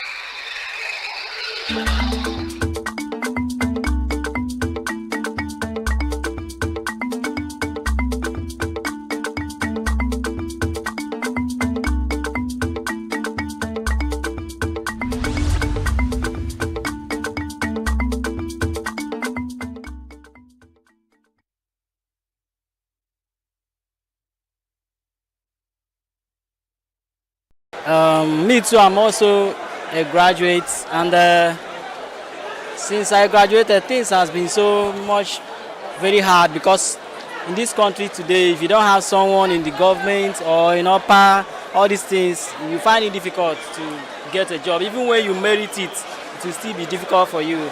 So as it stands now, not only the youth, the whole country is facing challenge of hardship, you understand, because even our aged parents that spend their hard-earned money to train us, expecting us to be training them back at this time of their old age. Still, we have nothing to offer them because of the country in it. But I wouldn't say that we are going to relent. We still trying to, we continue to push harder, even if it is learning handwork in order to earn a living, because I know that certainly one day that certificate is going to bring work, and a better one at that. The level of unemployment in Nigeria is maximum. There is nothing to talk about it. The government are not doing anything. See youths, every time they will graduate, no work. After graduation, it seems that those people that even left school to learn skills, they are even better than us that are graduates. I don't believe there is unemployment. There is no unemployment in Nigeria. Being a Nigerian makes you unemployed. What do I mean by that? For me, I can't be unemployed. I'm an entrepreneur, I'm a chef. So I started cooking from a tender age. I learned it from my mom, then I furthered into catering school. So I feel the parental upbringing should also help in curbing unemployment. So I don't think there is unemployment. Anybody that is unemployed in Nigeria just chose to be unemployed. The problem we have in Nigeria is we always look at the government. We always look up to the government. This time around, we don't need to look at the government. We should try to strive. We should try to, like this I am. I can't be unemployed. I keep using myself as an example. I employ people. I'm a chef. I cook. I run Uta's mobile services. So I don't see the reason why there should be unemployment. Let us leave government aside, though we need them. And that is where we should come together and look at their policies, checkmate policies. That is where we will start looking at government. But if we are waiting for government to provide everything, it's not in Nigeria. Like me now, I graduated in 2019 from Delta State University, and since then I haven't got a job. I've been doing everything on my own. That is why I decided to join this skill acquisition, which is investing into agriculture. And that is why I'm here today, so that I can improve myself in agriculture. And the government needs to understand and hear about this as well, because they need to improve as well in providing job opportunities for students as well. It's actually unemployment that can actually lead so many youths into doing so many awful things, which doesn't really make any sense in the society, because it can actually, how will I say it can actually place so many people into, let me just say for example, into stealing, into robbing, and sometimes even changing from what they are to what they are not.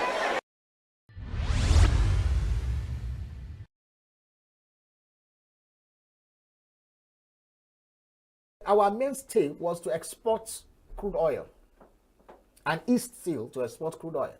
But we reserve a certain proportion of those crude oil that we are drilling for local consumption. So we refined, used locally, and we're able to sell to our neighbors. Benin Republic, as far as Togo, Cameroon, and Chad, Niger, and all those places. Now, when the government now failed, when our refineries died and government failed to produce, governments now said, okay, we will now go outside the country, produce. That is the most idiotic economics I've ever seen in the entire life. Where you carry crude oil from your land, you have refineries, you have technology, have even provided what you call modular refineries.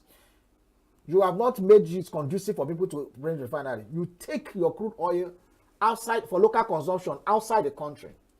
You pay dollars to do that, in dollars. You now refine it paying in dollars. You now bring it back using dollars, and then you are selling in naira. Therefore, the differentials in the financial outlay was too much. So the government asked, okay, we'll subsidize. You know, that is one of the craziest things that happened to us. We subsidize because of your inability. Meanwhile, people every day, we see the Nigerian military, joint task force, going to Niger Delta, saying that burning down illegal refineries. What does that suggest to you? It suggests to you that the technology of refining crude oil is simple. If people can do it in the creeks in their backyard, if people can do it back of their kitchen, during the Biafra war, people were mobile refineries. We were moving it and producing fuel for their armory, for their vehicles and everything. So it's not rocket science to refine oil. So why is Nigeria not refining oil?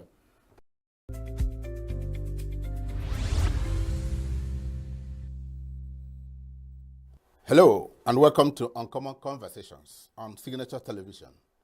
We are reaching you from our ENUGU studios. And this evening, we're going to have a robust conversation on a very rare topic, an uncommon topic, if you will. Adada Education Foundation and the future of Nsukka Cultural Zone. Of course, you know that in Enugu State, there's a distinct cultural group known as the Nsukka Cultural Group. Just to provide a backgrounder, the Nsukka Cultural Zone refers to a part of Enugu State occupying contiguous land areas located to the north of Igbo land, southeast Nigeria. The zone is blessed with one particular dialect of the Igbo language with at least 20 varieties. It is made up of 7 local government areas, viz. Igboeze North, Igboeze South, Udenu, Nsukka, Ozowani, Igbo Etiti, and of course, Isuzo.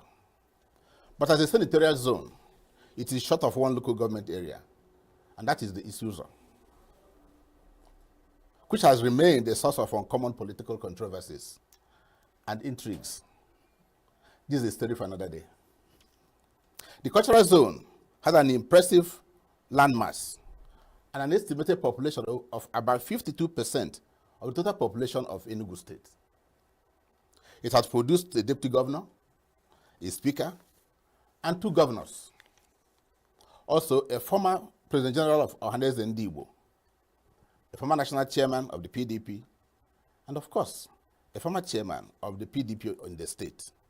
He had produced ministers and many top business, political, and corporate leaders. The current chairman of Enugu State Traditional Rulers Council is from the zone, and he's also the chairman of Southeast Traditional Rulers Council. The chief of naval staff is from the zone, and I do hope that they also have a deputy commissioner of police. Deputy Inspector General. Deputy Inspector General of Police. The famous University of Nigeria is also in the zone. Deputy Governor of the state. And currently the Deputy Governor of the state. In spite and despite all the above, the zone believes, rightly or wrongly, that it has received the short end of the stick from governors in Enugu State. It's still a matter to be discussed. In the studio with me this evening, to speak to an uncommon effort to reposition the zone for an enduring and sustainable path to development, and if you like, total emancipation. I have, seated to my left, Honorable Chinedu, who is the founder and chairman of the Board of Trustees of Ada Education Foundation. Honorable Chinedu, good evening. Good evening. Thank you, listeners. And to my right, it was short Amechi Ugole, head documentation, Ada Education Foundation, Secretariat. What short? Good evening. Good evening, and welcome to the show. So, gentlemen, welcome to Signature Television, and welcome to Uncommon Conversation. Thank you. My name is Uchenna Cyril Anyoke, and I'm your host. Chinedu, let me start with you. Okay. Why Ada Education Foundation at this time? Well, Ada Education Foundation is an initiative designed for us to maximally benefit from the University of Nigeria and Nsukka that is cited in our place and other institutions of higher learning, and to make a robust attempt to accelerate human capacity building in our senatorial zone. That is the whole essence of the Ada Education Foundation. Okay, to accelerate educational development and human capacity building. Now, when was this foundation founded? I just got the certificate of incorporation of that certificate, that foundation today. Today? Today. Let's briefly look at, by now I'm sure you have the organizations running. Yes. Let's start with the Board of Trustees. Who are the members of the Board of Trustees? The Board of Trustees of the Ada Education Foundation include the following. The Catholic Bishop of Nsukka Diocese, His Lordship Professor Igwebike Ona. His Lordship, the Anglican Bishop of Nsukka Diocese, also. Abu. We have Mr. Wilson. We have also the Chairman of Enugu State Traditional Rulers Council and our brother Festus Oshaba Ferotex. These are members of the Board of Trustees. I'm actually the Chairman of the Board. In terms of the entire governance structure of the foundation, we have 7 professors drawn from the 7 local governments that make up the cultural zone as the advisory committee, headed by Professor O.C. Okanya. They constitute the body that advises us on the dynamics and the runnings of the foundation. We have a secretariat populated by 2 persons each from the 7 local governments that make up the cultural zone. Then we have the ambassadors. The ambassadors are the contributors to that education foundation. We also have our beneficiaries and various rules assigned to them. We have a unit in the foundation that is dedicated for vocation and vocational training. We also have another unit for mentorship, because we found out that the upcoming young ones these days, some of them do not actually know what they want. So want to begin to imbue in them the courage to dare and let them appreciate that there's nothing wrong in positive thinking, so that they will get to where ordinarily left alone they might not get there. So we're bringing all our beneficiaries as mentees under a group of mentors that we've selected. Okay, before I delve into some very important issues, I want to clear something. Okay. And it would be interesting if you actually clear this. And I was asking my friend